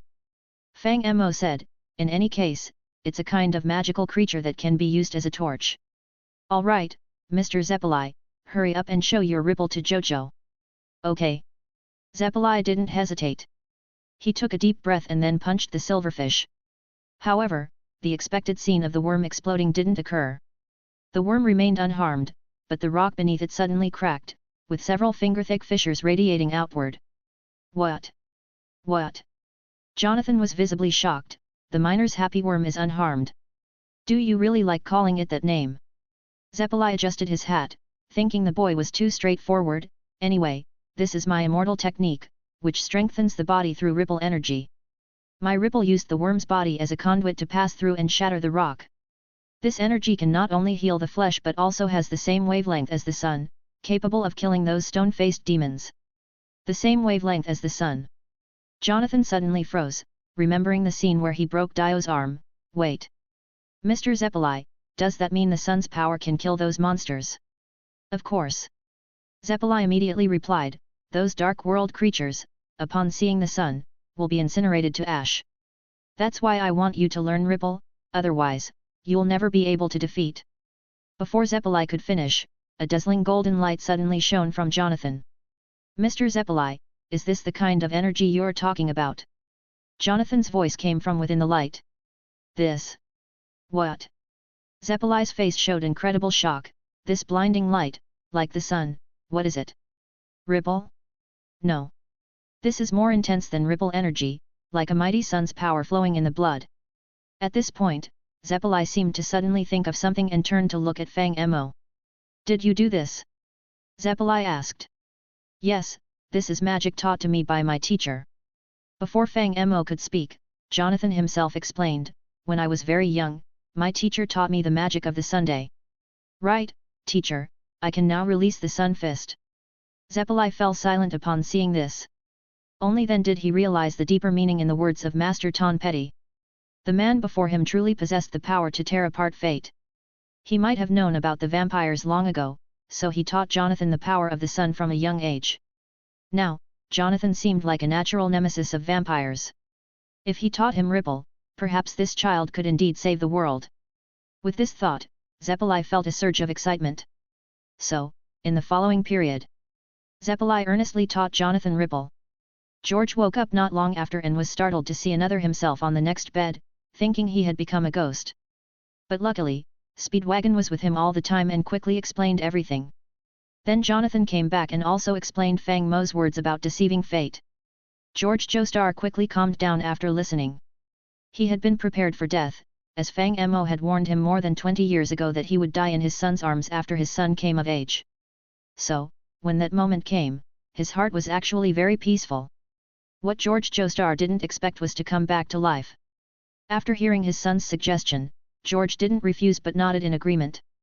After all, the instinct to survive is innate to humans, and in a strict sense, George had already died, hadn't he? George Joestar's resignation to death. What does it have to do with his son, Jonathan Joestar?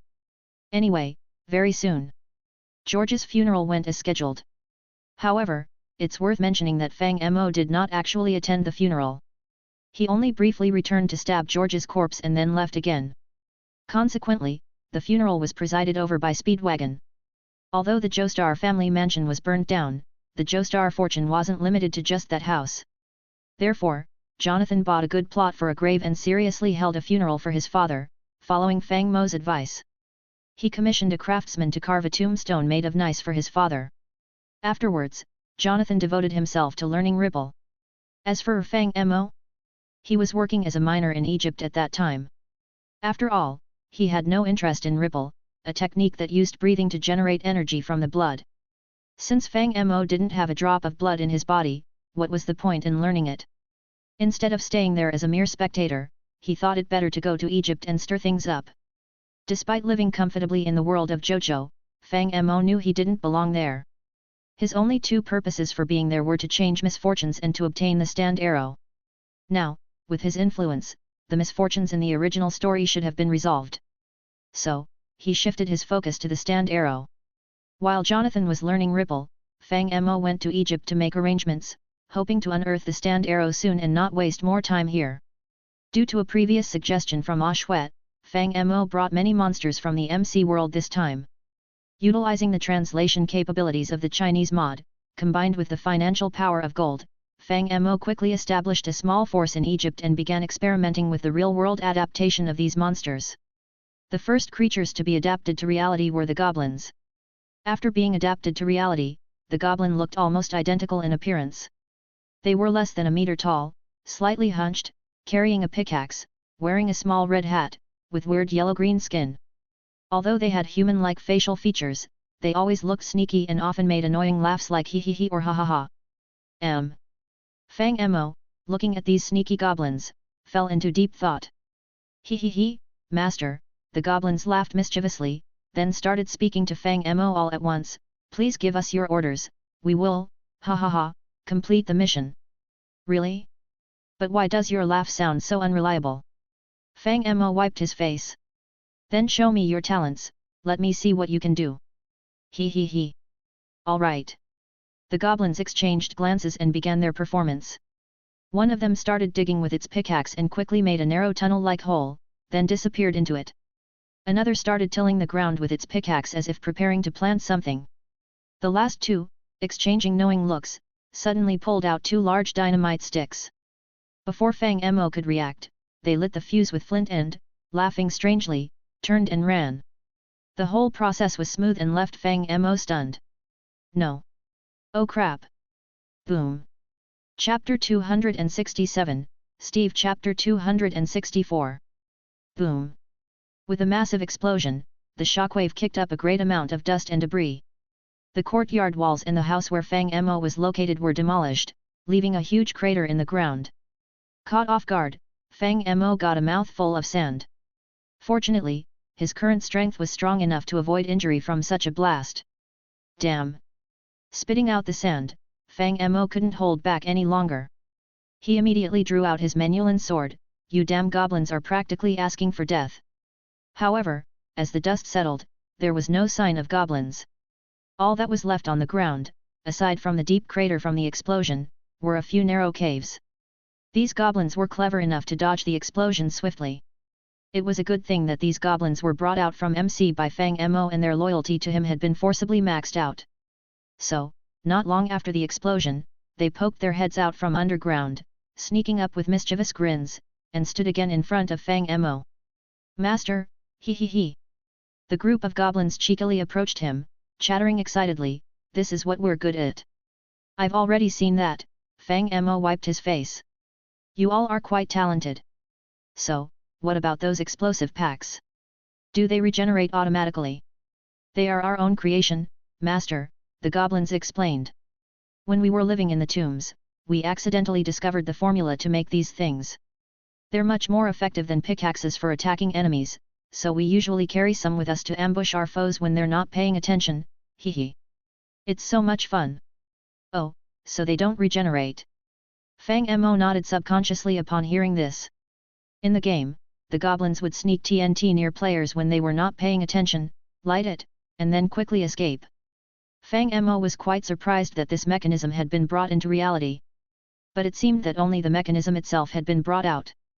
As for the TNT, it didn't seem to regenerate infinitely like in the game. Once used up, they had to figure out how to make more themselves, a detail surprisingly in line with reality. He. Seeing Fang Mo lost in thought, the group of goblins began to snicker again. They squinted and smirked at Fang Mo, Master, the goblin clan is willing to serve you forever. Please command us as you wish, he. Not like that, can you stop laughing like this? Fang Mo couldn't help but say. Okay, Master, as you command. The goblins were quite obedient. Upon hearing Fang Mo's words, they immediately agreed but couldn't help trembling just a few minutes later. He. The goblin apologized to Fang Mo while snickering, Master, sorry, I couldn't hold it back, he. Seeing this, Fang Mo was somewhat speechless. He guessed that this demonic laughter might be a setting of the goblins that they couldn't resist, just like their boundless loyalty to Fang Mo, all part of the world's rules. Realizing this, Fang Mo didn't mind their laughter anymore.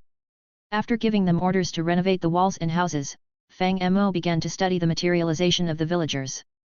With just a thought from Fang Mo, Steve immediately took out an ender dagger and handed it to Fang Mo. As Fang Mo reached out to take it, materialization was activated, and the pixelated dagger turned into a real one. Then Fang Mo released the villagers inside. Without any special effects, a plain-looking person suddenly appeared out of nowhere. Fang Mo observed this person for a moment. He was wearing a dark brown linen outfit with long sleeves, similar to the villagers in the game. However, his appearance didn't have a droopy nose like the villagers, nor were his eyes green. His appearance was very ordinary, with brown hair and eyes, wheat-colored skin, and looked about 20-something years old, completely indistinguishable in a crowd. Upon appearing, the villager first showed a somewhat confused expression, then looked around. When he saw Fang Mo, his expression immediately became extremely respectful. Master. The villager put his hands in his sleeves and bowed slightly to Fang Mo, making a strange gesture. I am honored to serve you, and I offer all that I have to you. Ah, this. Fang Mo was taken aback upon seeing this villager who looked just like any ordinary person. Thinking it over, Fang Mo asked, "What's your name?" "I don't have a name." The villager appeared quite natural in his response. In that world, I had no thoughts, no feelings, and likewise no name. Or you could say villager is my name. Is that so? Fang Mo nodded and then continued to inquire, do you still have memories of the previous world? Some, but not many. The villager explained, I don't have any specific impressions of that world. I vaguely remember fulfilling my duties in a daze. I didn't know who I was or why I was doing it until I came here and my mind started to clear up.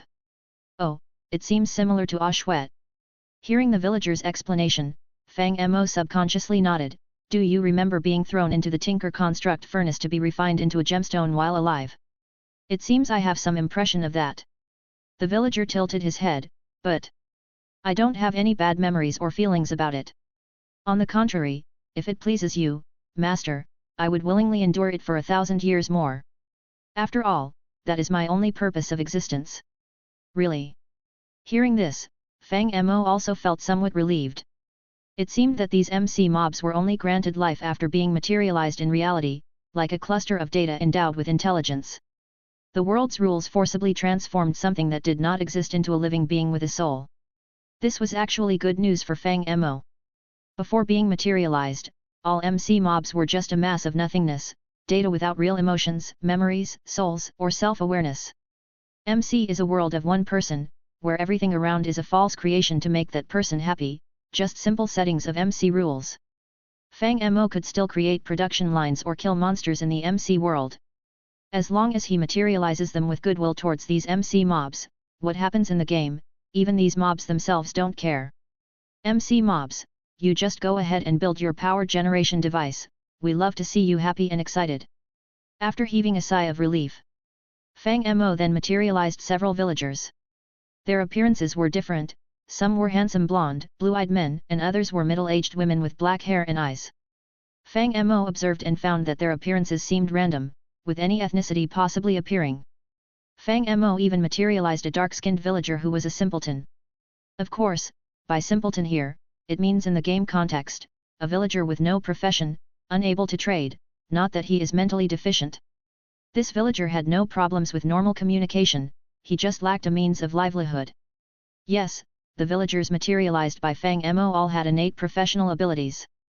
The leather worker said he could make various leather bags, armors, belts, and such. The priest immediately recited the Bible backwards for Fang Mo, full of blessings from the deity. However, it's worth mentioning that although these villagers were no different from normal humans, they had a hidden quirk, they really loved emeralds. The moment Fang Mo took out an emerald, their attention was immediately captured, almost drooling, as if they would do anything for emeralds. Seeing the behavior of these villagers, Fang Mo was somewhat surprised, and quickly an idea popped into his mind. Chapter 268, Steve Chapter 265. After conducting some tests, Fang Mo roughly grasped the characteristics of these villagers. Firstly, they are ordinary humans, unlike extraordinary individuals like the Snow Queen. These villagers do not possess any supernatural abilities in the conventional sense. Their intelligence is similar to that of average humans. However, due to their lack of exposure to the real world, they are missing some common knowledge. For example, they do not understand what a train is, have never seen large ships at sea, and are unaware of what steam engines and firearms are. In other words, these villagers are like people who have come out of poor mountainous areas, unfamiliar with these novel things, but their learning ability is quite good. Under Fang Mo's simple popular science explanations, they quickly learn to use some basic modern tools. Additionally, these villagers have a mysterious fondness for emeralds, showing a unique preference for them over other precious metals and jewels. Especially the top-quality emeralds that Fang Mo brought from the MC world. These had an almost fatal attraction for them. Besides these traits, the villagers have a special ability to always recognize the real Fang Mo, as well as other creatures from the MC world. Even if Fang Mo hides in a crowd and changes his appearance to someone else using his custom Steve ability, the villagers can instantly identify him and treat him as their leader. They can also distinguish each other in a crowd, accurately identifying who is a creature from the MC world and who is a native of this world. Even Fang Mo himself does not understand the principle behind this, but the villagers can inexplicably identify the truth at a glance. Considering this peculiar characteristic, Fang Mo gradually formed a plan in his mind. He planned to disperse these villagers throughout Egypt, using them to establish a large network on the surface. The villagers would collect information in the open, while the goblins and silverfish would work in the shadows, digging and excavating. By working together, they could greatly increase the efficiency of finding the stand's arrow. Of course, once the stand arrow was found, Fang Mo could also disperse these villagers around the world to establish a trade association, perhaps named the Emerald Smugglers Guild. After all, the world of Jojo was quite suitable for a vacation. Even Speedwagon had a consortium, so it would be a loss of face if Fang Mo didn't play around with one himself. This time, Fang Mo brought a large number of MC creatures, including thousands of goblins, and no fewer villagers. After all, production in MC was very brainless, with things being generated automatically. Fang Mo first found an uninhabited area and released all the villagers and goblins.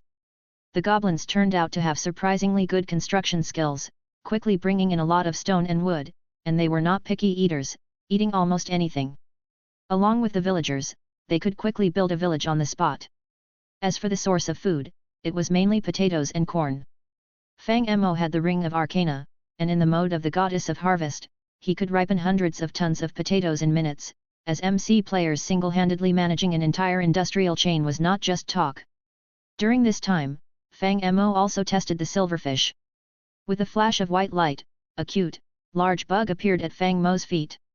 Different from the silverfish in MC, this creature, once materialized, was about the size of a palm, oval in shape, with a grey-white chitinous shell covering its body. At first glance, it looked a bit like a terrestrial version of a giant isopod, well, or a pill bug. However, what gave Fang Mo a headache was that this creature was not humanoid, and to be honest, he didn't know how to communicate with it. Could the localization mod let him talk to bugs as well as dogs? After some thought, Fang Mo decided to give it a try. "Bro, can you understand me?" Fang Mo squatted down, attempting to communicate with the silverfish. "If you can understand, can you give me a sign? Like curling up into a ball or something?" To Fang Mo's surprise, the silverfish actually slowly curled its body into a ball. "Wow, really?" Fang Mo was shocked and instinctively touched his head. Is this localization mod so powerful? Just randomly catching a bug and being able to chat with it. Is this to facilitate me telling them hell jokes? Hiss. As Fang Mo was talking to himself, the foolish insect on the ground also emitted a series of shrill cries. Unexpectedly, Fang Mo actually understood the insect's shrill cry. It wasn't any specific speech but rather an expression of a very primitive and chaotic emotion, similar to an insect's biological instinct. The little creature was hungry. After some thought, Fang Mo threw a potato at it. After all, it was just a mere silverfish. Fang Mo couldn't possibly feed it meat or anything like that. Fortunately, silverfish was not picky about its food. It happily nibbled on the raw potato and after eating about half of it, the creature was full. It then lay down and started grooming its two small antennae. Seeing this, Fang Mo continued to test various characteristics of silverfish. It turned out to be a social creature. Each silverfish could rapidly transmit information to others through pheromones, shrill cries, and antennae movements. Their sensing abilities were incredibly strong, able to detect the slightest vibrations in the ground and air. Moreover, their digging abilities were astounding, even more efficient than the goblins. In addition to this, they also had an exaggerated breeding speed like insects. Once full, they could lay eggs and reproduce quickly under the right temperature conditions. In just a few days, a large number of miniature silverfish would hatch from the eggs. These naturally hatched silverfish also obeyed Fang Mo's commands. This was exhilarating for Fang Mo. So, he brought out several Anubises, a bunch of mummies, and a whole 3 geochest full of silverfish. As for the monster spawning cage, Fang Mo tried to materialize it. To his surprise, it turned into a one-way portal, a star-shaped spatial rift filled with a chaotic, deep void. People on this side, whether it was others or Fang Mo himself, could not enter the portal.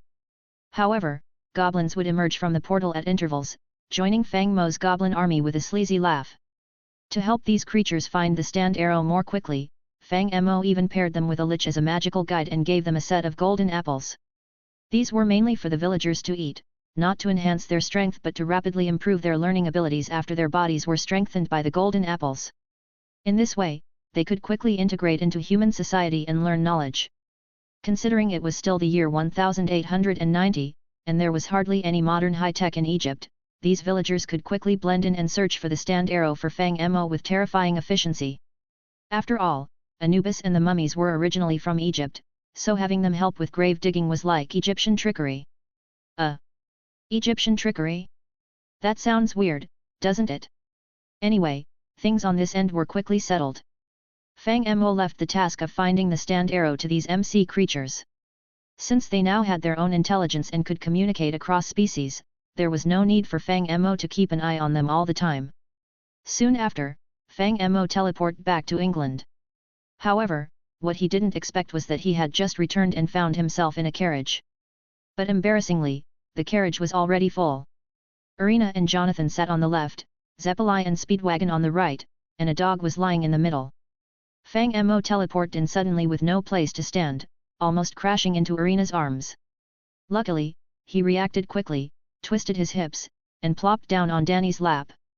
Everyone in the carriage seemed to have been talking about something, but upon seeing Fang Mo's bizarre appearance, they all stopped in unison. In an instant, the atmosphere in the carriage became extremely awkward. Even the humanly Danny couldn't help but turn back to look at Fang Mo, his eyes seeming to say, "Do you think I look like a horse?" filled with doubt. "How come, is there something on my face?" Finally, it was Fang Mo who broke the awkwardness. A bit annoyed and angry, he said, "Look at this crappy horse carriage you chose, would it kill you to leave me a spot?" Cough, cough, Mr. Mage. Speedwagon also coughed awkwardly and then explained, "It's mainly because we didn't expect you to come." "So, did you come specially because you don't trust us in subduing Dio?" "I just sorted out the mess in Egypt, and just came over to take a look if there's nothing else." Fang Mo said, "I thought you guys were still cultivating, but you found Dio's whereabouts so quickly." "Yes, I've been tracking Dio's trail recently." Speedwagon nodded and said, "According to the information from my informants, someone has seen a person resembling Dio in a small town called Wind Knight's Lot, and there seem to be many disappearances nearby. It seems we really don't have much time." Zeppeli spoke, "Actually, Jojo, your ripple training is not yet complete, but the more people the vampire consumes, the stronger it gets. If this continues, Dio will become invincible, so I can only let you complete the final ripple training in real combat." "No problem, Mr. Zeppeli." Jonathan clenched his fist and said, "I'm ready for the fight." "Jojo." Irina placed her hand on Jonathan's fist, speaking gently, "Danny and I will fight alongside you, please don't worry." "Woof." Danny barked in response. "Me too."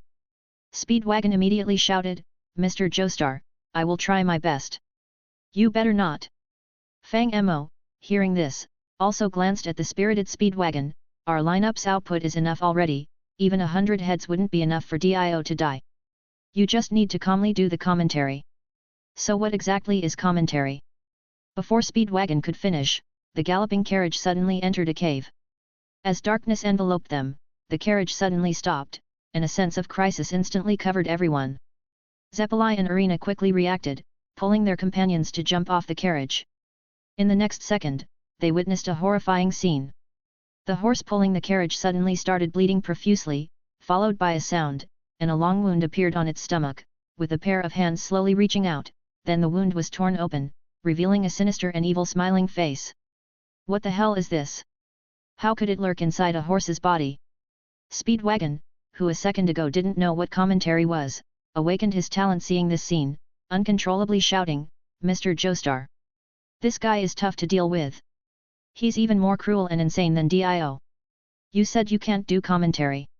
Fang Mo was the last one to get off the carriage, still complaining about Speedwagon, but when he turned his head and saw this horrifying scene, he couldn't help but exclaim, "Holy, a horse hunter!"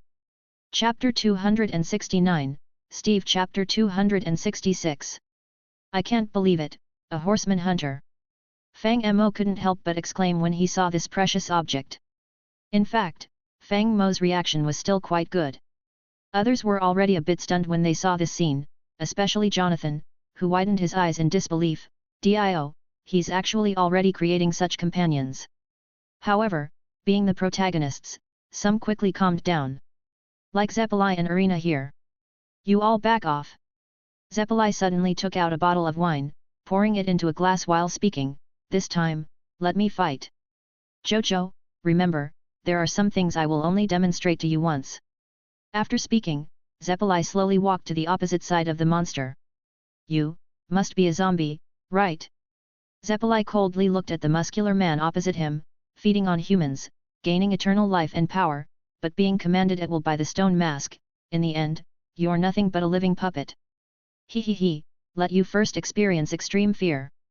However, the zombie opposite didn't care about Zeppeli at all, instead showing a ferocious and excited face. He directly stabbed a knife into his own carotid artery, showing an ecstatic expression, after you are scared to death, I will rip you open. To taste your warm blood. However, before he could finish speaking, suddenly a potion bottle was smashed on his face. What is this? The zombie instinctively wiped his face, and then quickly felt something was wrong. Hey? What's happening to my power? The zombie suddenly weakened, kneeling on one knee before he could even finish his boast. Mr. Mage. Zeppeli was also puzzled for a moment. He had planned to use the zombie to teach Jonathan how to fight, but why did the mage make a move first?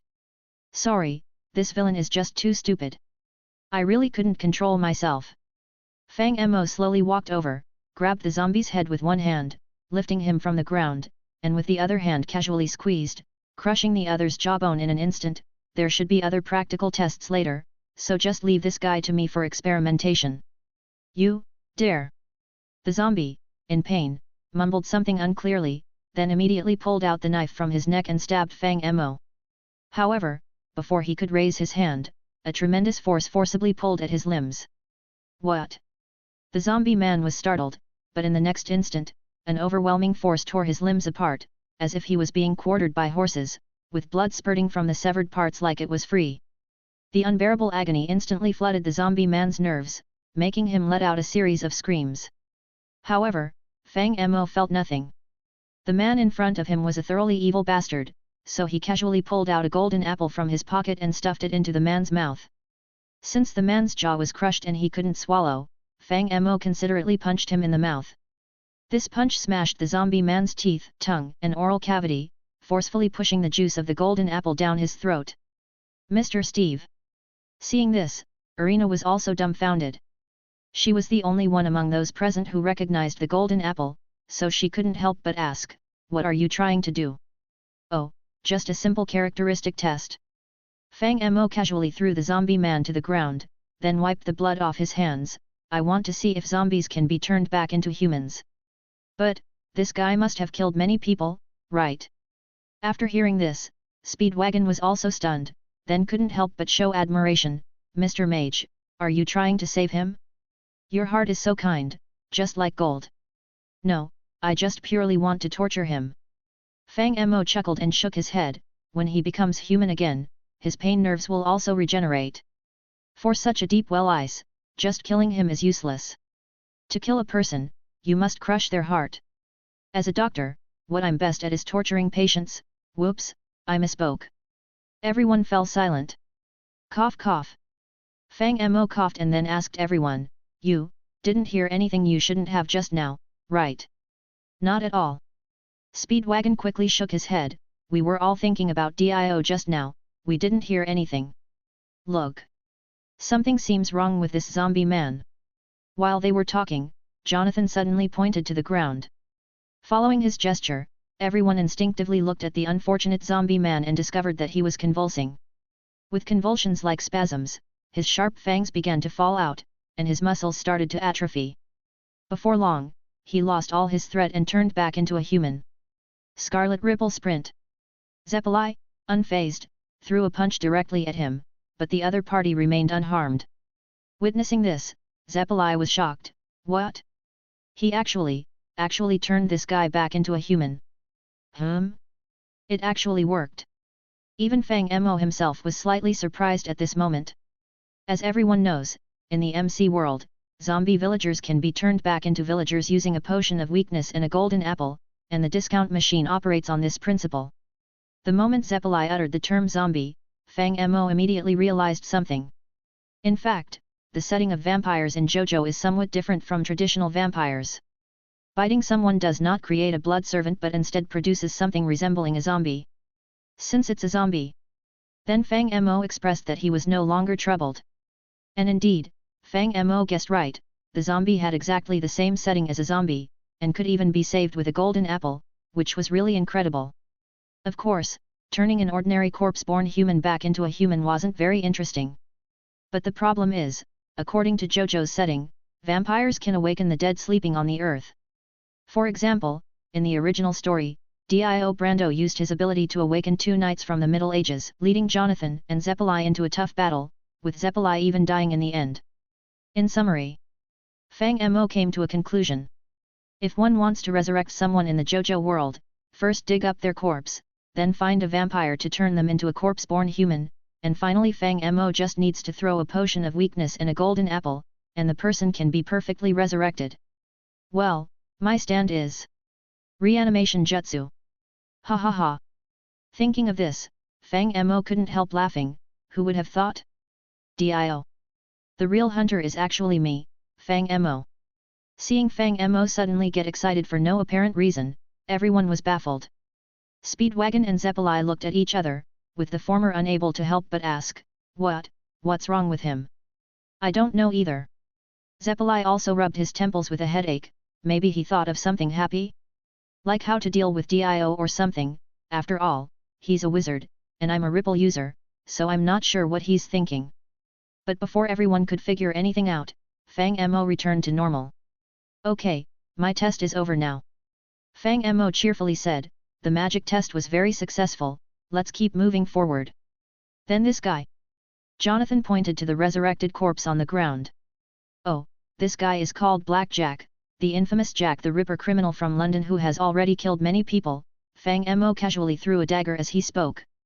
The dagger, controlled by gravity, exquisitely sliced open the man's belly, spilling its contents all over the ground. He won't survive this. Fang Mo spoke as if he had done something trivial. Let's go, this is the best punishment for him. This, okay. The group hesitated for a moment, but since the man was already a thoroughly wicked person, they didn't say much and continued towards the territory of the Wind Knight's lot. In fact, they were already in the territory of the Wind Knight's lot just by passing through the previous cave. This town, called the Wind Knight's lot, is situated among mountains, surrounded by high mountains on three sides, and facing the rocky sea on the other. In this era, it's a typical information-blocked area, with the town accessible only through the cave. The group passed through the cave and quickly saw this ancient-style town. The town, built on a flat terrain, was divided into two structures. The majority were rural houses made of wood and stone, and in one corner of the town stood an ancient medieval castle, which now seemed to have been converted into a prison to detain prisoners. After a brief observation, the group immediately determined that Dio must be hiding in this castle. After all, the structure of medieval castles is very solid, and their interiors dark and devoid of light, making them perfect hiding places for vampires who fear sunlight. There's something not right. After walking for a while, Zeppeli's brow furrowed. The sun hasn't completely set yet, but there's no one in the fields, Speedwagon also said through gritted teeth, though there's no smell of blood, I can already foresee their tragic fate. Just like the wheat growing vigorously in the fields, those innocent commoners have all been turned into food by Dio. We're indeed too late. Fang Mo didn't speak, but he also realized something was amiss. Of course, he wasn't on alert for vampires. Even if the Pillar Men arrived, it would be the same situation. The issue was the scene before him. It seems different from what was originally depicted in the story. Chapter 270, Steve Chapter 267. Actually, it was a long time ago when Fang Mo watched the first season of Jojo.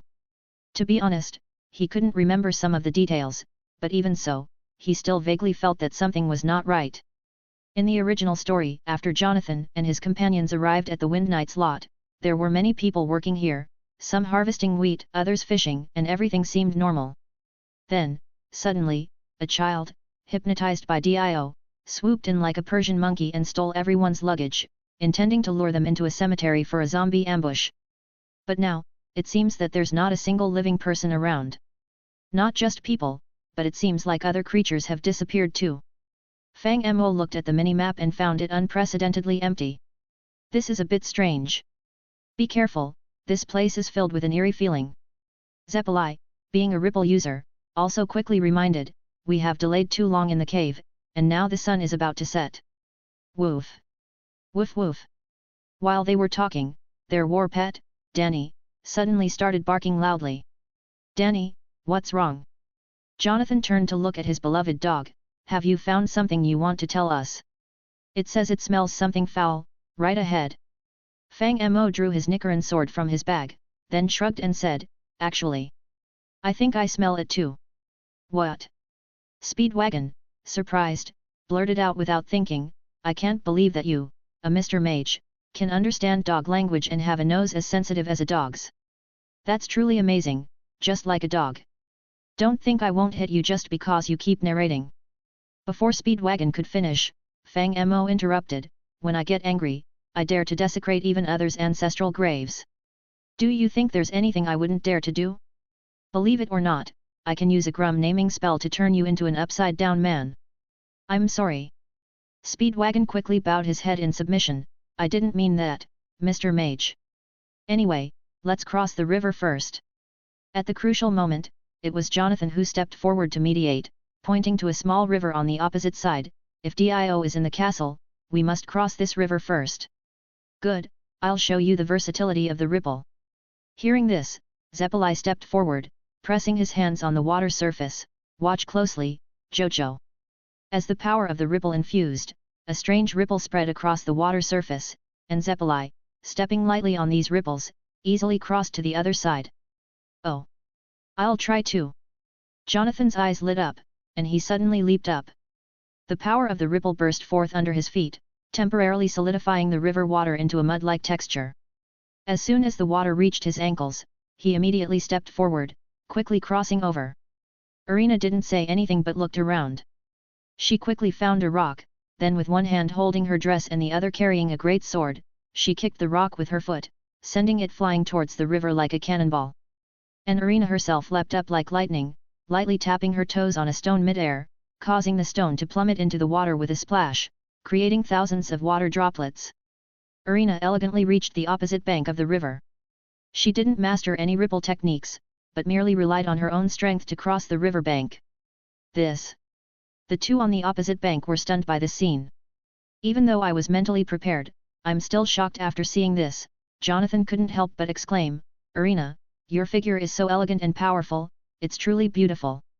So, are you really not considering learning the ripple? Zeppeli couldn't help but try again to persuade her, ripple can delay aging, especially for girls. Thank you, but I don't need it anymore. Irina gently patted her skirt and politely said to Zeppeli, the aging of my body is already very slow. If I practice ripple qigong, I'm afraid I won't be able to grow old together with Jojo. Okay then. Hearing this, Zeppeli also shook his head, you two as a couple really make others envious. And while they were talking, Fang Mo on the opposite bank started causing trouble again. He waved his hand, and the entire river was suddenly frozen by a terrifying force. Then the water slowly parted to both sides, like Moses parting the sea, revealing the damp riverbed with a bunch of fish and shrimp bouncing around on the bank. Fang Mo walked along the riverbed like this. Why are you all looking at me? After crossing the riverbank, facing everyone's shocked expressions, Fang Mo also said indifferently, didn't I say before? I know the river god Tam, what's wrong with asking him to help me cross the river?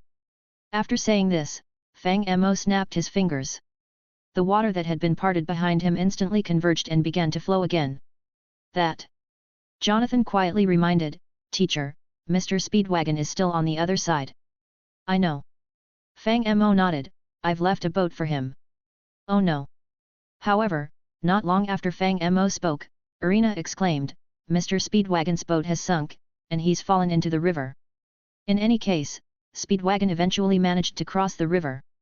He was brought over by Danny swimming with a dog paddle.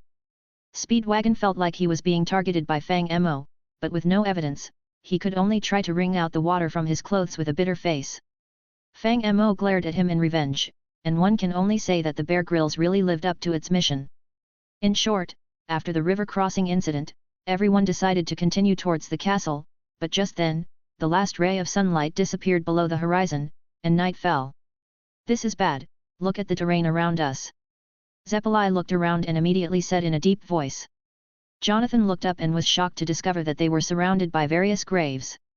However, before he could speak, the ground began to shake. Countless corpses crawled out of the ground, grabbing their legs, roaring and attacking. Among them, only Zeppeli had experience. The others, theoretically strong, were still inexperienced in real combat. Seeing this, they were startled and somewhat disorganized. However, Speedwagon was exceptionally dedicated. He stared at the scene before him, clenched his fists, and said, I was mentally prepared for this moment, but I'm still terrified, sweating coldly. Dio is indeed here, manipulating the dead, and his bloody betrayal of Mr. Joestar. All of these, he has become absolutely unforgivable. Strangely, the zombies seemed to ignore Speedwagon, focusing their attacks on the others. Although this scene is humorously termed commentary in the anime, Fang Mo observed that this was not the case. These undead had almost no self-consciousness, attacking enemies instinctively. Jonathan and Zeppeli, as Ripple users with powerful life energy, and Arena with her demigod physique, exerted great pressure on the undead, making them instinctively attack these more threatening enemies. Despite initial panic, they quickly calmed down with Zeppeli leading by example. Arena was the first to strike, drawing her great sword and bisecting several zombies at the waist. Before their bodies hit the ground, several more sword strikes reduced the upper halves of these zombies to pieces. Jojo, take this. Seeing this, Fang Mo threw his Nichiren sword to Jonathan. Catching the Nichiren sword, Jonathan resonated with the sun's power and the weapon, combined with the ripple, transforming him into a blazing sun. His overwhelming aura melted zombies before they could even get close. Even their battle pet, Danny, ferociously tore apart several zombies. Zeppeli, seeing everyone's performance, also breathed a sigh of relief. It seemed their team was indeed strong. They should have no problem dealing with the vampire now. In just a few short minutes, they easily defeated the zombies. What a powerful weapon! After dispatching these minions, Jonathan was amazed at the Nichiren sword in his hand. It's as if it was specifically designed to fight vampires and zombies. It took care of them in an instant. With this, our chances against Dio are even better. Zeppeli, enviously eyeing the knife, then said, but this guy is really cautious. I thought he would ambush us here, but he didn't show up at all. He must be testing our strength from the shadows. I didn't expect someone wearing the stone mask to be so cunning. We must eliminate him immediately. Yes, in the original work, Dio actually appeared here and severely injured Zeppeli with his freezing technique, demonstrating almost overwhelming strength. Why isn't Dio here now, then? Actually, he's a bit scared. Originally, after Fang Mo disappeared for 7 years, Dio had let his guard down, which is why he was able to poison George. But in the Great Fire, Dio exchanged a punch with Jonathan and had his entire arm burned off by Jonathan's solar power. At that moment, he realized that vampires could be naturally countered by the power of the Sunstone. And that Mage had set everything up 7 years earlier. Before becoming a vampire, Dio could fight Jonathan evenly, thinking he was invincible as a vampire. But he was actually naturally countered by Jonathan. He never expected all this to be part of the other party's plan. Dio was genuinely afraid, not of Jonathan hunting him down. After all, the Joestar family, no matter how powerful, were still mortals and he had ways to deal with them. But the Mage was different. Dio was afraid of the Mage coming after him personally. Now wearing the stone mask, he clearly had no way back, so he had to be extremely cautious with every step, and wouldn't show up easily. And just like confirming Zeppeli's speculation. After the people dealt with the zombies, strange noises suddenly came from the surrounding woods, followed by several shadows fleeing rapidly into the distance. Arena immediately threw her weapon, and the 10-spring sword drew an arc in mid-air, piercing through 3 shadows at once and nailing them firmly to a tree. Jonathan, imitating the action, also took out a shadow. Zeppeli, without a weapon, hastily threw stones, but since the ripple couldn't adhere to the stones, he hit a shadow but couldn't stop them, and soon several shadows escaped. Dio is indeed watching us. Speedwagon immediately said, I understand, it must be that Dio is also afraid of the presence of Mr. Mage, so he chose to probe cautiously. Let's interrogate those undead first. Zeppeli thought for a moment and said, it would be best to get some information. If we can't get any, we'll take them down, we can't let these threats continue to exist among humans. Everyone nodded and then walked towards the nearby woods. Jonathan's Nicaran sword had the properties of the sun, and the shadow it hit turned directly to ash, so their target was the 3 undead nailed to the tree by Irina. However, to everyone's surprise, when Irina pulled her sword from the tree, the 3 creatures made a strange wryy sound and their mouths revealed needle-like sharp fangs. Vampires! Zeppeli said incredulously, they're not undead? Dio, what on earth does he want to do? Chapter 271, Steve Chapter 268. They're all vampires. Jonathan showed a shocked expression upon hearing Zeppeli's statement, is Dio creating companions? These people look like the townsfolk. Speedwagon also began to explain, look at their clothes, they're still wearing what they normally do for farming, but now they've turned into inhuman vampires. It seems Dio is even more insane than we thought. He's created more vampires using the stone mask. If even one of these vampires escapes, the consequences would be unthinkable. Zeppeli's face grew more solemn as he spoke. Mr. Steve. After thinking, Irina turned to Fang Mo and asked, can you turn these vampires back into normal people? They must be innocent townsfolk, and if we turn them back, maybe we can get more information. Sorry, vampires are different from zombies. They can't be turned back into humans. Fang Mo shook his head, these vampires just looked like rank-and-file troops, and he certainly didn't want to waste his resources on them. Moreover, the weak potion and golden apple really only works on zombies, a fact Fang Mo did not lie about. Is that so? After hearing Fang Mo's words, Irina sighed in pity, then there's nothing we can do. While the two were talking, Zeppeli tried to interrogate the vampires, but no matter how much they were pressured, even with the threat of Ripple, these vampires didn't reveal any valuable information. They clearly had intelligence and thought. Even when threatened, they would tremble in fear. But even so, they did not betray Dio. Until the end, they didn't reveal any useful information and reluctantly turned into a puff of ashes in the Ripple. It seems Dio must be planning something. After dealing with these vampires, Zeppeli spoke gravely, the longer we delay, the more dangerous it becomes. There's no time, we must move. I think so too. Jonathan nodded, his face showing reluctance, this town might have completely become Dio's sacrifice. I must stop this bastard before more tragedies occur. Without delay, everyone quickly set off again. After dealing with the zombies in the graveyard, it seemed like all attacks and malice disappeared. They walked along the riverside and soon arrived in the town. However, as soon as they entered the town, they immediately noticed something was amiss. Surprisingly, not a single house in the town was lit.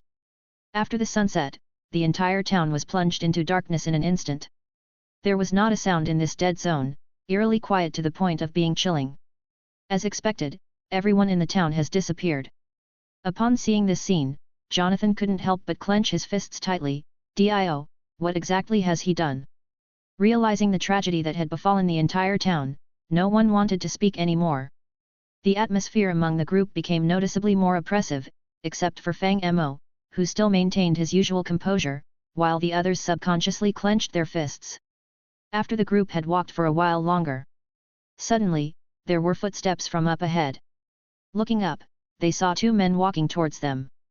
One was tall and burly, while the other was well-proportioned and slender, with long black hair. Another enemy. Jonathan immediately took up a defensive stance upon seeing this. However, before he could gather his Ripple energy, Zeppeli suddenly put a hand on his shoulder. Jojo, don't be nervous, they are not enemies. Hey! Jonathan was slightly taken aback. Dire, Strazo, long time no see. Zeppeli took a step forward, smiling and greeting the 2 men. Oh, Zeppeli!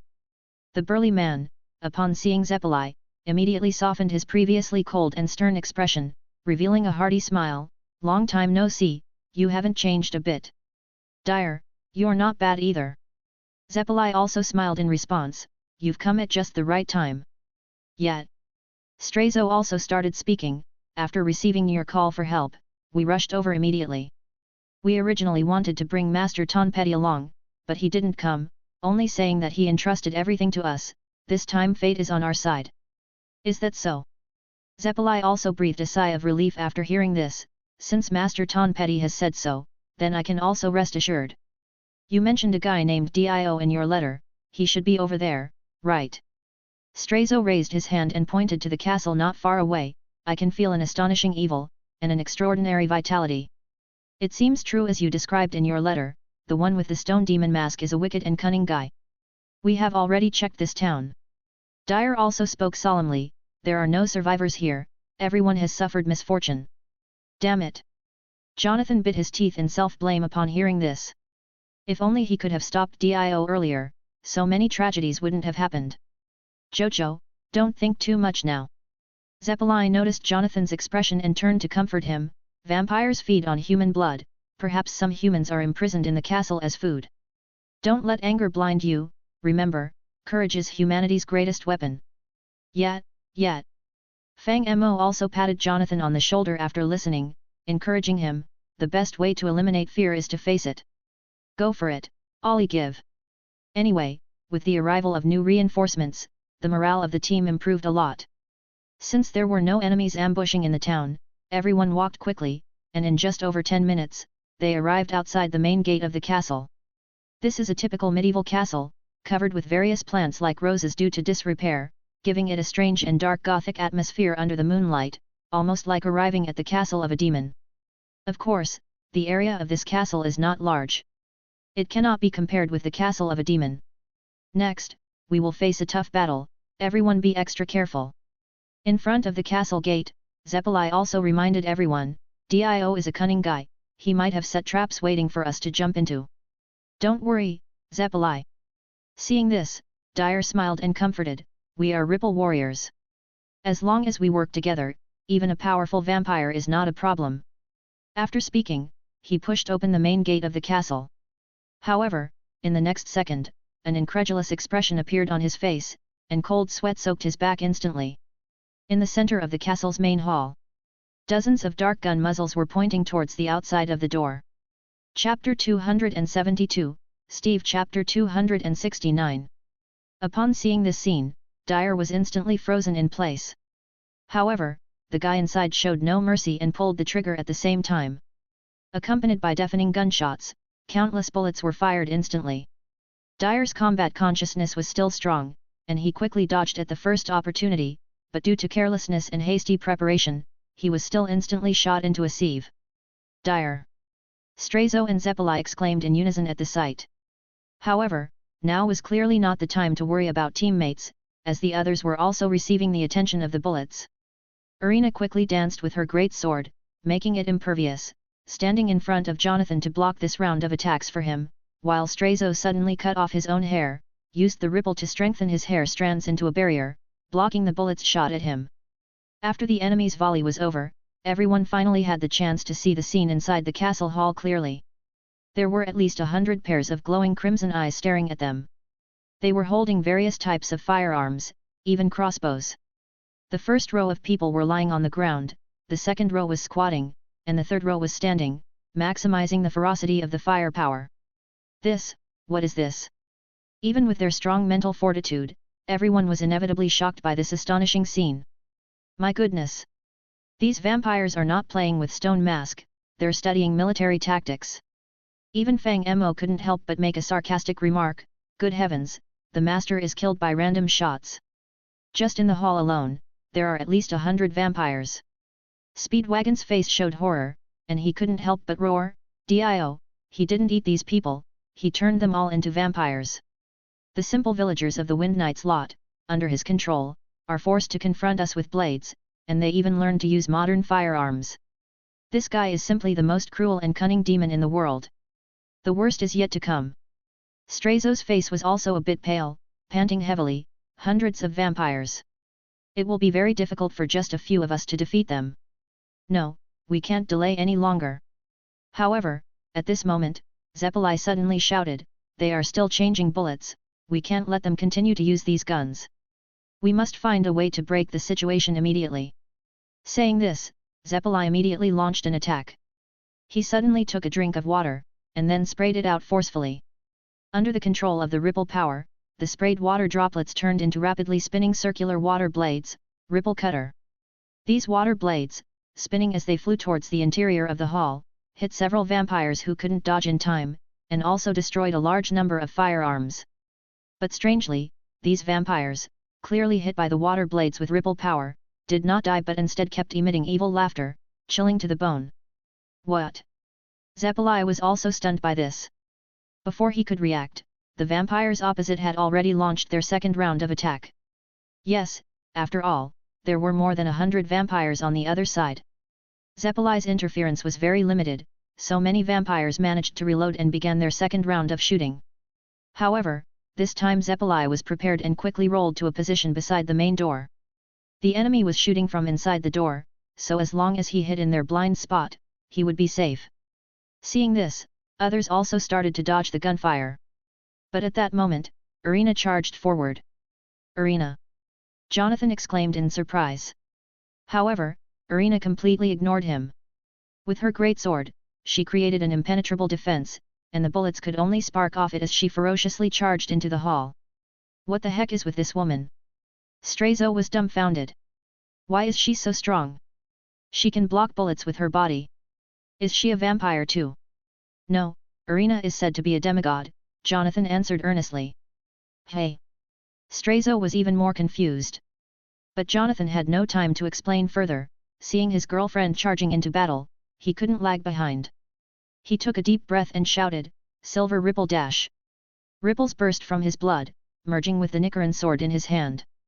Then, a circle of pale golden airwaves appeared under Jonathan's feet. Taking advantage of the moment Irina drew heavy fire, he too charged into the castle hall, attacking the vampires. Fiery Sun Ripple Dash! Jonathan infused the power of the sun into his blade and then swung it forward fiercely.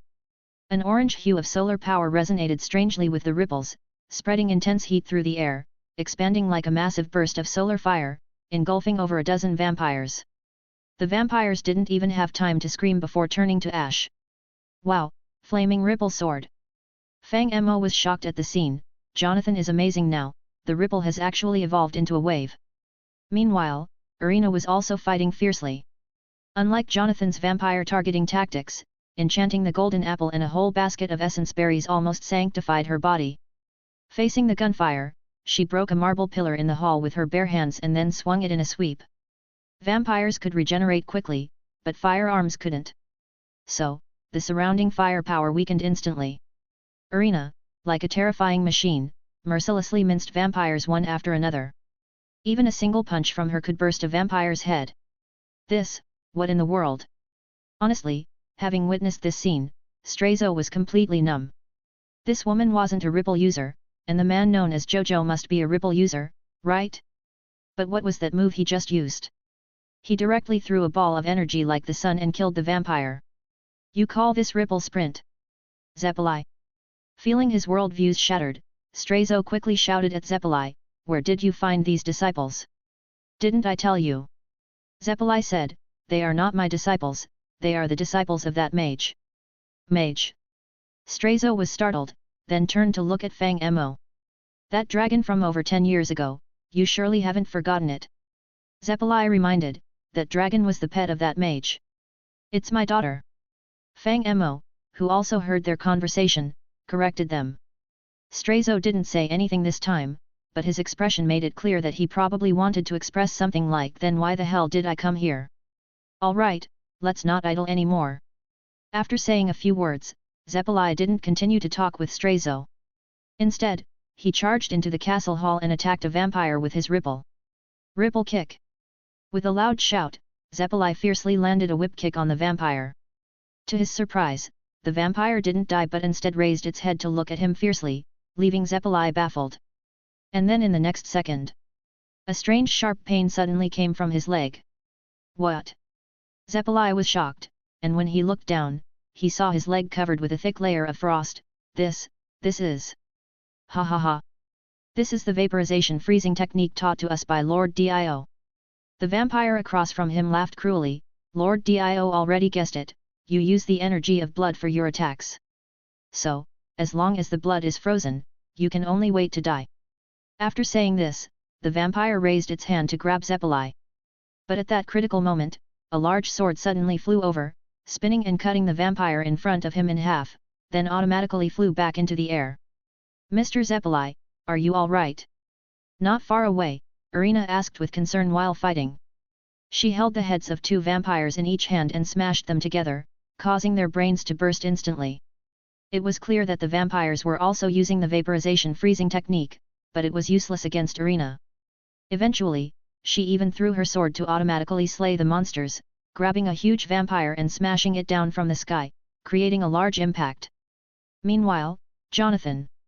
His whole body was emitting the flames of the sun, like a walking blaze, clearly unaffected by the vaporization freezing technique, looking effortlessly elegant. So, you've always been fighting such monsters, haven't you? Seeing the situation, Zeppeli also let out a wry smile, realizing he had overestimated his combat strength. However, just as he relaxed, he saw the vampire he had chopped in half reveal a cruel smile. For some reason, his heart suddenly skipped a beat. Immediately after, he noticed the vampire's eyes turn blood red. Irina! Jojo! Be careful! Zeppeli shouted upon seeing this. In the next second, the vampire in front of Zeppeli let out a sharp scream, like a signal. The eyes of all the vampires present turned red at the same time, followed by their irises rupturing, and a multitude of extremely fine and fast jets of water shot out from their eyes. This was one of Dio's special techniques in the original story, called the Space Ripper Stingy Eyes. The principle was to use the vampire's ability to control their body, compressing the aqueous humor in the eyeball to attack the enemy like a high-pressure water jet. In the original story, Jonathan was killed by this technique, which pierced his trachea. However, in the original story, only Dio could use this technique, but now there were at least 100 vampires here. Although many had been killed, there were still at least 60 or 70 left. The sight of dozens of Dios releasing the Space Ripper Stingy Eyes simultaneously was a spectacle. The entire castle hall burst instantly, all load-bearing marble columns, stairs, chandeliers, floors, and walls, everything visible to the eye, was sliced apart. For ordinary Ripple users like Zeppeli and Strazo, they didn't even have time to react. They were instantly cut into several pieces by the high-pressure water jets, and blood sprayed out freely. Even a Ripple, a wave warrior like Jonathan, couldn't avoid serious injuries. Although he had learned the Ripple and the power of the sun, he was still of flesh and blood. If it weren't for evaporating part of the water flow with the power of the sun, he too would have been cut in half. The only person unharmed on the scene was probably Irina. Irina's dodging speed was very fast, and combined with her physical strength, enduring the high-pressure water jet was painful and caused some scratches, but she was not seriously injured. As for the commentator Speedwagon, his luck was really good. Because he was standing behind Fang Mo, he miraculously escaped this disaster. What is this? Speedwagon, after seeing this scene, was so scared that he sat down on the ground. Uncle Zeppeli, Mr. Strazo, and Jonathan, almost everyone was wiped out in an instant. What kind of terrifying attack is this? Jojo! Irina also exclaimed upon seeing this and quickly rushed to Jonathan's side. Jojo! Are you all right? I'm fine. Jonathan struggled to look back, but Uncle Zeppeli and the others. Mr. Steve! Irina also reacted, quickly turned her head to Fang Mo and shouted, they are not dead yet, can you please save them? Please. Oh, okay. Fang Mo nodded. These people all truly embodied the spirit of gold. It would indeed be a pity for them to die just like that, so he raised his hand and directly used the gravitational field to pull them to his side. Holy crap, how many pieces did you guys break into? Looking at Zeppeli, who only had his head and the left side of his chest remaining, Dyer, who was beaten into dice, and Strazo, who was almost shaved into a human stick, Fang Mo couldn't help but say, it's lucky that I know how to perform head-saving treatment. If it were any other doctor, just playing puzzles with your body parts would be enough for you to die more than 10 times. Mr. Mage, please start treating them quickly. On the side, Speedwagon couldn't help it and almost said with a sobbing tone, you must not let Uncle Zeppeli and his companions die, they are all good people. Okay, I know. While saying this, Fang Mo began to take out instant healing potions. However, at this moment, suddenly a strange footstep sound came from the ruins, followed by a strange voice that suddenly rang out. Jojo! Accompanied by this familiar voice, the mastermind behind all this slowly walked out from the shadows. Hearing this voice, almost everyone's gaze focused there, especially Jonathan's side, who started grinding his teeth just by hearing this voice. But when Jonathan truly raised his head to see the other party, he suddenly froze. He had thought he would see Dio's wickedly handsome face, but when he looked up, he found that the other party's face was actually wearing a stone ghost mask. And for some reason, there was a strange hole in the center of the stone ghost mask's forehead. Just as Dio made his entrance, it seemed as if even the moonlight was tainted with a blood like scarlet. A terrible oppressive force came directly from him, making everyone suddenly feel a tightness in their hearts. Chapter 273, Steve Chapter 270. Stone. Stone mask. Jonathan looked at Dio in surprise. Why are you still wearing it, Dio?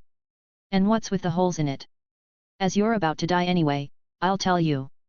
Dio exuded a spine-chilling aura, speaking in a frivolous and cruel tone.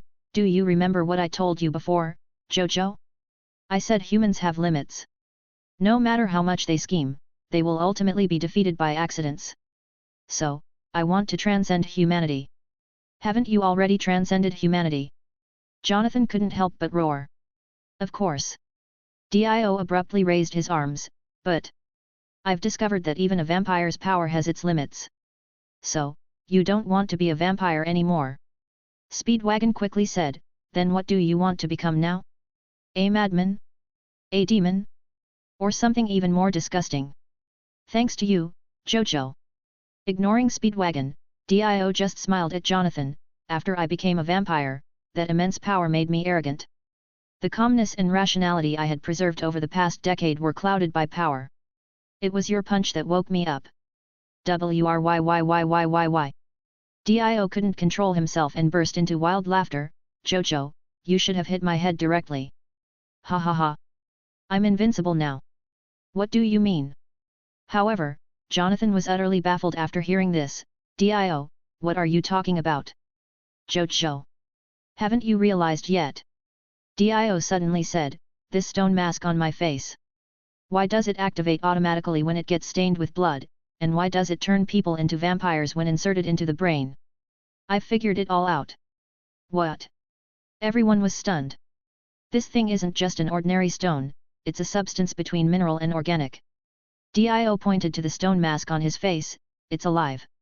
Every time it feeds on fresh blood, it awakens, using those strange bone spikes to penetrate the human brain, stimulating evolution towards a specific direction.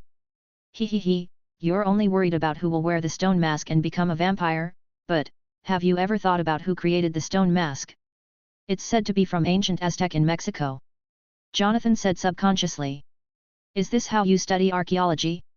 Fool.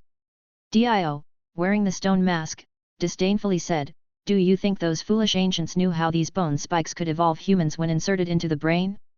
And where did the material to make the stone mask come from? Those bone spikes don't look like mere minerals, but rather, more like our vampire bones. What? Jonathan was utterly astounded. If it is said that the bone needles of the stone mask are made from the bones of vampires, where did the vampires come from in the absence of the stone mask? At this thought, Jonathan suddenly felt an intense unease in his heart. After I understood the principle of the stone mask, I realized something, Dio said calmly. This world is far more complicated than we see. The supernatural powers we witness are just the tip of the iceberg. Whether it's your foolish ripple or my stone mask, there must be more secrets hidden in the unknown darkness. As he spoke, Dio's tone turned sinister. That's why I need to bury you with my own hands, then continuously discover and control these supernatural powers in my eternal life. In the end, I, Dio, will stand above heaven. With that, Dio waved his hand fiercely. Kill them, vampires. Roar. The vampires let out terrifying roars and immediately launched their attack. Some of their eyeballs burst, shooting out high-pressure liquid, while others raised firearms and continued to pull the triggers. In a moment, the scene turned into chaos. Irina, in order to protect Jonathan behind her, could only grit her teeth and bear the brunt. Darn it! Speedwagon immediately gritted his teeth. That cunning Dio, taking advantage of the moment the mage had to heal Zeppeli's wounds to strike. It's despicable, poor Lady Irina has to face the vampires alone. Look, her delicate shoulders are trembling. If you keep spouting nonsense, you'll be the next to die. Hearing Speedwagon's words, even Fang Mo, who was standing by, couldn't hold back and turned to him, "Can we have some professional ethics here?" Speedwagon was also stunned, seemingly not understanding why Fang Mo suddenly scolded him. Cunning? Despicable. However, before Speedwagon could react, Dio on the opposite side burst into a frenzied laugh. "In my view, these are wonderful compliments. Speedwagon, how about it, are you itching with hatred for me, Dio? Where's that arrogance you had at the Joestar mansion? Come on, show your courage and face me, you lowlife. You bastard!" Speedwagon trembled with rage. "I may be a weak ordinary person, but you should never underestimate my resolve and courage." "Courage? Resolve?" Dio said disdainfully, "That's laughable. You talk a good game, but you only dare to stand behind Teacher Steve. Is that your so-called courage? If I rashly charged out and got seriously injured or killed by you, that would be dragging the team down. I, Speedwagon, am willing to sacrifice my life for them, but I will not die meaninglessly or burden my teammates." Speedwagon roared, "But you, talking so much, aren't you afraid of the mage?" "I, of course fear Teacher Steve." Dio pondered for a moment and then slowly spoke, not to Speedwagon this time, but directly to Fang Mo, "Teacher Steve, there are too many things about you that I can't see through. I actually hope to become your best disciple. In terms of talent and wisdom, I am far superior to Jonathan. I really hope to explore the true essence of magic with you. But I also know that this is probably impossible." Speaking of this, Dio himself couldn't help but laugh. "From the very beginning, your attitude towards me was very distant. Later, I learned that you are Jonathan's godfather, originally planning to teach him magic, and I was just an incidental addition. Have you ever thought that if you were willing to be kinder, perhaps the situation would be completely different?" Fang Mo looked at Dio curiously and asked. "Kind? What is that?" Dio burst into a mocking laugh upon hearing this. "I, Dio, am certainly a villain now, but teacher, you surely don't think you are truly kind, do you? When I just... You've discovered that, hey?" However, to Dio's surprise, Fang Mo immediately admitted, "That's right. I am indeed a villain. The number of people you've killed is probably not even a fraction of mine." "What?" Speedwagon stared in shock. "How can this be?" Even Dio was slightly taken aback. "In 1945, I destroyed a military camp nearly the size of a city, and during the Civilization Wars, I turned an opposing interstellar mothership to ash with a single strike. The Dark Elves of Svartalfheim were annihilated by my hand, and countless lives have perished by me," Fang Mo said indifferently. "But so what if I did that? Who could stop me?" The whole world was shocked at that time, and since then, no one dared to provoke me. "Can you, Dio, achieve that?" "Mr. Steve?" Speedwagon said in a daze, "It's only 1890 now, what are you talking about 1945? That's in the future, what nonsense are you talking about?" "How so?" Fang Mo looked at Speedwagon, "Is time travel too hard to comprehend for your brain?" "So that's it, it all makes sense now." Hearing Fang Mo's explanation, Dio nodded subconsciously and then asked in confusion, "But if you're also a villain, why can't you understand my actions? Why are you always targeting me? Evil also has its levels."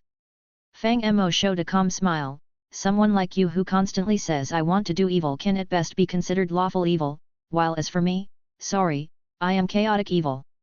I do things purely based on my own preferences. I do good not because I am kind, but because I want to. The same goes for doing bad. Have you heard of the fourth calamity? You should be grateful I don't save and reload, or else the entire myriad worlds would collapse under my tyranny. The petty things you do are like child's play, while what I do is set the rules of the entire game, like a designer of League of Legends. I dictate how you players should play, and you must obediently follow my lead. How about it? Doesn't that make me utterly wicked? Go ahead and shout League of Legends designer at the top of your lungs for me to hear. So in your eyes, I am just a child not playing the game by the rules." Upon hearing this, Dio was first stunned, then suddenly realized, "Is this how you've always seen me? So that's it. No wonder that dog bit me after I kicked it away, and why I was killed by a single slap from Arena when I tried to kiss her forcibly, not to mention the power of the sun can suppress the strength of vampires. All of this was your design. Just because I've done evil, you punish me in this way, trying to make me realize my errors and become kind-hearted. What a joke. Your idea is as despicable as Toad's urine. Suddenly, Dio became furious without warning. I, Dio, am born to stand above others, to take all the first places. Your idea of making me kind-hearted. It's just as nauseating as Jonathan's foolish kindness. Zombies, vampires, attack. With Dio's roar, the entire castle hall was filled with roars. The doors were kicked open violently, and 2 knights wearing medieval armor rushed in, attacking everyone without hesitation. Dio is angry.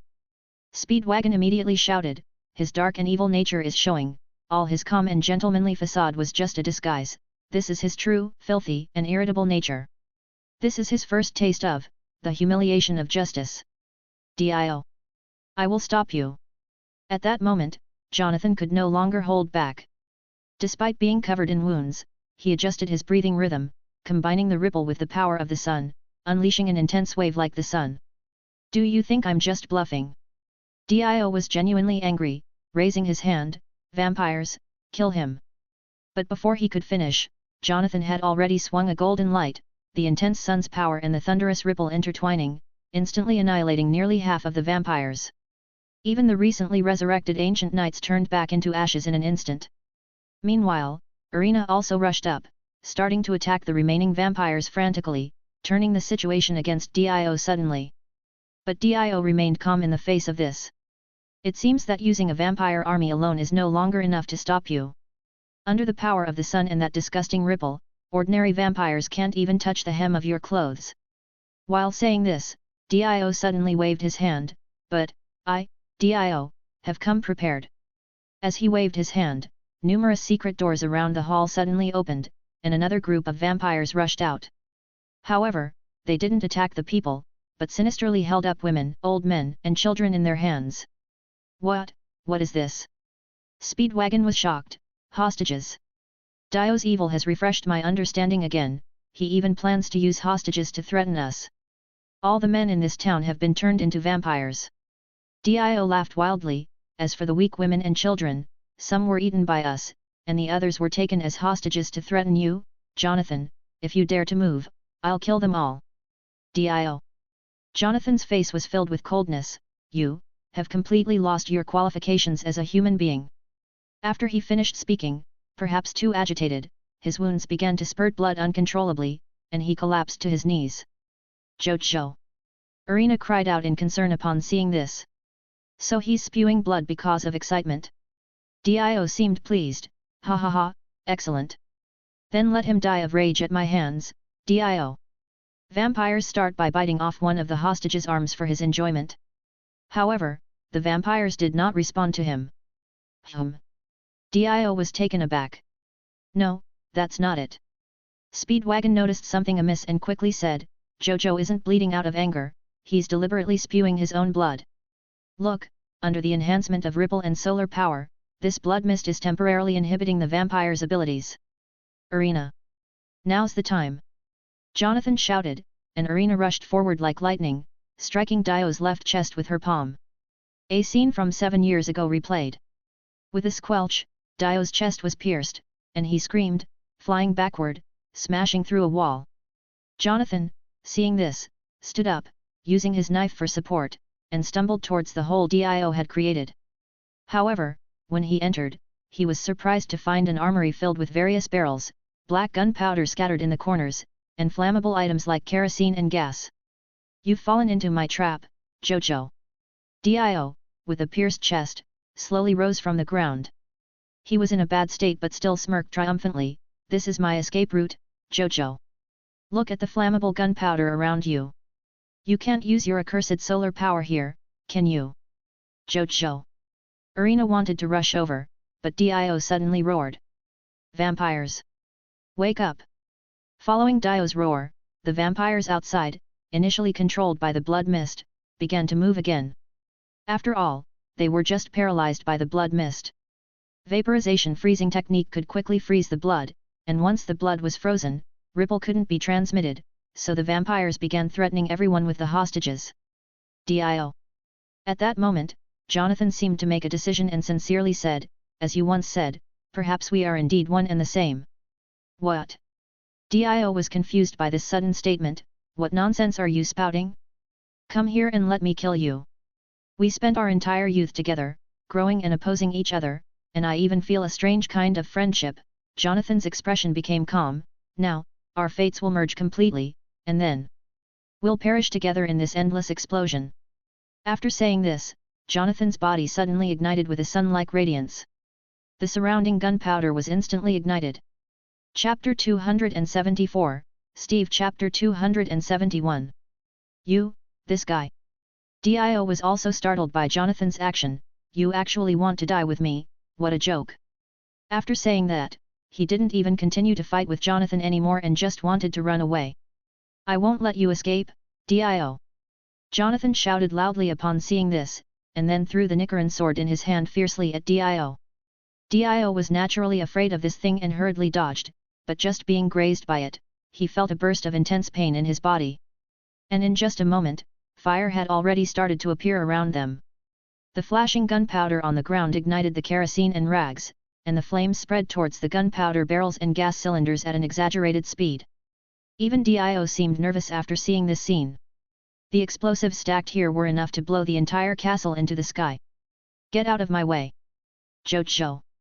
Dio roared, and then a flash of red light appeared in his eyes. Suddenly, a high-pressure jet of water shot out from Dio's left eye. Jonathan immediately dodged, but at this critical moment, several streams of blood suddenly sprayed from his body. Jonathan's body stiffened, and the Space Ripper's stingy eyes instantly pierced through his neck. With his trachea damaged, Jonathan could no longer maintain his ripple breathing. The sun-like golden light on his body dimmed instantly, and he swayed and sat down on the ground. Ha ha ha! Jojo! You still lost to me in the end. Dio started laughing upon seeing this. Look at your pathetic state, you might as well perish in this fire, and I, Dio, will live on in your stead, standing at the top of the world. After saying this, Dio didn't dare to delay and turned to run towards the door.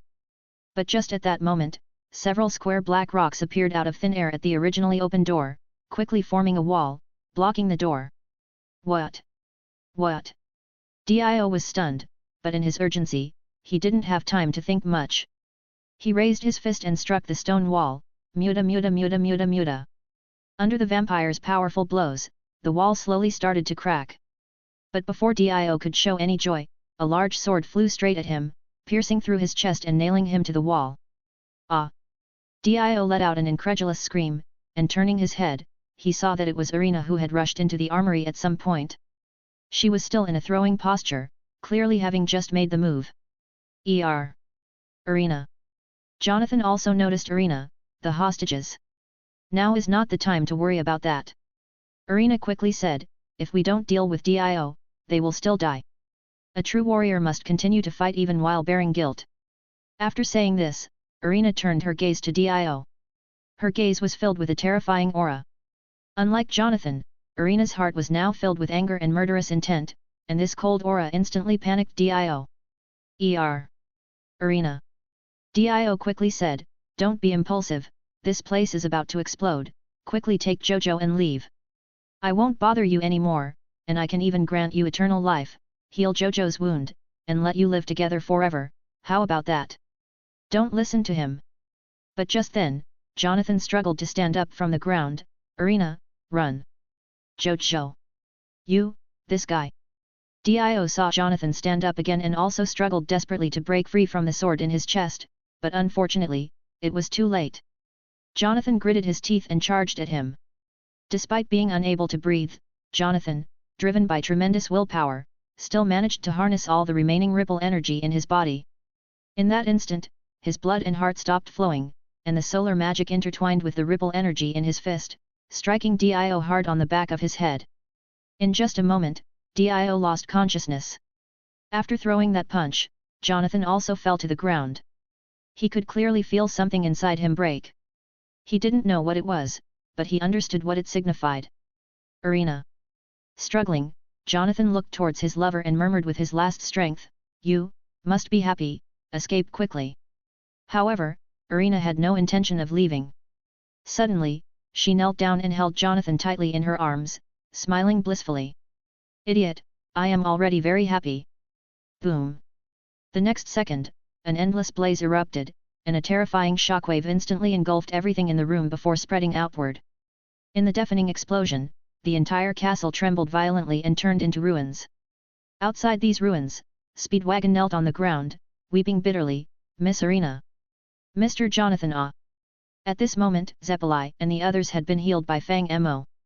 However, there was no joy in their hearts. Not just the Ripple users Strazo and Dyer, but even the rescued women and children chose to bow their heads in silence, a wordless sorrow permeating the air. Only Speedwagon continued to cry out loud, pounding the ground with his fists.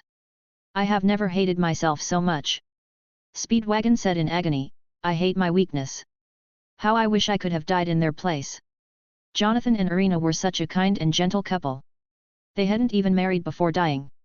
Such bright and shining lives, silently buried in this dark land.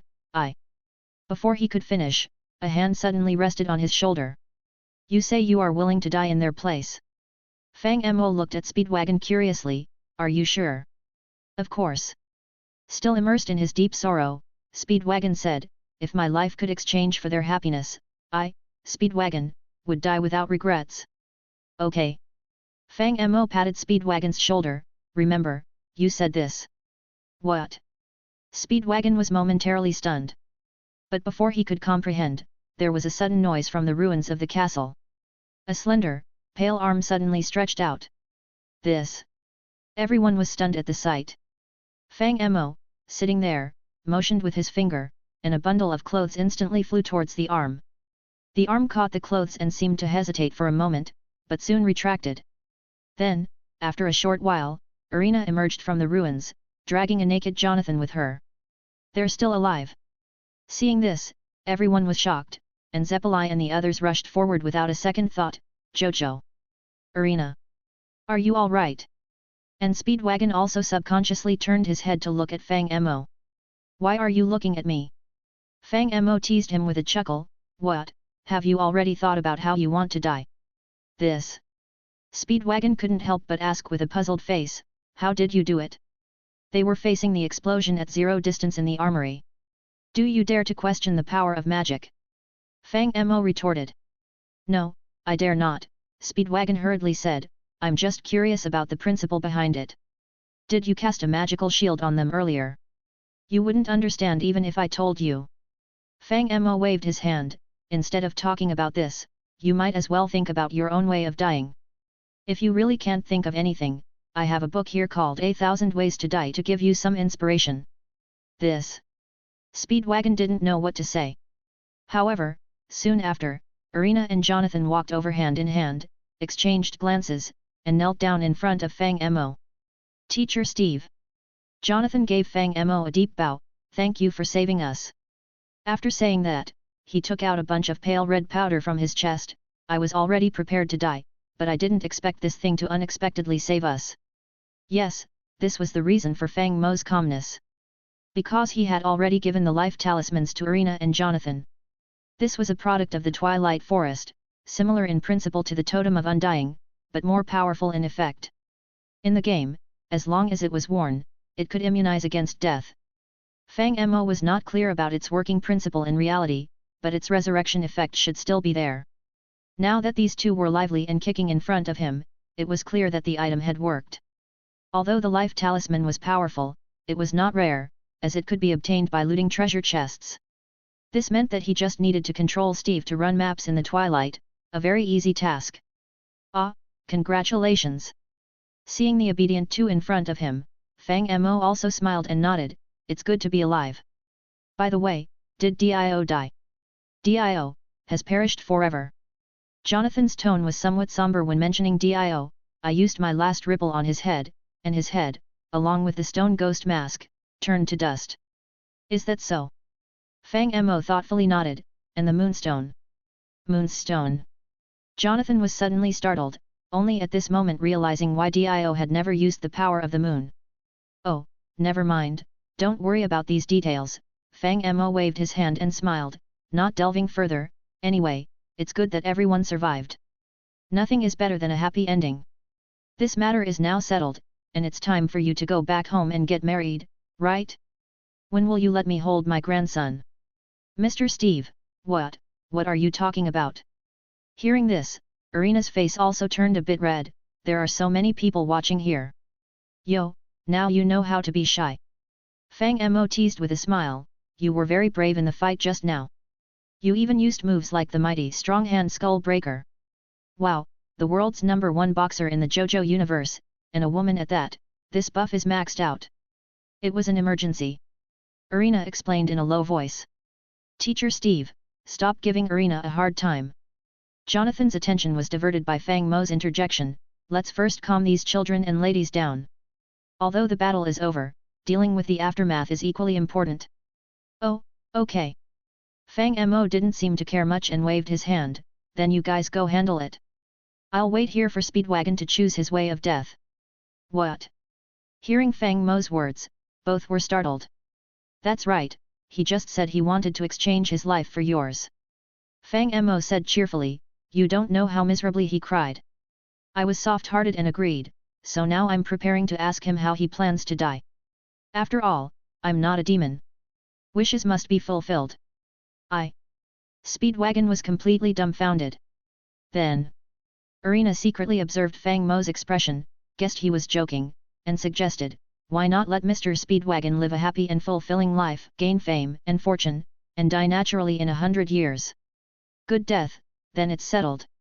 Fang Mo gave a thumbs up and then turned to Speedwagon, I wish you all your desires come true within 3 days, young man. You will surely die in 100 years. Thank you.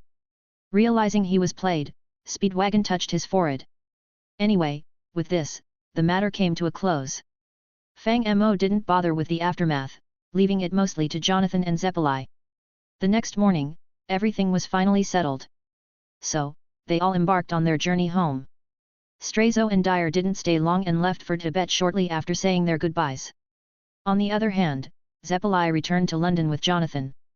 But, as per Fang Mo's suggestion, Jonathan didn't reveal himself, choosing the same method as his father George, faking death to cheat fate. Unexpectedly, Irina chose the same method. According to her, she wished for them to live and die together, even if it meant being buried together. Fang Mo didn't object and happily arranged a funeral with Zeppeli for them. After the funeral, they soon prepared for their wedding. Although holding one's funeral before the wedding seemed odd, like a ghost marriage, fortunately, as Europeans, they weren't too superstitious. So, after disguising themselves, they set off for America on a ship. Of course, George Joestar, now John Jobs, accompanied them, taking all their wealth to seek a new life in the New World, cutting off ties with fate. The ship arrived in the New World without sinking like in the original story. In short, everything was progressing well. After settling his affairs, Speedwagon followed the Joestars to the New World, taking his first step as an oil tycoon. Meanwhile, Fang Mo received a letter from villagers in Egypt. The arrow. It was found. Chapter 275, Steve Chapter 272. After receiving information related to the stand arrow, Fang Mo almost immediately teleported to Egypt. He was received by a middle-aged male villager, who outwardly appeared to be a businessman dealing in fine clothing, but in reality, he was the overall person in charge of the nearby area. He oversaw the intelligence network, termite swarm, and the goblin corps of more than dozens of villages and towns around. It was from him that Fang Mo obtained the magical stand arrow. This was an exceptionally beautifully crafted arrow, with a silver blade and a bright gold plating. Just above the arrowhead, a pure gold scarab beetle was inlaid, with a protruding spike at its tail and a round ruby at its head, giving the entire arrow an ancient Egyptian mystique. In fact, supernatural elements in the Jojo world are not many, such as Ripple, Stone Mask, Red Stone of Aya, Saint's Corpse, Stand Arrow, and of course, some other things, but the most famous is probably the stand arrow in Fang Mo's hands. Ordinary arrows can awaken human stands. But besides this function, the stand arrow can also evolve stands into a second form known as Requiem. Fang Mo has always been curious. Steve, who has always accompanied him, does he count as a stand? If he really is a stand, what would happen if he was pierced with the stand arrow? Would it become something like Steve Requiem? If it really succeeds, what would be the specific abilities of Steve Requiem? Is it awakening self-consciousness? or unlocking a creative mode, or even turning the MC world into a local network or server, allowing people from other worlds to join in the game? After thinking for a while, Fang Mo felt quite excited about it.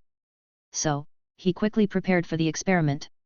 Considering that Steve's armor was too strong and might damage the stand arrow, Fang Mo specifically stripped Steve clean and then raised the stand arrow, stabbing forcefully at Steve's knee. With a snap, half a heart was deducted from Steve instantly. And at the moment Steve was injured, Fang Mo's brain also experienced an inexplicable pain, as various indecipherable, chaotic, and bizarre information flooded into his mind instantaneously. Fang Mo staggered, barely standing steady, as an astronomical amount of information flooded his brain. These pieces of information eventually converged into endless light bands of numbers and symbols. If someone was watching Fang Mo at that moment, they would notice that his pupils were emitting strands of white light. This light was extremely pale and cold, as if some part of his subconscious divinity was being awakened. In fact, Fang Mo felt his state was very peculiar. He discovered many symbols floating around him, indescribable and impossible to decipher with human language, but Fang Mo didn't feel afraid of them, instead feeling an inner joy and satisfaction. These symbols were dazzling like intersecting galaxies, forming beautiful light bands floating and swirling around him, shining even brighter than the stars in the universe. Fang Mo tried to touch these characters, and the moment his fingertips touched these shining entities, he suddenly had an epiphany, instantly understanding what these things represented. They were rules, structures, orders, or could also be called the truth. At that moment, Fang Mo felt he could even rival gods. But soon after, his brain was pierced with pain again. All the characters, all these beautiful scenes, faded away, and a system prompt sounded in Fang Mo's mind. System prompt, insufficient permissions. Hey! Hearing this prompt, Fang Mo was slightly stunned. What insufficient permissions? However, the system didn't respond to him. Unconvinced, Fang Mo picked up the stand arrow and stabbed Steve again, but this time there wasn't even a moment of trance, just the cold system prompt ringing in his mind. System prompt, insufficient permissions. Ah, this. Seeing this, Fang Mo was also baffled. It's not that there is no response, but some permissions are insufficient. Fang Mo encountered this situation for the first time.